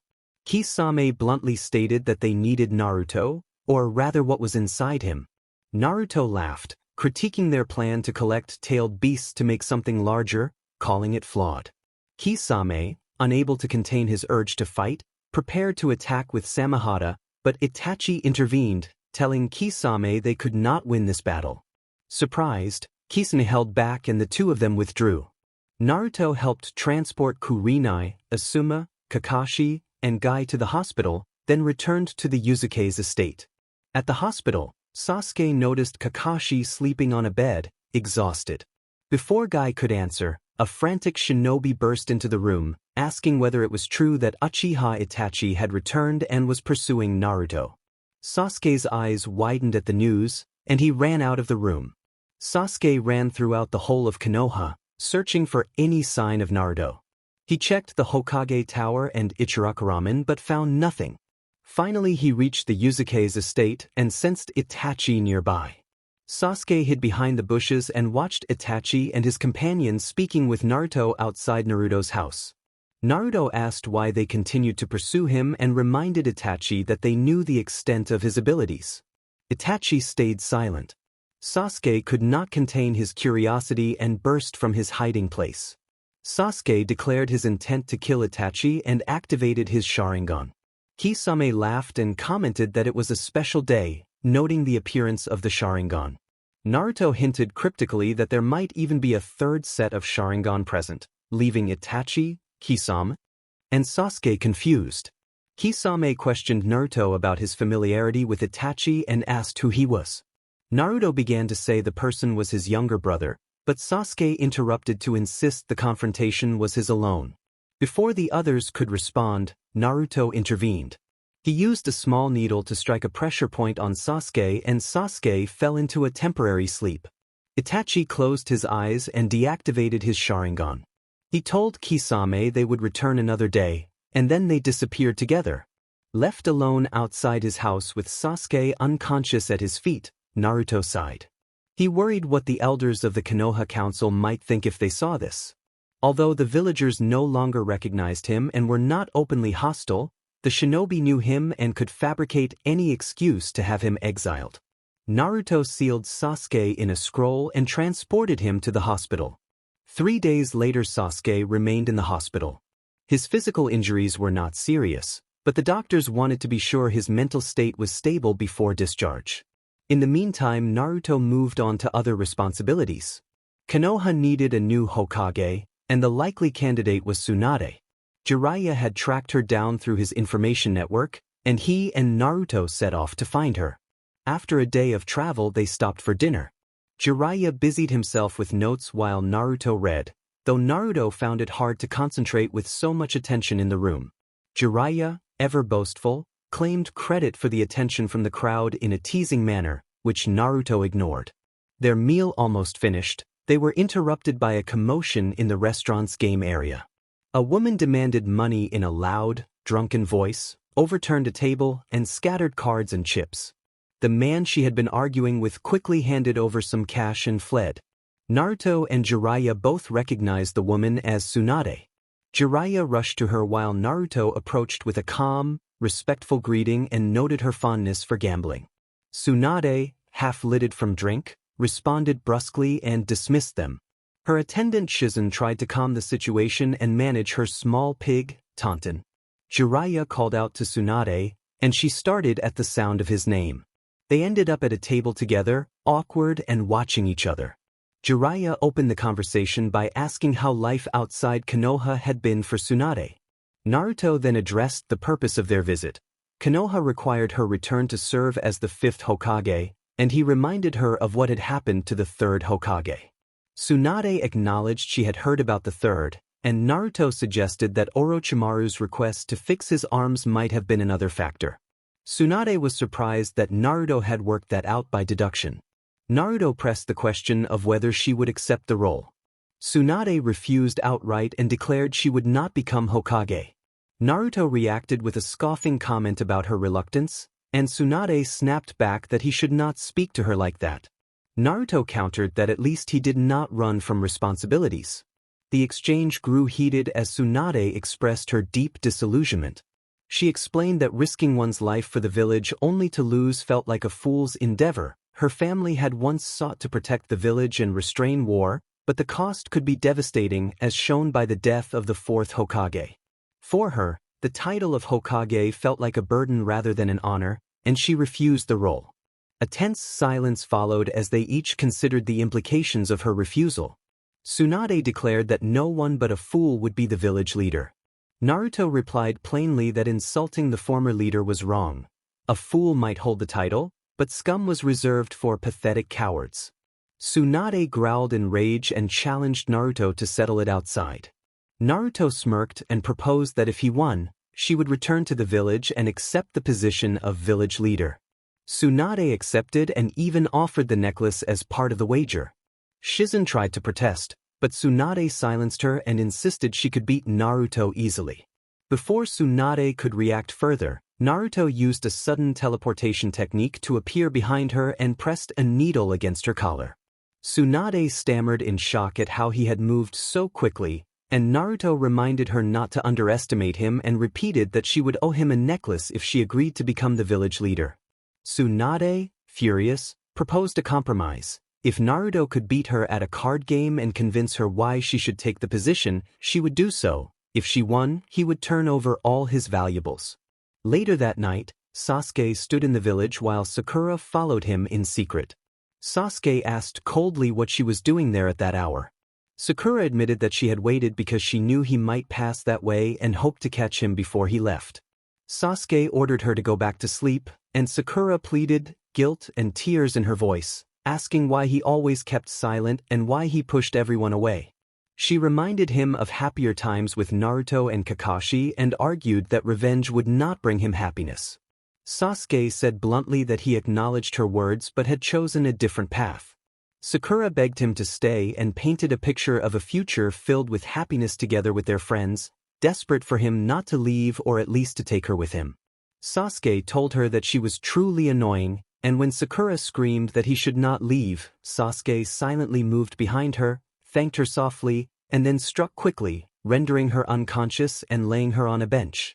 Members of the sound team appeared, and one of them held out a small brown pill, telling Sasuke that it would grant him greater power. Sasuke took the pill, began to groan as it took effect, and the sound team trapped him inside a barrel reinforced with a sealing barrier. Word of Sasuke's departure reached the village quickly. Kotetsu and Izumo rushed to the Hokage Tower to report the situation, and Tsunade summoned Naruto to give him an urgent A-rank mission: retrieve Sasuke. With many of the top Jonin and Chunin away on missions, Naruto was tasked with assembling a team of genin to bring Sasuke back. Naruto selected Shikamaru for his strategic thinking, Choji for his strength, Kiba for his taijutsu and tracking, and Neji for his heightened visual ability. Naruto explained the formation he had devised. Kiba would lead to use his sense of smell to detect Sasuke or any traps. Shikamaru would act as the official team leader and give orders using hand signals. Naruto would follow to provide quick reaction support both front and back. Choji would act as the power striker, and Neji would use his special vision to check for blind spots. Shikamaru, resigned but decisive, agreed to the plan and urged the team to move quickly, insisting they could not afford to waste time. Sakura stopped them before they left and begged Naruto desperately to bring Sasuke back, saying she had failed to do so herself. Naruto offered a pitying smile and promised he would bring Sasuke back, comforting Sakura before the team departed. The five of them ran for some time until Akamaru began barking. Naruto noted that there was the scent of blood and that some kind of combat had occurred nearby. Shikamaru ordered them to halt and pointed out a disguised wire trap across their path. He recognized it as a well-made but rushed snare. Neji activated his special vision and scanned the area, locating the enemy and identifying that Sasuke was confined inside a coffin-like container surrounded by a seal that Neji could not penetrate. He also reported that their opponents had seen them and were moving Sasuke away, while one of them remained behind acting a barrier that absorbed chakra. Naruto examined the wires more closely and realized there were 3 layers instead of 2. Shikamaru considered the options and decided to trigger the trap deliberately to force a direct confrontation and learn the enemy's plan faster. Kiba stepped on the wire, and the team was flung forward into the area where the sound operatives waited. The sound operatives taunted them and prepared to engage. Kidamaru sneered at how pathetic the team looked and vowed to handle them himself, but his body suddenly twitched as Shikamaru's shadow technique took effect. Kiba cheered that the shadow tactic had succeeded. Jirabu announced he would take care of the immediate threat. Kidamaru ordered the others to devour their foes and catch up while they pushed ahead, and Sakan urged haste. The sound team moved out, leaving Jirabu behind with a smirk. The village team readied themselves to pursue and rescue Sasuke, determined to bring their comrade back safely. Earth release. Earth Dome Prison. The earth loosened and piled on top of the retrieval team, hardening into a dome that trapped them inside. Kiba screamed in frustration and began striking the wall with brute force, only to find it continually regenerating. Naruto's eyes widened as he realized the problem, and Shikamaru observed the situation calmly. Shikamaru instructed Neji to scan the walls for weak points. Neji found several areas where the chakra was much weaker. Shikamaru then ordered Naruto and Choji to focus their chakra on those spots, since Naruto had the largest reserves, while Choji would support with his strength. Naruto and Choji accepted the plan and prepared to strike. Naruto and Choji applied chakra to their hands and struck the weak spots in rapid succession.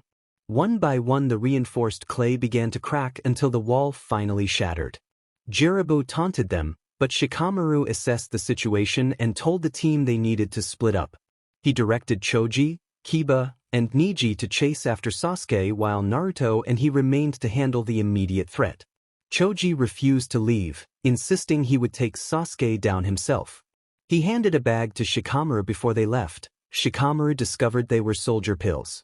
Naruto declined to take any, still feeling full of chakra, but the others accepted them.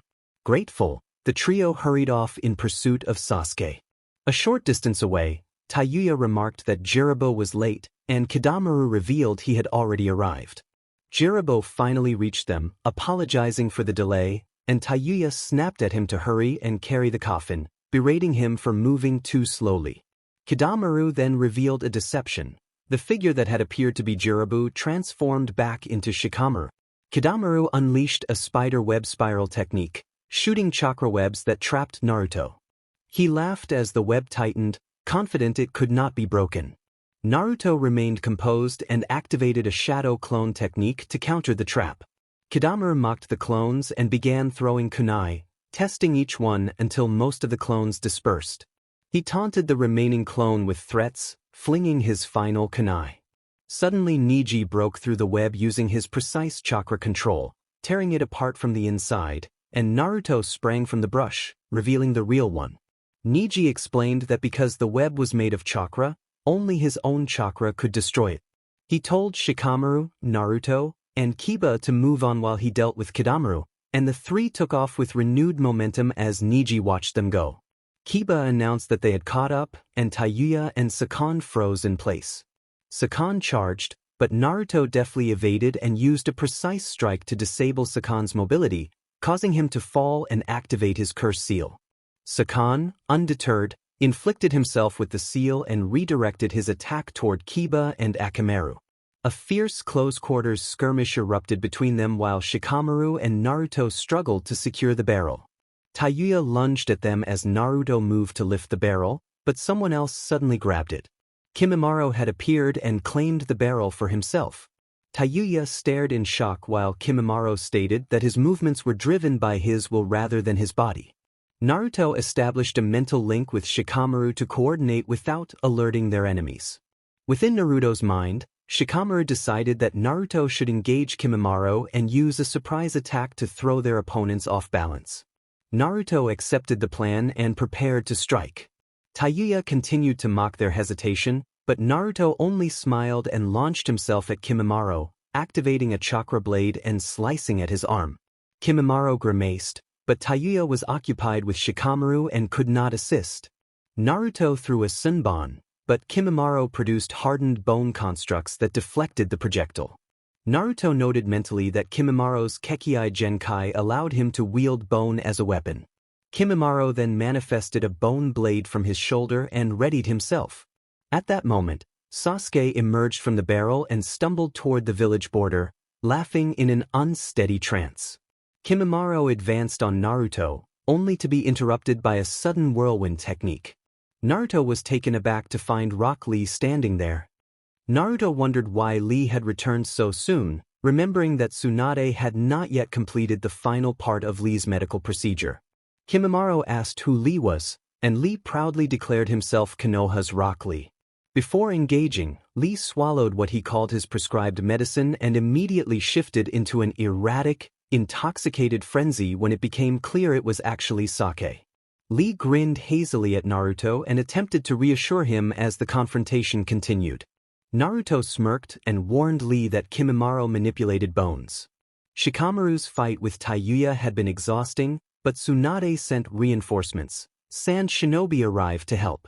Temari joined Shikamaru against Tayuya, and Tayuya was soon overwhelmed by Temari's powerful wind jutsu. Gaara reconciled with Lee and helped him subdue Kimimaro using sand techniques. Kankuro assisted Kiba against Sakan and Yukon, and that battle ended quickly when Kankuro revealed his two puppets, Karasu for defense and Kurori for offense. Naruto called for Sasuke as he finally caught up to him. Sasuke turned to acknowledge his presence, and Naruto pleaded with him to reconsider his path to Orochimaru, insisting that Orochimaru would only use him as a tool. Sasuke ignored the plea and assumed a fighting stance. Naruto moved to stop him, and the two clashed. Sasuke was already battered and showed scrapes and bruises from the previous fighting. As the confrontation continued, Sasuke began to change. Naruto recognized that Sasuke had ingested one of Orochimaru's cursed pills, a dangerous substitute for the curse seal whose toxin could take over if it circulated unchecked. Naruto feared for Sasuke's life and realized he had to act quickly. The transformation intensified, Sasuke's appearance shifted, his hair lengthened, and strange wing-like protrusions emerged. His Sharingan activated, and he tied his forehead protector around his head. Sasuke declared that, because he acknowledged Naruto as his closest friend, he now had to kill him. Naruto braced himself and fought back, using defensive maneuvers to throw Sasuke to the ground and evade a series of attacks. He pressed a sunbon to a pressure point on Sasuke's palm, causing Sasuke to cry out in fury. Naruto stepped back and activated his Sharingan, then revealed that he had been holding back. He told Sasuke that because Sasuke's intent to kill now seemed real, he would face him sincerely and then manifested his Mangekyo Sharingan. Naruto looked at Sasuke with a mixture of sorrow and determination and explained that Itachi had loved Sasuke dearly. He urged Sasuke to see that Orochimaru was exploiting his pain and desire for power, and questioned whether revenge and a stronger eye would truly bring satisfaction or peace. Sasuke shouted that Naruto could not possibly understand, insisting on the depth of his own suffering.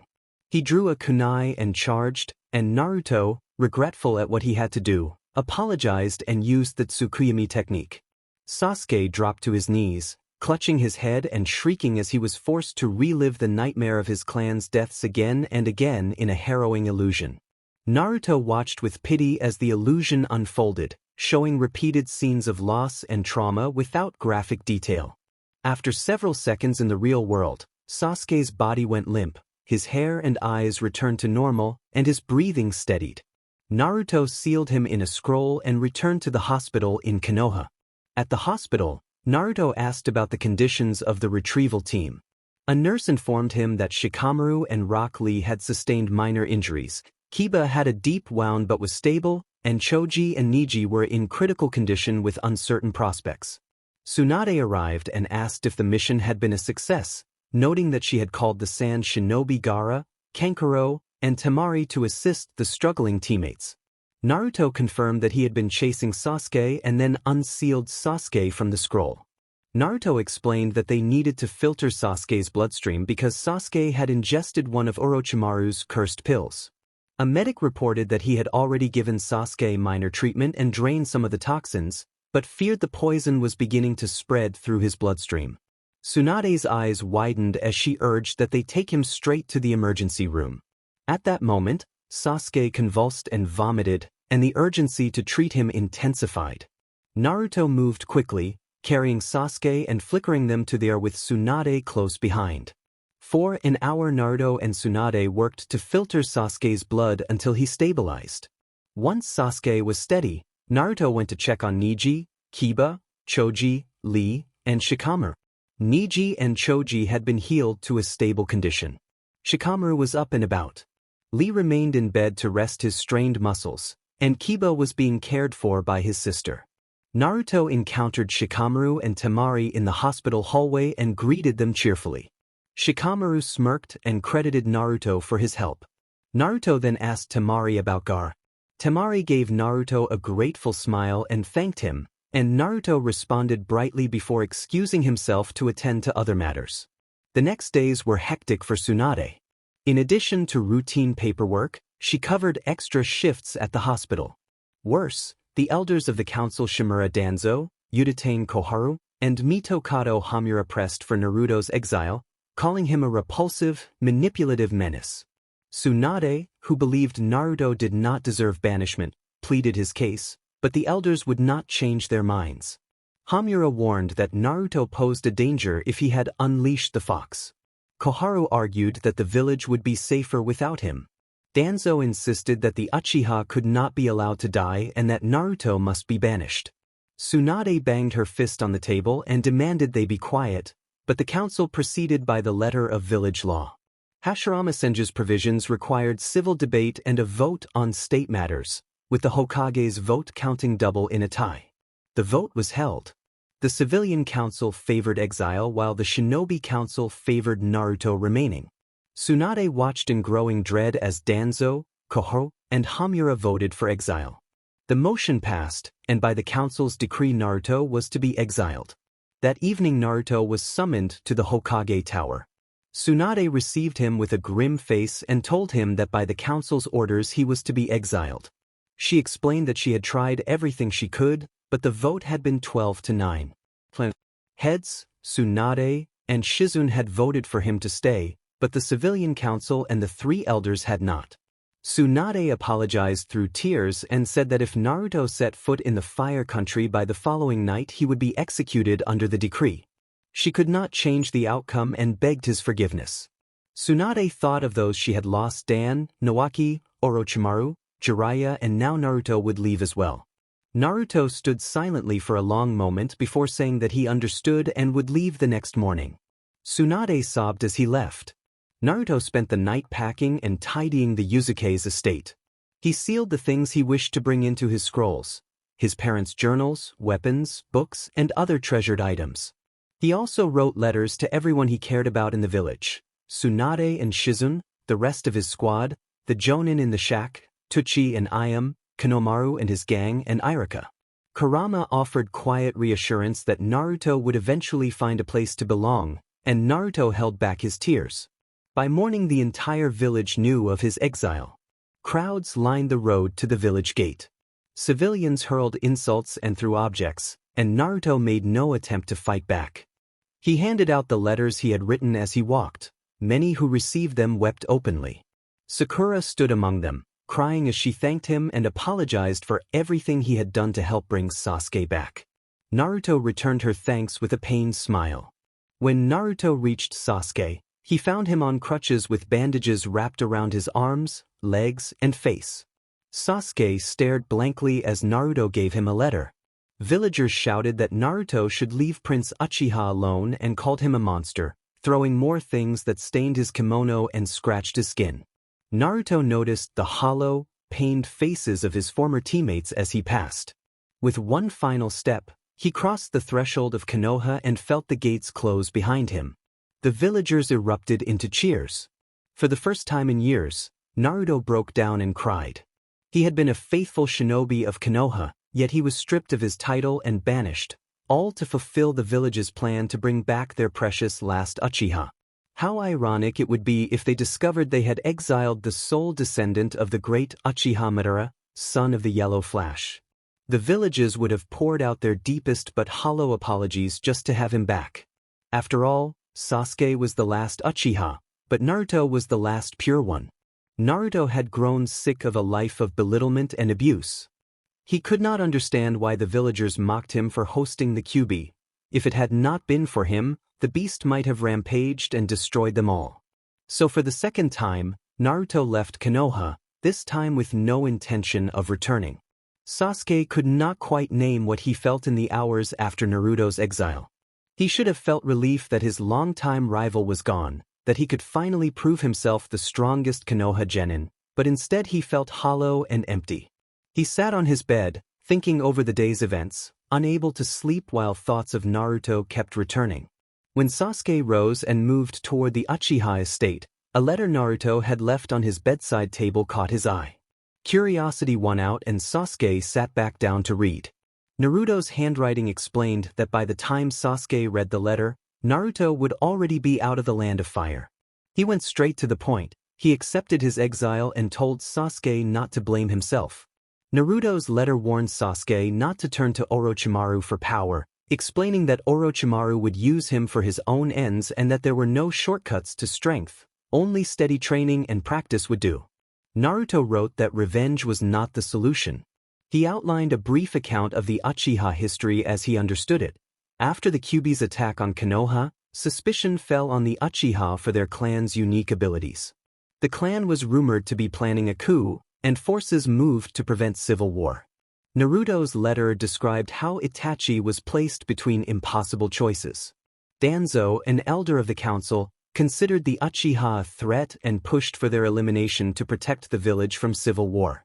Itachi had been ordered into an impossible role, and in the end he carried out the orders to prevent wider conflict. Naruto admitted that he had only later learned why Itachi insisted on certain secrecy. Itachi had been suffering from a terminal illness, and he had taken actions meant to protect Sasuke and the village in the only way he believed possible. Naruto urged Sasuke to seek the Mangekyo Sharingan through intense training rather than through pain, and he begged Sasuke not to be consumed by revenge or guilt over Naruto's exile. Naruto signed the letter Uzumaki Naruto, brother of bond and blood, and closed by thanking Sasuke for their friendship.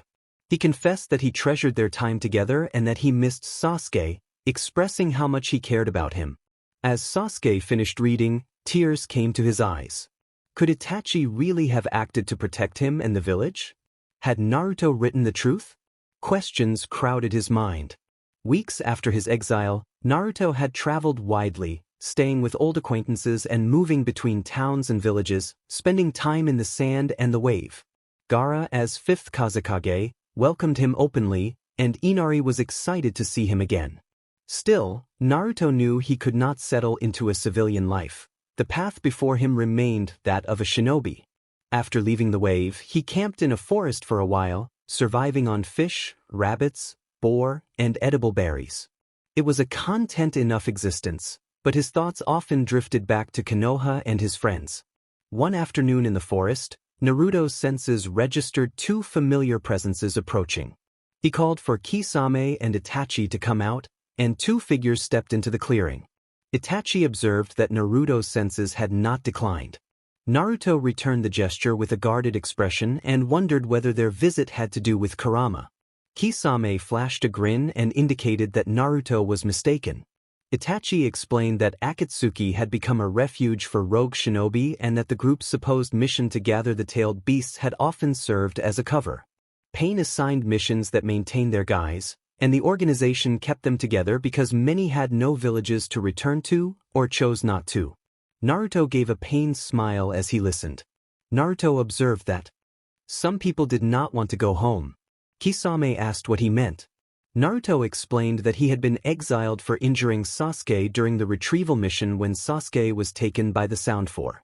Itachi widened his eyes and asked if Sasuke had tried to go to Orochimaru. Naruto confirmed and apologized for failing to keep Itachi's promise to look after Sasuke. Itachi smiled gently and reassured Naruto that it was not his fault and that he could not control Sasuke. Naruto said nothing. Kisame then invited Naruto to return to the Akatsuki with them. Naruto asked if he really meant it, and Kisame affirmed while Itachi smiled. Naruto grinned, sensing that change might not be so bad. After 2 days of travel, Kisame and Itachi brought Naruto to an Akatsuki base. Kisame announced their arrival and performed a series of hand seals. A rock rolled away to reveal an underground haven. When they stepped inside, the rock rolled back into place, concealing the place. Naruto looked around at what was essentially a regular house with many more rooms. The other members were sprawled on the couches watching television. Kisame called out to Pain that they had returned. Pain, a man with orange hair and piercings, rose from the couch and asked if that was the Kyuubi child they had with them. Kisame nodded. Pain told Naruto to come with him because there was much to discuss. In Pain's office, Pain gestured for Naruto to sit and asked if Naruto knew the true intentions of the Akatsuki. Naruto replied that Itachi had explained them when he found him. Pain introduced himself as the leader and founder of the organization. Naruto said that he already knew. When Pain raised an eyebrow, Naruto revealed that he knew Pain's true identity, Uzumaki Nagato, the ex-shinobi of Amigakure who, along with Yahiko and Konan, had founded the Akatsuki before Yahiko's death and Nagato's change. Naruto proposed a plan to rebuild Uzushiogakure and restore it as a feared but revered nation. He explained that once the scattered Uzumaki and Namikaze clans heard about Uzushigakure's resurrection, they would come to live there. It would be a haven for those who were lost, rogue, or abandoned. Pain's blank expression shifted into a smirk. He liked the idea. Naruto asked if Pain wanted to contribute, and Pain's interest was sparked. That day was hectic. Pain briefed the members on the plan to rebuild Uzushiogakure. Naruto officially became a member of the Akatsuki, and preparations began for the trip to Uzushiogakure. Naruto worked on securing trade agreements, supplies, and hiring builders. The next morning the Akatsuki gathered in the living room. Deidara teased Naruto about being the leader, insisting that Naruto was the only qualified person after securing the new economy. Naruto accepted and declared himself the first Uzukage of the resurrected Uzushiogakure. The Akatsuki applauded his declaration, while Tobi screamed and jumped around in excitement. Months passed. Uzushiogakure slowly rose from the ground, and the population grew each evening. Word of the village's resurrection reached the 5 shinobi nations. Iwagakure was displeased, unwilling to be reminded of their humiliation in the Second Shinobi War. Soon the construction finished and Uzushio became a refuge for many lost souls. Naruto assigned roles within the Akatsuki. Kazu oversaw the economy and finances. Konan served as Naruto's secretary and ambassador. Tobi ran the academy and taught the children. Zetsu handled intelligence gathering as well as trade and stock. The remaining former Akatsuki members became either Naruto's bodyguards or part of the Shinobi Council. The exile had changed Naruto for the better, and in turn the former Akatsuki members softened. Pain, Konan, Itachi, Kazu, Black Zetsu, and Sasori became less stoic. Tobi revealed his true self after a conversation with Naruto and began going by the name Obito. Though he sometimes assumed his old Tobi persona for fun, Obito was generally friendly and enjoyed making off-color jokes in private. Deidara and Haiden spoke less brashly, with Haiden cursing less than before. Kisame became a little more caring, leaving behind some of his harsher tendencies. A year and a half had passed since Naruto's banishment, and his new life felt like the life he had always wanted. Meanwhile, in another part of the world, Kiba admitted that he missed Naruto. Sakura echoed the sentiment, sighing softly. The Rookie 11 were gathered at a restaurant, struggling with a year that had been difficult without Naruto. Team 7 was no longer the same. Sai had joined as a replacement member, revealed to be part of Danzo's root program. Sai's emotionless, detached manner made him a challenging teammate. Sasuke had suffered throughout the year. He had confronted Tsunade about the truth of the Uchiha massacre, confirming what Naruto had suspected. The other rookies avoided speaking with him unless necessary, and even Sakura found her feelings for him changed. She focused on medical training as Tsunade's apprentice, spending long hours mastering skills that reminded her of Naruto and of the regrets she carried for mistreating him. Hinata also struggled the most, having once drawn hope, strength, and courage from Naruto's presence. The Jonin who had spent time with Naruto missed him deeply. His humor and brightness had once lifted their days. He was the one who made everything fun. Tsunade noticed that most of the shinobi were affected by Naruto's absence, so she sent them on bonding missions and holidays. It had the opposite effect. It only made them miss and think about Naruto even more. Was it ever going to be the same? 8 years had passed. The shinobi nations had gone through difficult times together. They reunited and defeated Orochimaru and Kabuto during the Fourth Shinobi War. Rumors and gossip spread about a newly reformed village, Uzushio. During the war, Uzushio had demonstrated immense power and had been a powerful aid to the 5 shinobi nations. Many said that because of Uzushio, and especially the mysterious new Uzukage, the war had been won, much to Iwagakure's displeasure. Uzushio's only official ally had been Tsunade, but now many other shinobi nations, both major and minor, sought to form alliances with Uzushio. Konoha alone had not moved to ally with them. During these years, the Rookie 12, including Sai, had changed. Sasuke was less stoic and had been promoted to ANBU captain. Sakura had become one of the head medics at the hospital.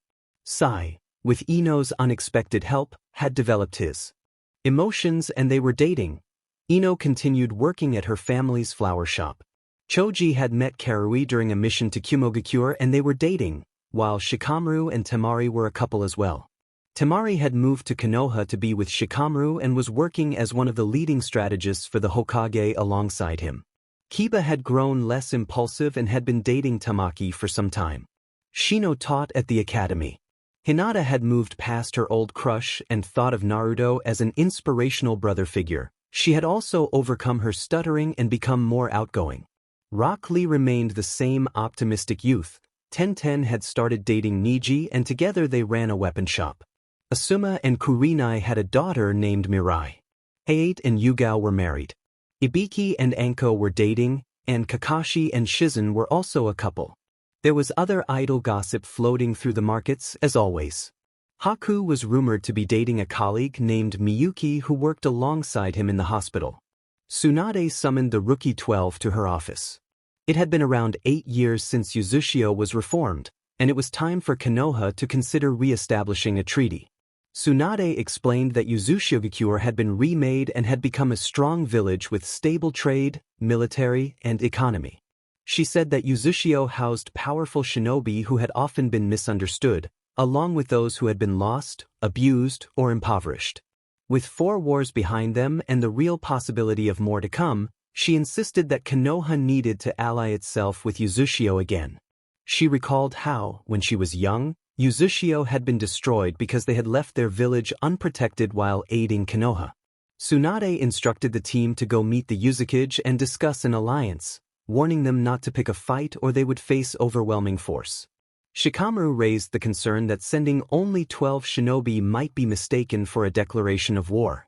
Tsunade sighed and reasoned that Uzushio's shinobi would understand the imprudence of sending so small a force into unknown territory if the intention were to start a war. She emphasized avoiding battle at all costs and said the main objective was simply to acquaint themselves with the Uzukage and withdraw quickly if they were not welcomed. The Rookie 12 chorused their agreement and prepared to depart. The past year for Naruto had been uneventful but tender. During the second year of his rule as Uzukage, 2 shinobi siblings decided to travel to Uzushio after hearing of its resurrection. They were of the Uzumaki lineage and had hidden their heritage to avoid persecution, hoping to find refuge in Uzushio. The sister, Uzumaki Akira, was about Naruto's age and carried herself with gentle, reserved dignity. When she first arrived, Naruto welcomed her warmly, and she soon developed deep feelings for him.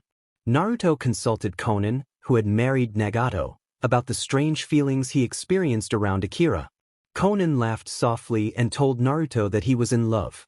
In time, Naruto confessed to Akira shyly and with a blush. He was relieved and happy when his feelings were returned. Akira served in ANBU, specializing in kenjutsu and water-based ninjutsu. Her eyes were a distinctive purple with subtle markings, and she usually let her hair down with purple ribbons.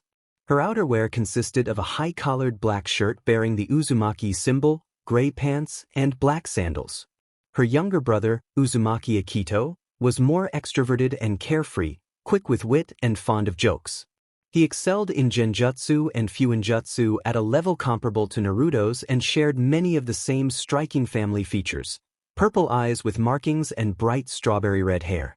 They were so similar that they were often mistaken for twins. Akito favored a comfortable outfit of a black and beige shirt with a gray vest, black pants, and sandals. He got along very well with Naruto. They were bright, clever, and fun to be around, almost like brothers. Akira was close friends with Konan. They were very similar in personality and enjoyed bonding, gossiping, and talking about love. Naruto rested his head against Akira's shoulder and sighed heavily. Akira watched him with concern and asked what troubled him. Naruto told her that he sensed others nearby and assumed they had come seeking an alliance. Akira offered quiet reassurance and placed a comforting hand on his arm. Naruto lifted his head and smiled gratefully. Akira joked that he was fortunate to have her. Naruto returned the smile and said he meant it. Naruto, Akira, Akito, Itachi, and Haiden stood before the village gates in long black cloaks with hoods, faces concealed.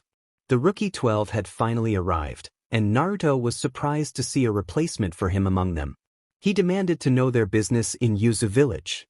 Shikamaru stepped forward with empty hands and explained that they had come from the Leaf Village in peace to reacquaint themselves and renew the alliance. Naruto and the others tensed and cautioned that entering Yuzu land without the Yuzu leader's approval could have severe consequences. Shikamaru apologized and reiterated their peaceful intent, saying they would leave if they were unwelcome. Naruto smirked and suggested there was more to say, possibly a meeting with the Leaf leader or a trade agreement. The Rookie 12 were startled that he knew Shikamaru's name. Shikamaru explained that the Leaf leader had instructed them to renew ties, arguing that peace often precedes trouble and that the Leaf village had secured ties with the Sand village and other minor settlements like the Land of Waves. Naruto ordered them to follow as 2 cloaked figures opened the gates and led them into the village. The Rookie 12 complied, nervous and uncertain. Inside the Yuzu leader's tower, the visitors paled when they realized the cloaked figure they had been speaking with had been seated in the leader's chair the whole time. Before the leader could speak, 2 more people in similar cloaks returned from a mission. Deidara announced their return, and Sasori scolded him for being loud with guests present. They dropped a mission report on Naruto's desk. Naruto said he would review it later after finishing visitor passes for the Leaf Shinobi and dismissed them with a request to take a break. Naruto indicated that Akito would guide the visitors and handle their room bookings. Akito protested about being assigned to escort duty, but Akira told him to accept it. Akito grumbled but agreed, warning it was not his fault if they complained about his service. Naruto teased him, interpreting the complaint as affection, and arranged for the Leaf Shinobi to meet the Yuzu leader the next morning at 10. Akito assigned rooms, Shikamaru Nara and Choji Akimichi in room 301, Ino Yamanaka and Sai in room 302, Sasuke Uchiha and Sakura Haruno in room 303, Niji Hyuga and Tenten in room 304, Rock Lee and Kiba Inazuka in room 305, Hinata Hyuga and Shino Aburame in room. He warned them to enjoy themselves, keep their noise down, and reminded them of the meeting with the Yuzu leader the next morning. The Rookie 12 stood uncertainly before each settled into their rooms. The next morning, after a deluxe breakfast that pleased Choji, the Rookie 12 assembled at the Yuzu leader's tower. Akira, still wearing her cloak, escorted them inside and announced that the Yuzu leader was ready to see them. Naruto sat at his desk with several clones handling different tasks: paperwork, sleeping, and the original eating a cup of ramen. When he noticed Akira and the visitors, he glanced embarrassedly, dispelled his clones, sealed his ramen into a scroll, and straightened at his desk, apologizing for his appearance. He told Akira she could leave. Shikamaru cleared his throat to speak, and Naruto asked where they had left off. He then interrupted with details about the treaty with the Leaf Village, instructing them to inform Leaf leader Tsunade that renewing the alliance was acceptable only if his terms and conditions were met. He explained that he had already drafted the trade deals and arrangements that morning and that, if Tsunade agreed, the alliance would be reinstated. He dismissed them with a light-hearted tone and told them to enjoy their stay. The Rookie 12 were stunned by the Yuzu leader's efficiency and casual demeanor. They wondered what kind of person he was. Later, Naruto admitted to Akira that the whole process had been difficult. Akira looked at him with pity and reminded him that she knew his true self and what he kept hidden beneath his calm exterior: his fear of facing certain people again. She asked when he would reveal who he really was, and Naruto replied that he would do so soon. Hinata wandered nervously through the center of Yuzu village after the other rookies had scattered to explore. Her mood brightened when she discovered a cinnamon bun shop. Just as she was about to go in, Hinata was knocked down by someone. It was Akito. Hinata blushed when she noticed Akito's lean, muscular arms and handsome features. To her, his looks rivaled Naruto's, though she no longer felt anything romantic toward him. Akito grunted, stood, and offered his hand to help Hinata up. She blushed even more and thanked him, clearly flustered. Akito apologized and explained that he had appeared suddenly because he had not wanted to walk. He asked awkwardly if she was there alone. Hinata nodded and admitted that the others had left her behind, calling it accidental. Akito offered to be her tour guide around Uzushio as a way to apologize for knocking her down, promising to show her the best cinnamon buns. He introduced himself as Uzumaki Akito.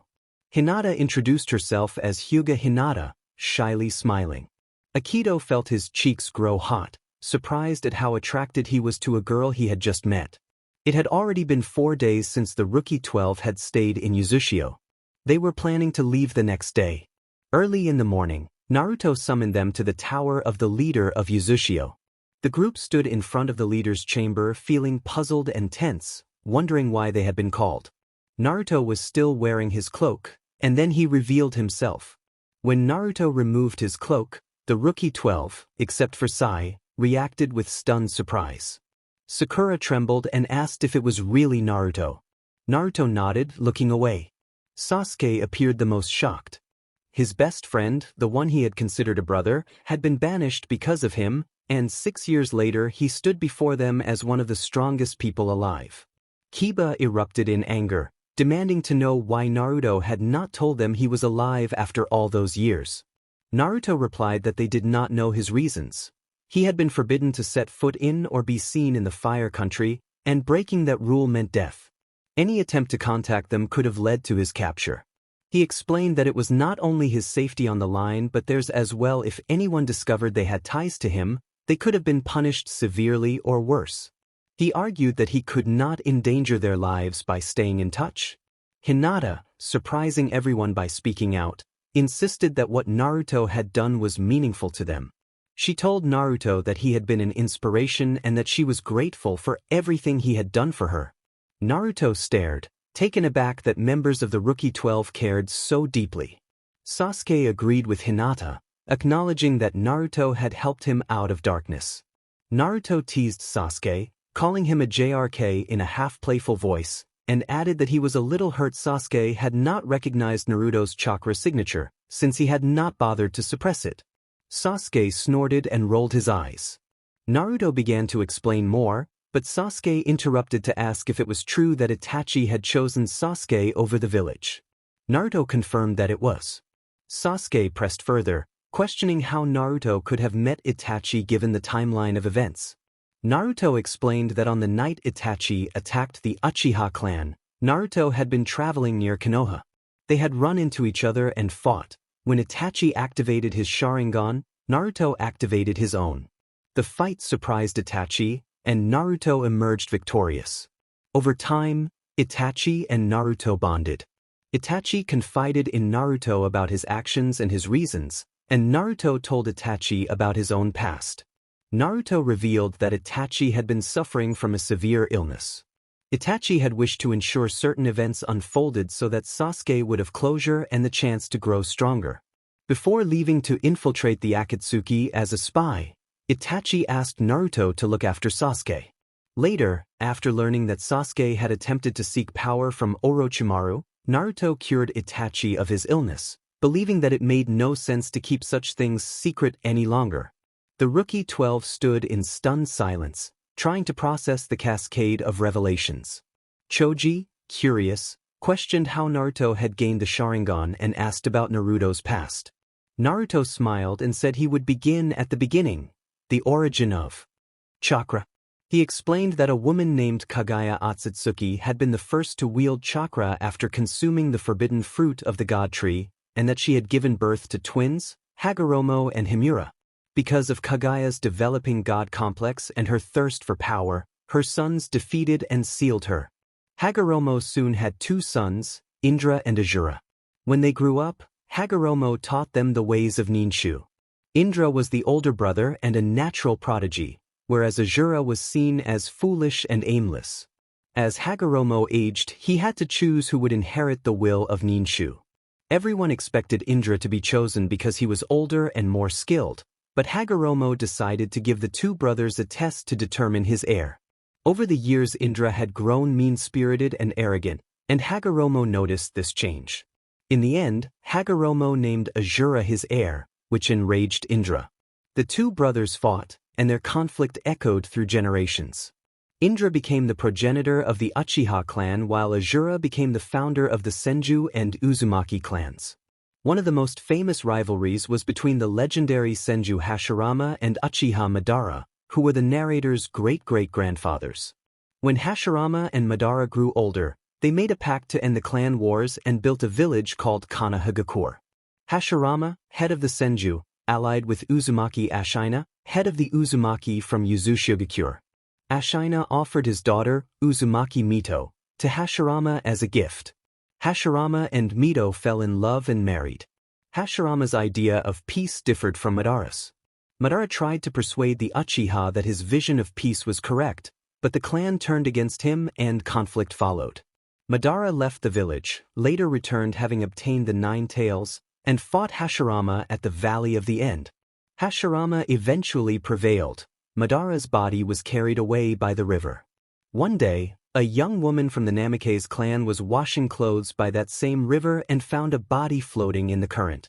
The body was Madara's, and although he was barely alive, she rescued him and carried him home to nurse him back to health. As Madara recovered, he formed a bond with his savior. They married and had a son, who became the narrator's great-grandfather and the grandfather of the narrator's father. The narrator's father was Namikaze Minato, the 4th Hokage, known as the Yellow Flash. The narrator's mother, Uzumaki Kushina, a descendant of Senju Hashirama and Tsunade's niece, carried the Uzumaki name. Kushina had taken her mother's name to avoid the disgrace associated with her paternal line. The narrator's father appeared to have blonde hair, blue eyes, and tan skin, but that was an illusion created by a genjutsu. His true features, pitch black hair, dark eyes, and pale skin, were natural Uchiha traits. He feared that if the elders discovered he was a direct descendant of Madara, they would force him into the Clan Restoration Act, something he wanted to avoid since he already had the narrator's mother. In short, the narrator possessed the Sharingan because he was an Uchiha. After this explanation, the Rookie 12 stood speechless and bewildered. Naruto's revelation that he was an Uchiha seemed impossible to them. Sai remarked bluntly that if Naruto truly was an Uchiha, then Sasuke might have no reason to try to revive his clan. Ino glared at Sai in response. She appreciated Sai's straightforwardness but found his bluntness inappropriate given that they were speaking with Naruto, the Uzukage and one of the most powerful people alive. Naruto laughed quietly and confirmed that Sasuke's motivations seemed weaker if Naruto's claim was true. He added that he was not the only Uchiha beyond Sasuke. There were others.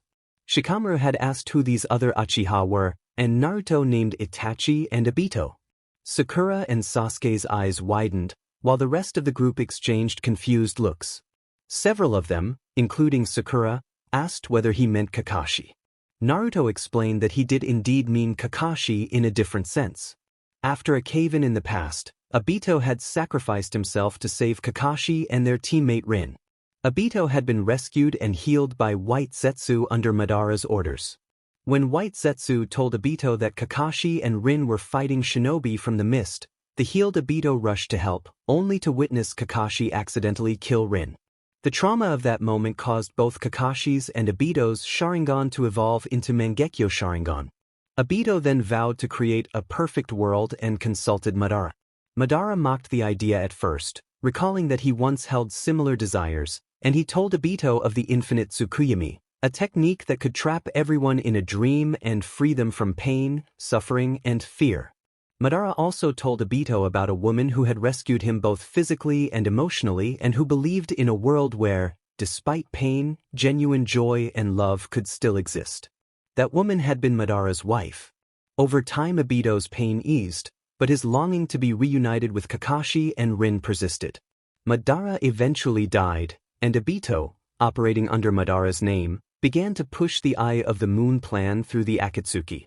When Yahiko, the Akatsuki leader at the time, refused, Yahiko died shortly after. Obito continued his efforts under the alias Tobi, concealing his true personality from other members of the Akatsuki. Gradually, Obito himself changed. The narrator suspected that Madara's influence played a part. The political purpose of the Akatsuki shifted under these influences, and Naruto revealed that the organization now operated under his oversight. Tenten questioned what he meant and how he knew so much, and Naruto asserted that the Akatsuki was now under his guidance. Ino reacted in surprise. Naruto explained that after he was banished he wandered from village to village, staying in inexpensive lodgings and earning a living through bounty hunting and gambling. He said he had spent time in Suna under Gaara's protection as the new Kazekage, and that he had once stayed with Tazuna in the Land of Waves after a shared mission. He admitted he could not remain in one place forever and recounted camping in a forest when he encountered Itachi and Kisame. Naruto said he had offered up Kurama again, but they had instead offered him a place to stay. He revealed that Akatsuki was being used as a refuge for misunderstood rogue shinobi and that Pain, whose real name was Uzumaki Nagato and who was related to him, had agreed to his plan to resurrect Uzushio. Naruto added that he had been made Uzukage and that many former Akatsuki members were currently in the village. Naruto then formed a couple of shadow clones and sent them out to gather the others. The Rookie 12 stood rooted to the spot, stunned by Naruto's revelations. The silence was broken when 10 people crashed into the room. A white-haired man demanded roughly who the newcomers were. Naruto sighed and explained that the newcomers were his former comrades from Konoha, come to help re-establish the treaty, and that he had been telling them how he had taken the group under his wing. He asked them to introduce themselves. Haiden stepped forward and said he was Haiden and that he followed Jashin. Kakuzu introduced himself and made it clear that he valued money above all. Deidara announced himself and declared his art with a theatrical flourish. Sasori spoke of his own view of art as something eternal and then introduced himself. A figure calling himself Tobi spoke in a playful manner before slipping into a deeper voice and identifying himself as Obito. Zetsu introduced themselves as two people in one and hinted at unsettling, unusual habits. Konan presented herself and mentioned her fondness for flowers and origami. Pain identified himself as Uzumaki Nagato. Kisame added his presence with a gruff comment about disliking certain foods. Finally, Itachi made his entrance. Sasuke stared at him in disbelief. Itachi acknowledged that he was glad to see his little brother again. Tears ran down Sasuke's face as he cried out about past betrayals and the losses their clan had suffered. Itachi offered a pained smile and spoke of difficult choices and the sacrifices expected of a shinobi. Unable to contain his emotions, Sasuke rushed forward and embraced Itachi. Itachi was taken by surprise but soon returned the hug, awkward and uncertain at first. He called Sasuke's name softly and patted the back of his head as Sasuke clung to him and murmured gratitude. The room watched the reunion with mixed emotions, both touched and uncertain, many of them moved by the unexpected tenderness. After more than a minute, Sasuke withdrew from the hug, wiped his eyes, and offered a small, embarrassed apology while Itachi rubbed the back of his neck awkwardly. Sai made a blunt, awkward remark about how touching the moment had been, drawing a glare from Ino. Naruto announced that Konan, who was acting as his secretary, would book a restaurant so they could all catch up over lunch. At the table, Hayden laughed incredulously at the idea that Sasuke had been so demonstrative. Lee expressed an enthusiastic, if awkward, admiration for youthful energy, which only made Sasuke more embarrassed and the others laugh. Deidara asked a personal question that made Naruto and Sasuke uncomfortable. The conversation quickly shifted away from the topic. The meal ended with Naruto thanking everyone for coming and announcing that they would travel to Konoha the next day to meet Tsunade and formally restore the alliance. Later, Naruto rested against Akira as she gently played with his hair. Akira asked how the day had gone and offered support. Naruto smiled and said it had gone smoothly and asked if she wanted to come to Konoha the next day. Akira agreed warmly, and the two shared a brief, affectionate moment before settling together, Naruto expressing quietly how lucky he felt to have her.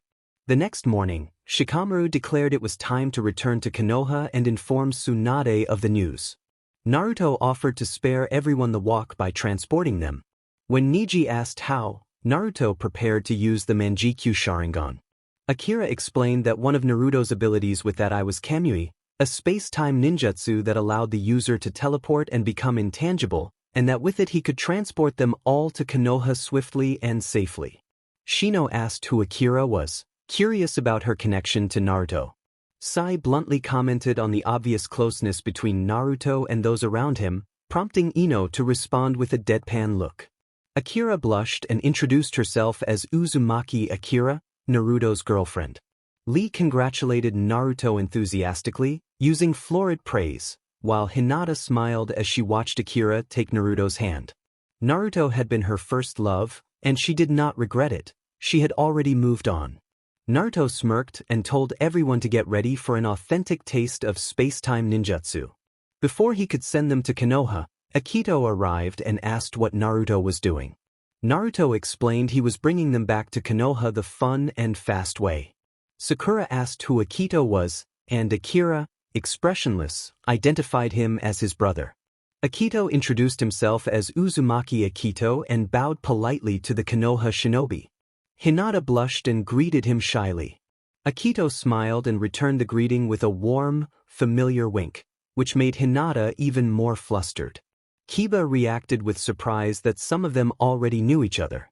Hinata explained that after the others had left her, she had almost gone to buy cinnamon buns when Akito had unexpectedly appeared and knocked into her. He had then offered to show her around Uzushio. Akito teased about the appeal of hot, sweet buns in a playful, mischievous way that made Hinata blush. Naruto rolled his eyes at Akito's mischievousness and asked if Akito wanted to come along. Akito agreed, curious whether Konoha had good cinnamon buns. Naruto signaled that everyone should prepare mentally, then activated Kamui. Naruto, Akira, Akito, and the Rookie 12 swirled for a few seconds and landed in front of the Hokage Tower. Ten admired the space-time ninjutsu, and Naruto returned her compliment before leading them inside to meet Tsunade. The Rookie 12 entered the Hokage Tower first, followed by Naruto, Akira, and Akito. Konoha had not changed much in the past 6 years. They soon arrived at Tsunade's office, and Naruto told the others they could enter first and to call him when Tsunade wanted to see him. Akira said he would go in when Naruto did, and Akito nodded agreement. Shikamaru opened the door and led them in. Tsunade was working on paperwork with Shizune beside her arranging files. Shikamaru announced their return and the Rookie 12 bowed to Tsunade, who immediately ordered them to stand.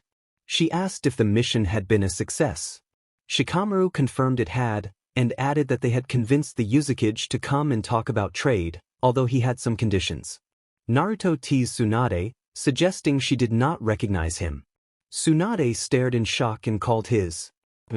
The next hour was more eventful for Tsunade than the Fourth Shinobi War. She learned of Naruto's true lineage, the early events of his life, his encounter with Itachi, his special mission to guard Sasuke, his meeting with the Akatsuki after his banishment, Pain's true intentions, and how he had rebuilt Uchiha. In the end, all the trade agreements were secured and Konoha was officially allied with Uchiha once more. Tsunade and Naruto shook hands to seal the deal. Tsunade asked Naruto if he would stay in Konoha for a time, and Naruto nodded, adding that if he stayed, Akira and Akito would need to stay as well, though he was not sure if they agreed. Akito said he did not mind where they stayed and that he mostly wanted cinnamon buns. Akira agreed more seriously. Naruto smiled and suggested Tsunade arrange lodging. A day later, around lunchtime, Naruto and Akira went to Ichiraka Ramen. Naruto declared there was nothing better than Ichiraka Ramen for lunch and looked forward to it after more than 5 years. Akira watched Naruto fondly. When they arrived, Ayame cried out in joy at seeing Naruto and called for her father. Tucci came out with a clang of pans and was openly moved to see Naruto again. Naruto smiled, feeling the weight of his story but not needing to explain it aloud for them to understand. Ayame asked Naruto to look after himself and urged Akira to make sure he was happy and safe. Akira nodded resolutely. Tucci joked that next time he visited he expected to see Naruto's children, teasing them warmly. Later, as Naruto and Akira were leaving, they bumped into Sakura. Naruto greeted her warmly and Akira smiled in response.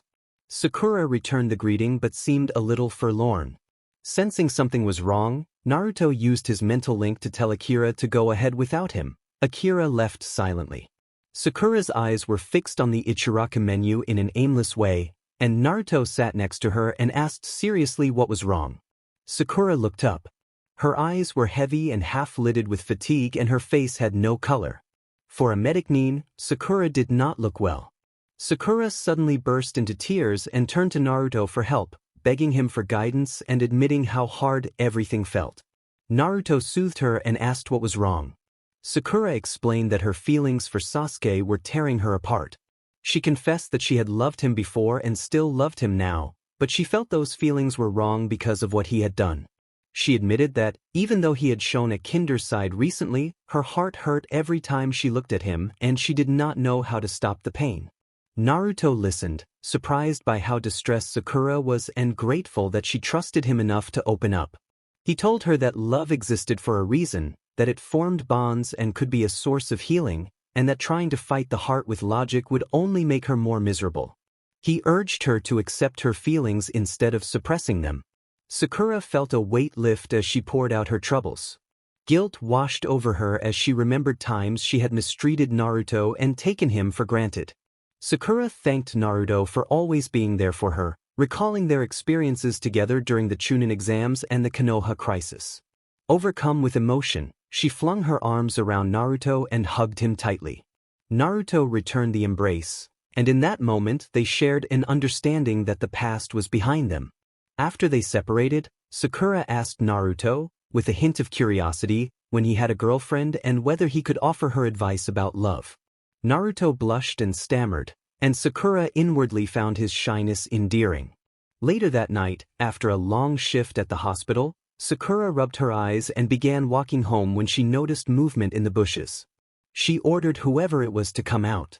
A dark figure stepped into the moonlight, and it was Sasuke. Sakura's heart raced and her palms grew sweaty as she asked why he was there. Sasuke told her plainly that he had come to see her. Sasuke said that he had yearned for her for years.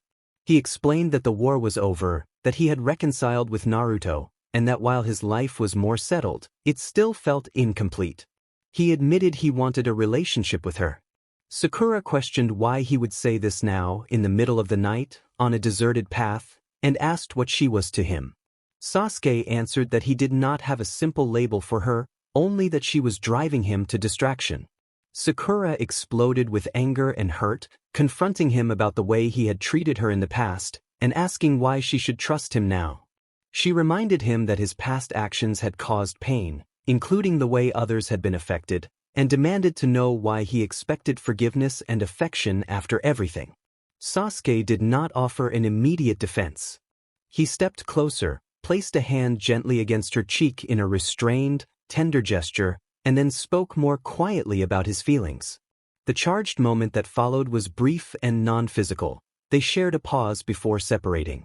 Overwhelmed by a rush of emotions, guilt, grief, love, anger, and longing, Sakura faltered and sank to her knees. Sasuke moved to support her, pulling her into his arms so her head rested against his chest. She began to cry, and Sasuke held her, whispering that she should not cry and promising that he would not leave her again. He cradled her with a quiet, steady care that made the turmoil inside her settle, if only a little. Naruto later woke up and smiled when he saw Akira sleeping peacefully beside him, feeling that his life was in a good place. Everything was going exactly the way he wanted. Nothing could be worse. Akira stirred as sunlight slid through the window crack and lit her face. She opened her eyes and greeted Naruto with a pleasant good morning. Naruto smiled in response and kissed her temple. Akira admitted she had something on her mind. Naruto asked what was wrong, using a teasing tone when he called her Kira. Akira replied that Akito had been acting strange lately. Naruto laughed and suggested that Akito might be crushing on somebody, mentioning the way Akito looked at Hinata and teasing that a new couple might be forming. Akira reacted with disbelief and incredulity at the idea of her flirtatious brother falling in love with someone like Hinata. Naruto simply affirmed it and encouraged her to talk to Akito. Later, Akira knocked on Akito's hotel door and announced herself. Akito invited her in with a husky. Inside, Akito sat on the bed scrolling through his phone and eating a cinnamon bun. Akira watched him with an intent stare until he asked what was wrong. After a pause, Akira asked Akito if he was in love. Akito was surprised by her bluntness but responded that he might be. Akira pressed, asking if Naruto had been right and whether Hinata was the one. Akito admitted it was Hinata and tried to hide his blush. Akira dropped to her knees in astonishment and demanded to know when it happened. Akito chuckled and explained that being handsome and frivolous did not mean he could not fall in love, and he found Hinata's kindness irresistible. Akira asked whether he planned to confess. Akito, embarrassed, said he had intended to ask her for advice on confessing, since she had been through a confession of her own with Naruto. He asked how Naruto had confessed to her. Akira blushed and recounted how, after they found Uzushio and Naruto welcomed them, she began to develop feelings for him and that it turned out to be mutual when he unexpectedly confessed while she was visiting his office. Akito celebrated that Naruto had made the first move, and Akira scolded him, blushing at her own memory. When Akito asked seriously what he should do about confessing to Hinata, Akira sat beside him and gave sincere advice.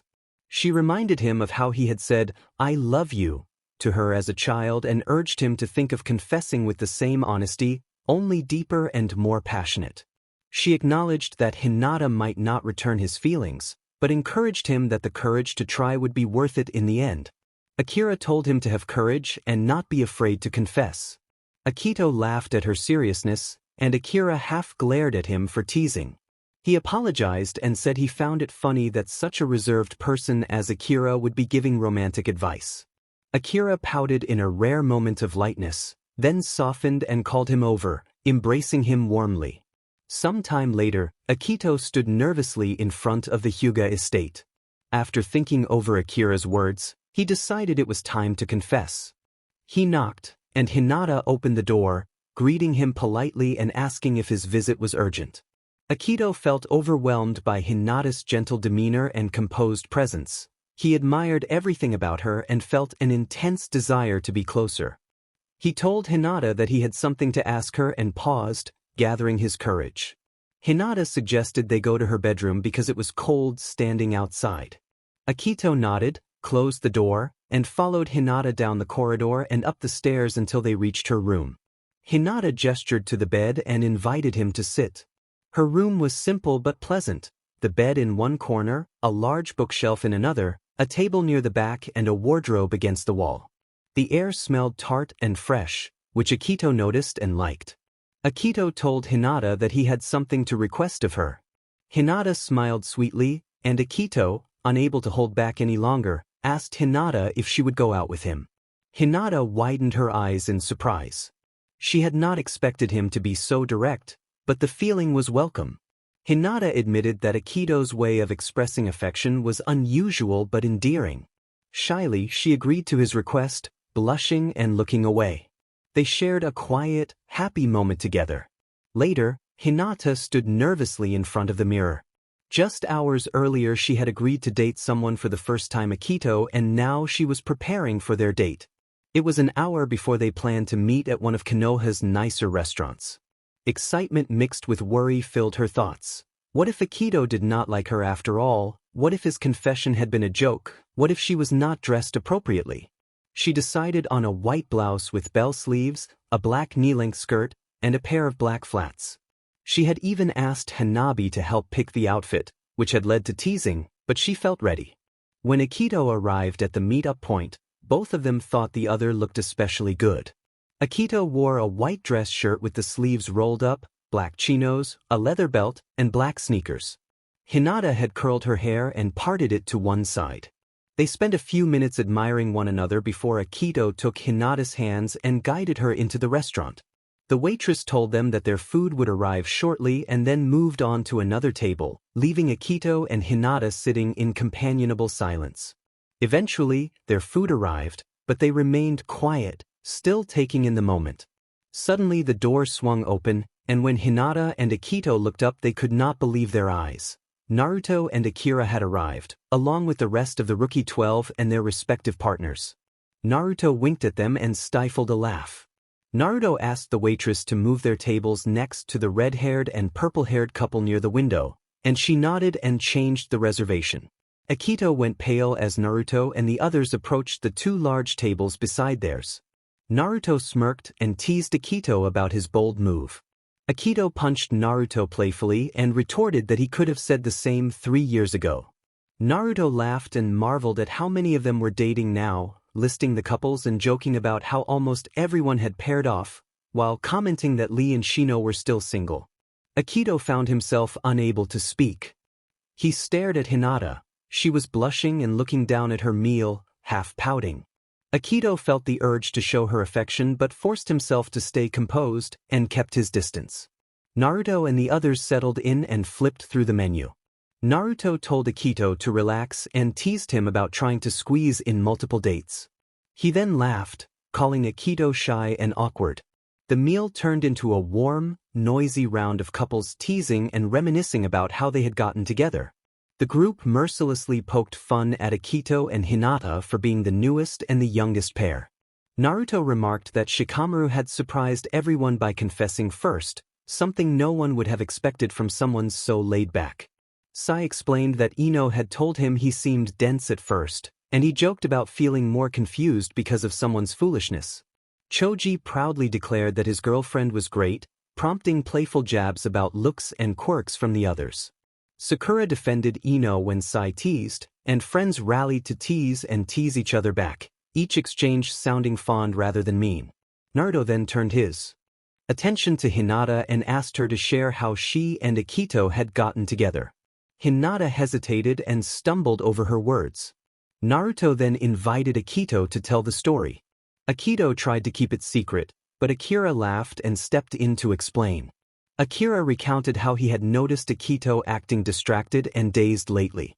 He had asked Naruto if anything seemed off, and Naruto had guessed that Akito might be smitten with Hinata. Akira confronted Akito about it. Akito did not deny it and asked for advice about confessing. Akira reminded the group that Naruto had actually confessed to him first.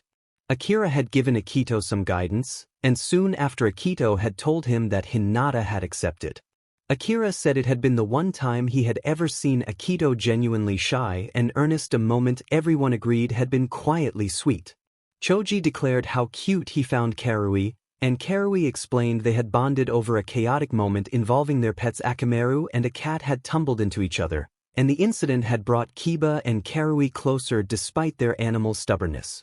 Tamaki laughed at the irony, while others chimed in with teasing about how different personalities clashed and then fit together.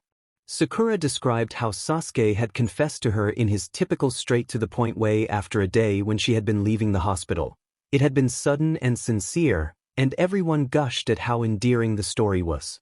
When the group pressed for Naruto and Akira's story, Akito smirked and said that Akira had fallen for Naruto's charm but confessed first. Naruto blushed at the memory and felt a quiet contentment settle over him. Akira by his side, old friends around him, everything in place. For a moment he felt as if life were perfect. Later, Naruto approached the Jonin shack with weary anticipation. It had been 8 years since he had last visited, and he had not seen his old friends in that time. He could hear their cheering and shouting from outside. It felt like the whole group was still there, and he hesitated, wondering how they would react to his sudden return and to the fact that he did not plan to reveal he was now the Uzukage. Akira's reminder that real friends cared no matter the circumstance steadied him, and he mustered his courage and stepped inside. All activity stopped. Conversation died, drinks were set down, and the room fell silent. Kakashi stammered, asking if it really was Naruto. Then Kakashi sprang up, flung his arms around Naruto, and hugged him tight. Naruto was taken aback by the sudden affection. He had not expected such an emotional welcome. Kakashi, who had often been reserved, had been opening up more since he had started seeing Shizen, and the reunion felt full of relief and warmth. Everyone else in the room was shocked. To them, Kakashi had always been a respectable leader, and even Anko had no snide remark. The rest of the night the Jonin received the biggest surprise of their lives. Naruto once again explained his lineage, his journey, and what he had become after he had been banished from Konoha. He said he was simply happy to be back, and for the first time in a long while, everything felt right. Before they left, Anko proposed a toast, telling Naruto that he was now of age and inviting him to share a first celebratory drink with everyone. The others cheered and raised their glasses toward Naruto, who felt shy but very happy. As the group finished their drinks and began to say their goodbyes, Naruto noticed Kakashi sitting alone and looking troubled. Naruto asked Kakashi if he was thinking about Obito. Kakashi sighed, still unable to accept that Obito was alive and well. Naruto assured him that Obito was not angry and that, when he had confronted him, they had talked about everything. Kakashi stammered, haunted by his belief that he had killed Rin and by his conviction that Obito hated him for it. Naruto urged Kakashi to breathe and reminded him that Obito had always been kind and empathetic. Naruto said that despite Obito's past bratty behavior, he had never ostracized Kakashi and that Obito's feelings for him remained genuine and unconditional. Kakashi began to understand. In Naruto's telling, Obito embodied the proud spirit of a leaf shinobi, and Kakashi had been holding on to a false, arrogant image of himself. The truth had required sacrifice. The Rookie 12 called their farewells as Naruto, Akira, Akito, and Hinata prepared to depart for Uzushio. They had spent a little more than a month in Konoha, catching up and sharing many outings. Hinata, who had been seeing Akito for a few weeks, decided to move to Uzushio to be with him. Hayashi consented, doing his best to remain composed with Hanabi, and Niji expressed his approval, proud of Hinata's independence. The group wished them a safe trip home. Upon returning, Deidara loudly welcomed Naruto back and Sasori tapped him on the head for being too loud. Pain rubbed his temples while Konan smiled quietly. Naruto teased Pain about managing the duties of substitute Uzukage while Naruto had been away. Pain groaned at the thought of the paperwork and the challenge of keeping everyone in line. Naruto laughed and announced that Hinata had started dating Akito and would be living with him in Uzushio. Pain reacted with disbelief and concern, while Konan offered a calm reminder that Akito could be surprisingly sincere. Hinata spoke up to say that Akito was a kind person and that she believed his feelings for her were genuine. Pain laughed and told Akito to take good care of her. Akito promised he would, then offered to show Hinata the place she would soon call home. Hinata blushed at his playful manner and found herself smiling at the thought of their future together. Haiden, in his usual boastful way, teased Akito about his success and offered joking advice on courtship. Kakuzu interrupted with a blunt comment about the importance of money.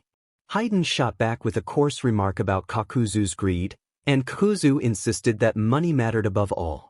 Deidara defended his idea that art was everything, and Sasori countered with his belief that art was eternal and essential. Pain snapped for silence, but the group immediately erupted into another round of bickering, with Setsu adding an odd perspective about life, sustenance, and growth. Pain slumped into his seat, muttering about the trials of being Vice Uzukage and wondering how Naruto managed to keep such a motley group together. Naruto watched them all with amusement and gratitude. He appreciated the support and affection beneath their irritation. For the first time in a long while, he could relax. He smiled warmly, everyone else gradually returned his smile. It was an unforgettable moment. He was home. Life went on peacefully. Over the next year, the 5 great nations strengthened ties with each other, along with Uzushio and other minor villages. Open conflict faded, and the goals of the previous leadership were largely fulfilled. Most of the Rookie 12 settled into married life, though Rock Lee and Shino remained unmarried. Families grew. Naruto and Akira welcomed healthy twins, a boy and a girl named Takumi and Yuzumi. Hinata and Akito had a son named Kazuki. Pain and Konan built a happy family of 5 with 2 sons and a daughter. Some former members of the Akatsuki remained single, but the world was quieter and fuller in its own way. There was a quiet suspicion that many of them had secret girlfriends. Sasuke and Sakura now had a daughter called Sarada. Ino and Sai had a son called Inajin. Shikamaru and Temari had a son called Shikadai. Choji and Karui had a daughter called Chocho. The 3 of them formed the new generation of Ino Shikacho. Lee had adopted a son and called him Metal Lee. Both Tenten and Tamaki were PRGNT with daughters arriving soon. Anko and Ibiki had been very fruitful and had 6 children so far, 4 girls and 2 boys. There were rumors that Zabuza was the father of some of their children. Haku married Miyuki and together they had a son. Kakashi and Shizen had 2 boys. Yugao and Hayate had 1 son. At last, everyone and everything had settled down. Takumi, a black-haired boy, asked how the shinobi had come to be, and his twin sister Yuzumi grinned. Naruto smiled, ruffled Takumi's hair, and, tearing his eyes away from the innumerable stacks of paperwork, suggested that the children ask their mother instead because he did not have time right then. Takumi pouted in protest. Yuzumi, more mature and pleading, asked their father to tell them anyway. Naruto scratched the back of his neck awkwardly, nudged both children toward Akira, and returned to his paperwork. Takumi, with big purple eyes sparkling, asked Akira about how Uzushio had come to be. Akira smiled lovingly and asked cheekily why he did not ask his father, which only made Takumi pout more and beg her to tell the story. Akira agreed that dinner could wait and began to tell the tale. Akira said that Uzushio had been a great village, renowned for longevity and fuinjutsu skills, and that its expertise made enemies eager to destroy it. She explained that Iwagakure loathed Uzushio for its allegiance with Konoha. During the Second Great Shinobi War, Iwagakure had succeeded in destroying Uzushio while the village was low on shinobi because many had left to aid Konoha. For years the survivors scattered across the globe. Akira told them about an Uzumaki named Kushina, famous for a hot temper, expertise in sealing techniques, and a unique ninjutsu style. The Uzumaki were also one of the few clans able to house the tailed beasts. When Kushina was young, she had come to Konoha to receive the 9-tailed beast, whose previous host was old and dying. Kushina was Naruto's grandmother and Akira's mother-in-law. Akira explained that Kushina married Minato, the fourth Hokage. During Naruto's birth, the nine-tailed seal was compromised and the beast had been controlled. Minato and Kushina sacrificed themselves to seal the beast into their son for the safety of the village. As a result, Naruto grew up an orphan and was often hated, since many blamed him for the casualties that day. Akira recounted that at age 12 Naruto had been banished after an incident with the so-called last Uchiha prince. He traveled for a while and then encountered the Akatsuki, an organization deemed criminal but in reality a haven for the rejected and persecuted. Akira said the leader of the Akatsuki had been a man named Nagato, who went by the alias Pain and was related to Naruto. Together, they had helped rebuild the Uzushio nation from its ruins. Akira concluded that today Uzushio had become a thriving nation with a wonderful leader and that Naruto was one of the greatest men she had ever known. Naruto blushed when Akira complimented him. She smiled warmly at him, something she did rarely. Uzumi asked what had happened with Naruto's friends from Konoha and whether they had reconciled. Akira chuckled and praised Uzumi's insightfulness. She said that a few years after the war, Konoha had wanted to re-establish its alliance with Uzushio, so the fifth Hokage, Tsunade, had sent the rookie 12 to secure a treaty. They had been surprised to learn that Naruto was the Uzukage, and the reunion had been joyful. Takumi declared that their father was so cool, even cooler than Uncle Kito. Akira laughed and described the early courting between Uncle Kito and Auntie Hina, saying Kito had been shy then. Takumi and Uzumi widened their eyes at the image of outgoing Uncle Kito being bashful. Akira told Naruto to go outside and get some exercise and instructed Takumi and Uzumi to go with their father to make sure he was not secretly working in a cafe. She suggested the three of them have bonding time at the park and asked them to return in an hour so she could finish making dinner. Naruto scooped Takumi and Uzumi onto his shoulders and promised that if they did not move soon their mother would pulverize them for idleness. Akira smiled at the sight and set about preparing fish, tofu, miso soup, and rice. Dinner was ready just as Naruto and the children arrived. They sat together, said grace, and enjoyed their meal. After Takumi and Uzumi were tucked into bed, Naruto stayed up finishing paperwork while Akira helped him sort and file it. The house settled into a comforting silence. Naruto broke the silence and asked why the house felt so quiet. Akira asked whether he wanted her to break the silence. Naruto teased that she had been learning pickup lines from Akito, and Akira gave him an innocent look. Naruto then suggested doing something different and fun, something they had not done recently. Akira smiled sweetly and asked what he had in mind. Naruto reached out and took Akira's hand. They shared a warm, tender moment together. They paused, then decided to get some rest. Naruto suggested giving Takumi and Uzumi another sibling and asked Akira if she knew what he meant. Akira grinned and said she did not know, inviting him to show her. Naruto teased that she was being playful today and suggested they stop the act. They shared a quiet, private moment and then agreed to postpone it because of the children. They put that aside and continued with their day.